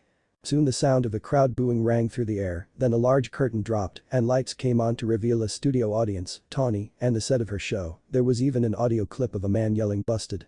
"You hear that, Tawny?" "He admitted he lied," shouted Harley. Robin was shocked at this. "Tawny. You set me up, Quinn." The aforementioned news reporter and television personality furrowed her brow at the boy wonder. Millimeter. My, oh my, how the sweet potato pie has crumbled. Her audience booed some more than the aspiring supervillainess spoke up. "So, as everyone can see, I could have killed him any time I wanted. But I didn't cause he's a kid and kids are gross. Also, he is not my nemesis." She stuck her tongue out at Robin as the crowd kept booing and hissing at him. He began to sweat as his nose started to bleed, sending a small drop of blood down his head, through his spiked hair, and falling into the water tank below. King Shark noticed and inhaled the red liquid into his nose before his pupils fully dilated. "Blood. Ooh. Blood," roared the shark man as he started to lunge, snap, and claw at the suspended pre-teenager like a ravenous animal. "Ah. Help me," shouted Robin in fear. "Ah, shit," groaned Harley upon seeing what was happening. Tawny was shocked too. "Woo. He gonna get eaten." "Please. I'll bring you on stage at the VMAs next week," cried the boy, hoping to bribe someone to save him. "Abort. Abort. King Shark, heal," shouted the bleached-skinned blonde. "Let me down. Help." On the tank staircase, Dr. Psycho and Clayface watched the scene before them as the former said, "Oh, you know what? This must be that not being good with blood thing. I thought it just meant he got a little fainty." His teammate responded, "I did too. It was misleading." "How funny," chuckled the shapeshifter. Back in the tank, King Shark kept lunging for Robin who cried out, "Hey. Stop that. Help." Harley climbed onto the platform's railing, then launched herself through the air, grabbed the boy wonder, and landed outside of the pool. He gave her a thankful grin as the audience went awe with the rather cute sight, but they started to scream upon seeing King Shark swimming at full speed and bursting through the glass behind the pair. "I'll kill you all," roared the shark. The water sent Harley rolling over to Tawny who yelled out, "Everybody run." Robin was washed over to the other side of the room and he looked up to see King running towards him, claws and teeth ready to maim and tear him apart. "Help. Help. Batman. Batman." The boy wonder scooted backwards but hit some crates, stopping his retreat. "Father. Help. No. Dad. Help." King Shark was almost upon him when Batman came crashing in through the skylight and landed on top of the bloodthirsty aquatic creature, pinning him to the floor. He forced King's head down, then pulled out a blue spray can labeled "Shark Repellent" and sprayed green gas into the shark's face that caused him to slowly calm down and fall asleep. The Dark Knight got off the beast and pocketed his gadget in time for Tawny to happily announce, "Ladies and gentlemen, Batman." Cheering erupted from the crowd as Batman asked aloud, "What is this?" He turned around and saw the news reporter. "Tawny. Are we live on Tawny?" He noticed Harley still on the floor. "What the hell are you doing, Quinn?" "Change in the optics," she replied, trying to sound innocent. "You almost killed my ward." "You're going to Arkham for good, Quinn," said Batman, looking incredibly pissed off. The double doors of Gotham First Bank exploded open as a cloud of green smoke billowed out, followed by a few people who all had huge and unsettling grins on their faces. It was not long before Joker and a couple of his goons walked out, carrying out large sacks full of money with them. The clown prince of crime grinned and held out his arms. "Bring it on, Bats." A second passed before he realized the caped crusader was nowhere around. "Bats." He looked around. "Batman." Joker started to look at the tops of buildings to see if his nemesis was arriving, but there was still no sign. "Is he This is no fun," said the disappointed clown. Boss," said a henchman who was watching something on his cell phone. What, Steve?" Spit it out. Steve showed Joker the live feed of Batman fighting Harley on the set of Tawny. "Oh, what the hell?" groaned the mad clown. Ivy was cleaning her new Noguchi coffee table when she heard grunting coming from the television. She looked up in time to see Batman throw Harley face first into a camera. The eco-terrorist was surprised. "Oh. What the hell?" At a gas station far outside of Gotham City, Naruto, wearing casual clothes, walks into the store and starts looking through the selection of tasty snacks with his eye occasionally glancing at the instant ramen noodle cups. He soon hears people chatting and cheering, then he looks over and finds them crowded around one of the televisions mounted on the wall. His curiosity gets the better of him, so he goes over and sees Batman chasing Harley around on the screen. "Oh, what the hell?" he asked aloud. The camera switched over to one focused on Tawny and she started talking to it while the action continued behind her. Okay. So, Batman blames Harley for endangering his ward, but Harley says she's just a supervillain looking for an adult-sized nemesis. Y'all know what I'm talking about, right? Harley backflips onto the talking area of the set with Batman following her, then she throws a right jab at him, but he deflects it and counters with a palm strike to her face, giving her a bloody nose and knocking her onto the table. She quickly wipes off the blood before grabbing a pillow and throwing it at the caped crusader who simply knocked it away. It was not long until the bleached-skinned blonde tossed another, though the next thing she threw was a large potted plant that the Dark Knight was forced to block as it broke upon impact. She took the opportunity to perform a jump kick at her enemy, yet he grabbed her leg and slammed her face first onto the floor and gave her another bloody nose. Clayface and Dr. Psycho were holding up a now-dressed King Shark when they caught sight of what happened and let the Shark Man fall to the floor. "Use your fisticuffs, Harley," advised the shapeshifter. His telepathic cohort smirked a little at the situation before them. Batman stood over the downed Harley and brought one of her arms behind her as he pulled out a pair of handcuffs. Game over, Quinn. He was about to restrain her when the both of them heard a rumbling, then from a pair of double doors came a plant monster with many thorny vines and a closed purple flower head. The flower opened to reveal an angry poison ivy sitting inside. "Let her go," she demanded. Harley's crewmates found a place in the front row of the crowd and set King Shark down when the shapeshifter greeted the eco-terrorist, Ivy. Always a delight. Ivy advanced towards Batman as he backed up a little but was ready for her next move, which was sending some vines at him, and he responded by diving through them. However, one wrapped around his right ankle and tossed him into the air, where more vines grabbed his limbs and suspended him from the ceiling, trapping him. "This is getting too good, y'all," grinned Tawny. Harley too was grinning as her best friend came over. "Ive. You came to save me." Ivy got down off her creature. "Look, I always do. My entire existence seems to be spent cleaning up your messes." The audience gasped and went to upon hearing her words. "Is that gonna be bleeped?" she thought aloud. Bonnie went on to announce her show's newest guest. "Please welcome another surprise guest, supervillain Poison Ivy." Nope. At Noonan's, the live show was being played on television, and right up front was Kite Man as he bobbed his shoulders up and down in happiness upon seeing Ivy on the screen. He was obviously thinking about the last time he and her were together during Penguin's nephew's bar mitzvah, still believing they had a special night. Ivy kept protesting, "Not a guest. Also, I actually identify as an eco-terrorist, so ... Bonnie came over. "Seems like you're having some animosity towards Harley for not respecting your boundaries." She turned to her audience. "Am I right, audience?" They responded with boos and one guy called out, "You suck." "Tell us how you feel," she suggested to the eco-terrorist. No, not gonna do that." "Okay. But since I'm here. If I could just ... She borrowed the blonde's microphone and faced the people. "You don't have to rise out your cans and bottles before putting them in the recycling bin, okay? That's just a myth and it wastes water." While she was giving her lecture, Batman managed to reach into his utility belt and pull out a vial of acid that he proceeded to use to melt the vines and free himself. The crowd started to cheer and applaud, as did a newly awakened King Shark as he stood up and clapped, "I love you, Batman." "And then no. Sit," said Clayface, guiding him back into his seat. "Oh," pouted the shark. Ivy looked back in time to see Batman toss one of his batarangs at her, but it was deflected by a kick from Harley, who jumped in front of her. The inmates at Arkham Asylum started cheering for the two women taking on the Dark Knight of Gotham City on television. Harley and Ivy nodded to each other before the former charged straight for Batman, and the latter summoned some vines and wrapped them around her wrists.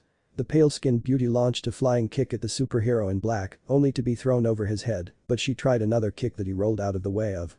Soon he had to block a few lashes from the vines his red-deeded foe was using as whips, then he cartwheeled out of their range, only to be kicked from behind by Harley. The Dark Knight managed to block it and elbow her in the face in time for Ivy to capture his arm with a vine. Batman won their little tug-of-war by throwing her into her blonde best friend and knocking them to the floor where their faces came close to kissing each other. The sight got Tawny and her audience to gasp excitedly. Harley smiled at Ivy and fluttered her eyes in a flirtatious fashion, but she just ended up pouting due to the red-deed leaving and getting back to fighting the Dark Knight. She tried for another vine attack, though she only ended up taking out the furniture of the talking area due to him dodging her. Harley took the chance to attack from behind, but he ducked and captured her. She started to grunt and struggle in an effort to free herself. She did not have to wait long due to Ivy using a flower to spray Batman in the face with green gaseous pollen, forcing him to drop the blonde and back away as the ladies laughed at him. Penguin, his sister Mrs. Cobblepot, and his nephew Joshua were watching the show at home. "Kill him, Ivy," cheered Joshua.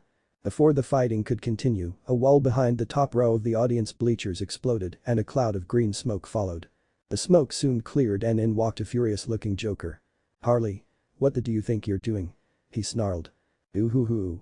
It's getting heated," announced an excited Tawny. The clown prince of crime started making his way down through the crowd, pushing and kicking people out of the way. "Are you trying to steal my Batman?" He scowled at his ex-girlfriend. Batman glared at his nemesis, Joker. The live show was even playing on a wall-mounted television in a sushi restaurant in Metropolis where Superman and Lois Lane were having their date. Batman, Joker seems to claim you as his nemesis," Tony pointed out. Superman glanced at the screen, shrugged, and went back to eating since he knew Batman could handle things by himself.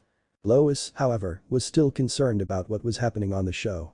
"But you came here to fight Harley, and now, you're fighting Ivy. Which one is it?" asked the blonde newswoman. Joker popped up next to her on the screen. "Me. I'm his, he's mine. I mean we're together. Ha." He shoved her out of his way. "Oh." Tawny cried out before two stagehands caught her to keep her from falling. The crowd started to chant Tawny. Tawny. Tawny. Like they were watching the Jerry Springer show. The chanting could be heard on the cell phone of Aquaman who was currently on the toilet and watching the live feed all the way down in Atlantis. He watched as Joker joined Batman, Harley, and Ivy in their intense showdown. The guy in the crowd yelled out, "I love you, Tawny." When Batman kicked Joker in the stomach before Harley tried to kick him in the face and he jumped backwards. She was immediately grabbed from behind by her ex-boyfriend, then vines wrapped around his and tossed him aside. The blonde gave her best friend a thumbs up. Ivy did not have time to return it due to the Dark Knight throwing a couple of batarangs at her, and she was forced to use the floral tendrils to guard from the attack. She, however, did not count on the weapons exploding on contact and sending her back towards the empty pool. The audience gasped, then Harley grabbed a piece of pipe, charged forth, and started swinging at Batman with intense fury as he blocked her attacks. Joker noticed the two of them were under some stage lights on a metal lighting grid and a devious plan formed in his head as he pulled out one of his putty grenades. "Two birds, one stone," he grinned, turning on the explosive and throwing it. He hit his target and the whole grid fell upon both Harley and Batman, trapping them underneath the debris. "Dad." Robin cried out at seeing the Caped Crusader in trouble. The trapped pair started trying to get free when Joker came over but bypassed his nemesis. "I'll be with you in a minute, Bats. I have some unfinished business to take care of," the clown grinned as he pulled out his Joker gun. Harley was working to get her arms free when her ex knelt down in front of her and put the barrel of his custom weapon against her forehead. She glared at him as he kept smiling. "Say goodnight, Puddin'."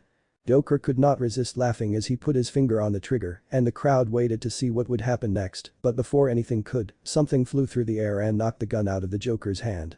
The clown prince of crime looked at his gun and saw a red 4-point throwing star embedded in it and soon he put two and two together. "Oh, for s sake, no." He stood up and turned around in time to see Red X landing in the middle of the room, then the two locked eyes. "You," growled Joker. "Get away from her, you Ronald McDonald reject." X charged at the clown. The maniac in the purple suit responded by throwing a couple of punches, but they were dodged and the thief let loose one to the face, another to the gut and a third back to the face, resulting in a bloody nose. A kick to the chest followed and knocked Joker backwards onto the floor as the crowd cheered. "Ladies and gentlemen, please help me welcome our biggest surprise guest, the infamous Red X," announced a grinning Tawny. Soon, the crowd grew louder though the female members were the loudest. Then an attractive and buxom woman stood up and called out, "I love you, Red X." She lifted up her top and flashed him her large breasts, making the crowd cheer more and whistle. Robin, still off to the side, was shocked as well to see the newcomer, then spoke to himself in a hushed voice, "Whoa. It's him." Back at where the action was, Red X came over to Harley and Batman who were still trapped. He grabbed the lighting grid keeping them pinned down. "Hang on, you two, I got ya." It was not long before he lifted the rather heavy metal with help from the two captives, then once it was high enough, they crawled out to safety before the master thief dropped it and the crowd cheered some more. Harley wasted no time in jumping onto him and giving him a big hug. X. He returned it and smiled underneath his helmet. "Hey Harley. You've sure been busy." The master thief turned towards Batman. "Long time no see, Bats." "Red X," replied the Dark Knight. Joker retrieves his gun and points it at Red X. "You ing prick. I'll kill you." He did not get the chance to shoot because of Batman rushing forward and knocking the weapon out of his hand before they became enthralled in combat. Red X separated himself from Harley and was about to join in on the fight when Tawny walked up to him and put her microphone to his face. Red X, real quick. Does the fact that you being here mean you have returned to Gotham? And why are you here? She asked. Back at the sushi restaurant in Metropolis, Lois gritted her teeth at seeing Tawny trying to get an interview with the infamous Red X. On the screen, Red X moved the microphone out of his face and said, I don't do interviews. Oh, Tawny groaned in disappointment as he left to join the fight. Ha. If I can't get an interview with him, what makes you think you could? The reporter for the Daily Planet said aloud with a smirk. Her outburst actually startled Superman and their sushi chef. As Batman and Red X fought the Joker, Tawny turned towards a camera. Well, whatever the reason, this is the first confirmed sighting of Red X in Gotham City in 3 years. Her microphone was suddenly grabbed and Harley moved in closer before speaking. Also Tawny, I'd like to set the record straight that I was the one who broke things off with Joker, and now me and Ivy are both in a hot and steamy relationship with Red X, and Red X dick is bigger and better than Joker's any day of that week. The audience soon went woo, then Poison Ivy called out to her, dude. Seriously? What? It needed to be said.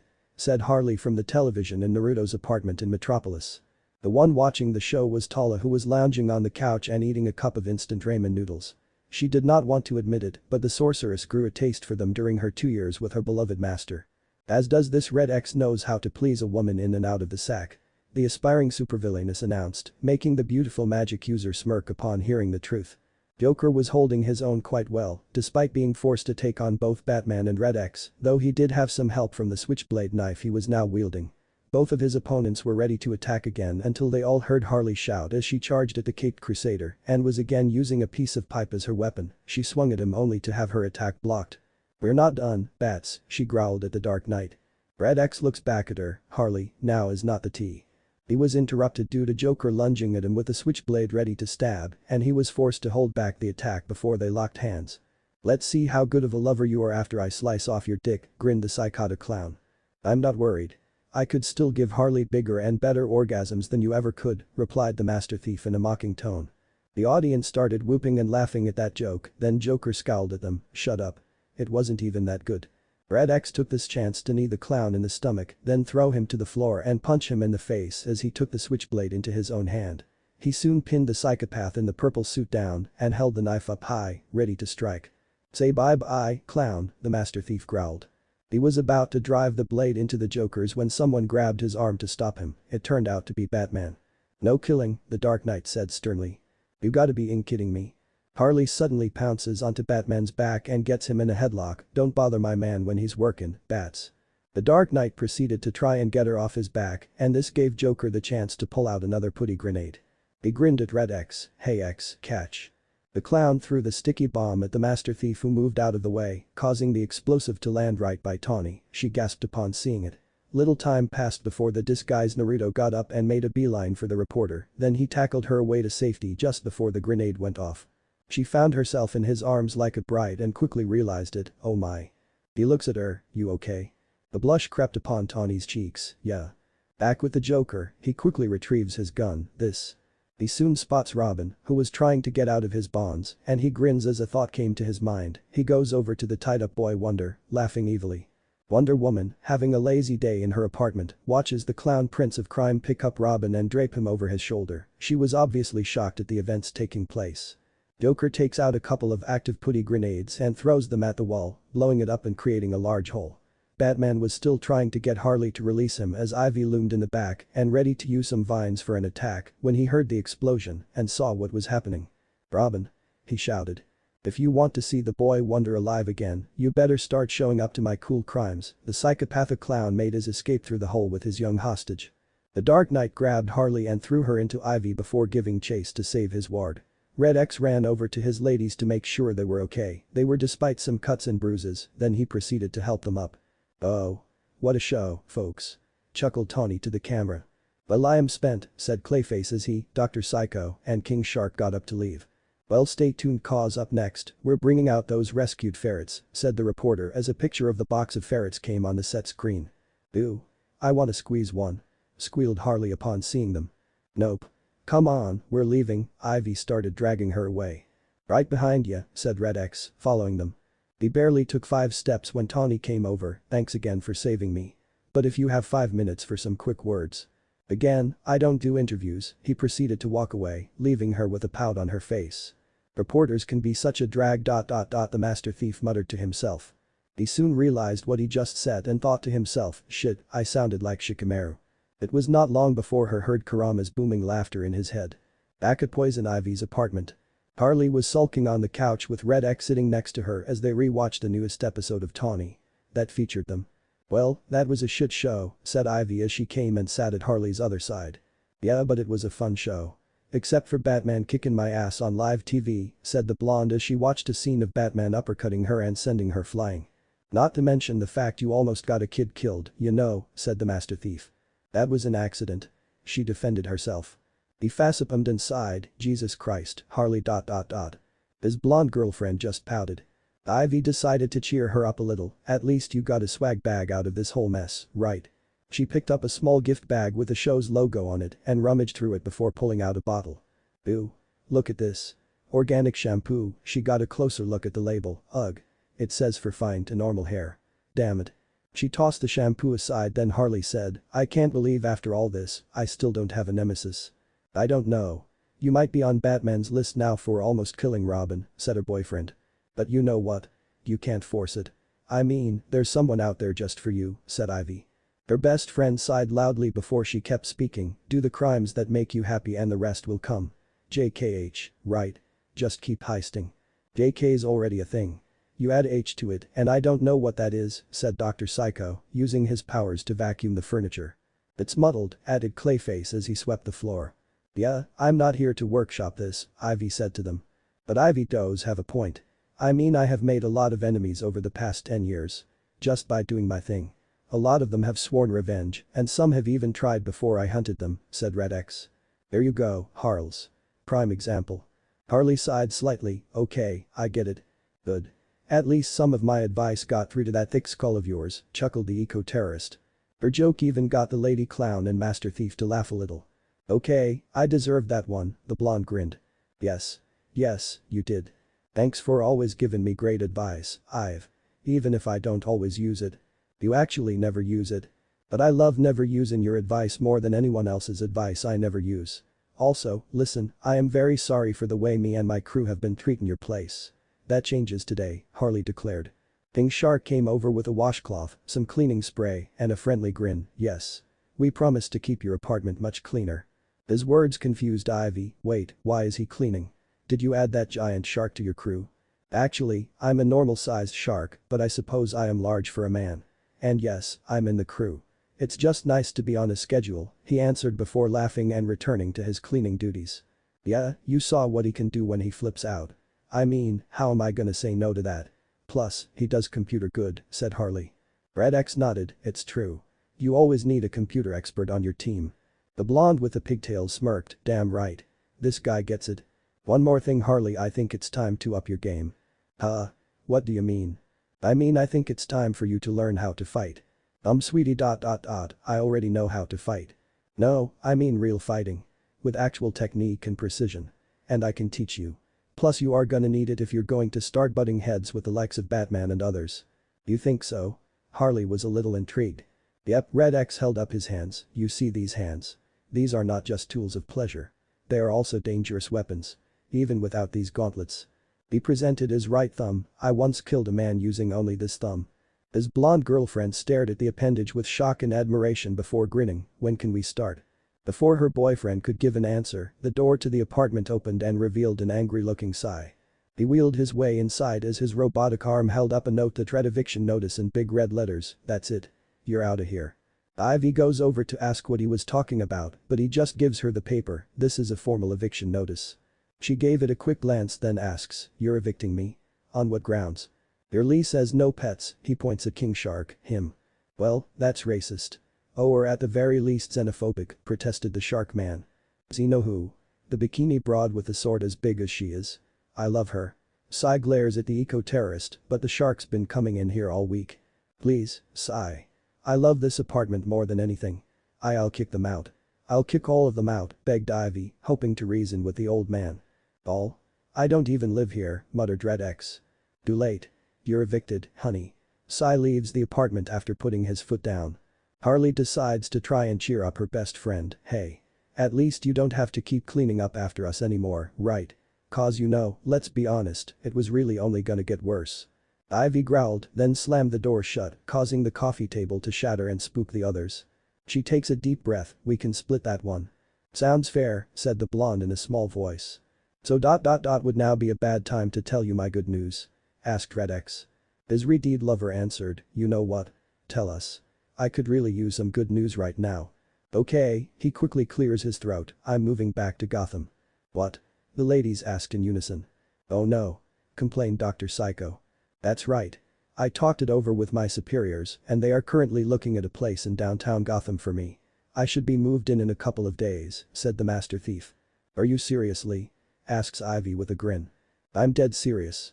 This means no more lengthy drives to Metropolis and back. Instead, we'll only be 10 to 15 minutes away from each other. Oh my god, baby. That's so awesome. Harley rushes over and gives him a big hug. Ivy comes over and smirks, well I know where me and Harley are moving into. What about us? Complains Psycho for the rest of them. Relax Psycho, crew stick together. Ivy was just joking, the aspiring supervillainess reassured her crew and looked over at her best friend, right, Ive. Irideed forces herself to smile a little, right. Joking. I was joking. Brad X chuckles a little. The Batcave. Robin was sitting at the Bat computer, playing a game on his cell phone when Batman came around the corner with a plate in his hands. Damien, I made your favorite, he showed the boy a grilled cheese sandwich with a toasted R on the top bread slice. You didn't make that, Alfred made that, the boy wonder said in a hushed voice before turning away from his father. I made him make it, replied Batman, trying to save a little face. He set the plate down, went over to his son, and turned him around so they could talk. Are you mad because I had to save you from Joker? No, I'm livid because everyone in Teen Titans is getting a nemesis, except me, said Robin, crossing his arms in disappointment. The Dark Knight sighs then speaks, I'm gonna say something embarrassing here. I didn't have a nemesis until my late 20s. Don't patronize me, father. It's unbecoming. It's true. I wasn't ready for one. You want your first nemesis to be special. Someone who you could see being your nemesis for the rest of your life. I suppose you're right, father. When can I start having? I think I hear the bat signal. Batman quickly pulls out his grappling hook, shoots and latches it onto something, and zips away like a bat out of hell. The end. Thanks for watching, also remember to subscribe and like this video. See you in the next video.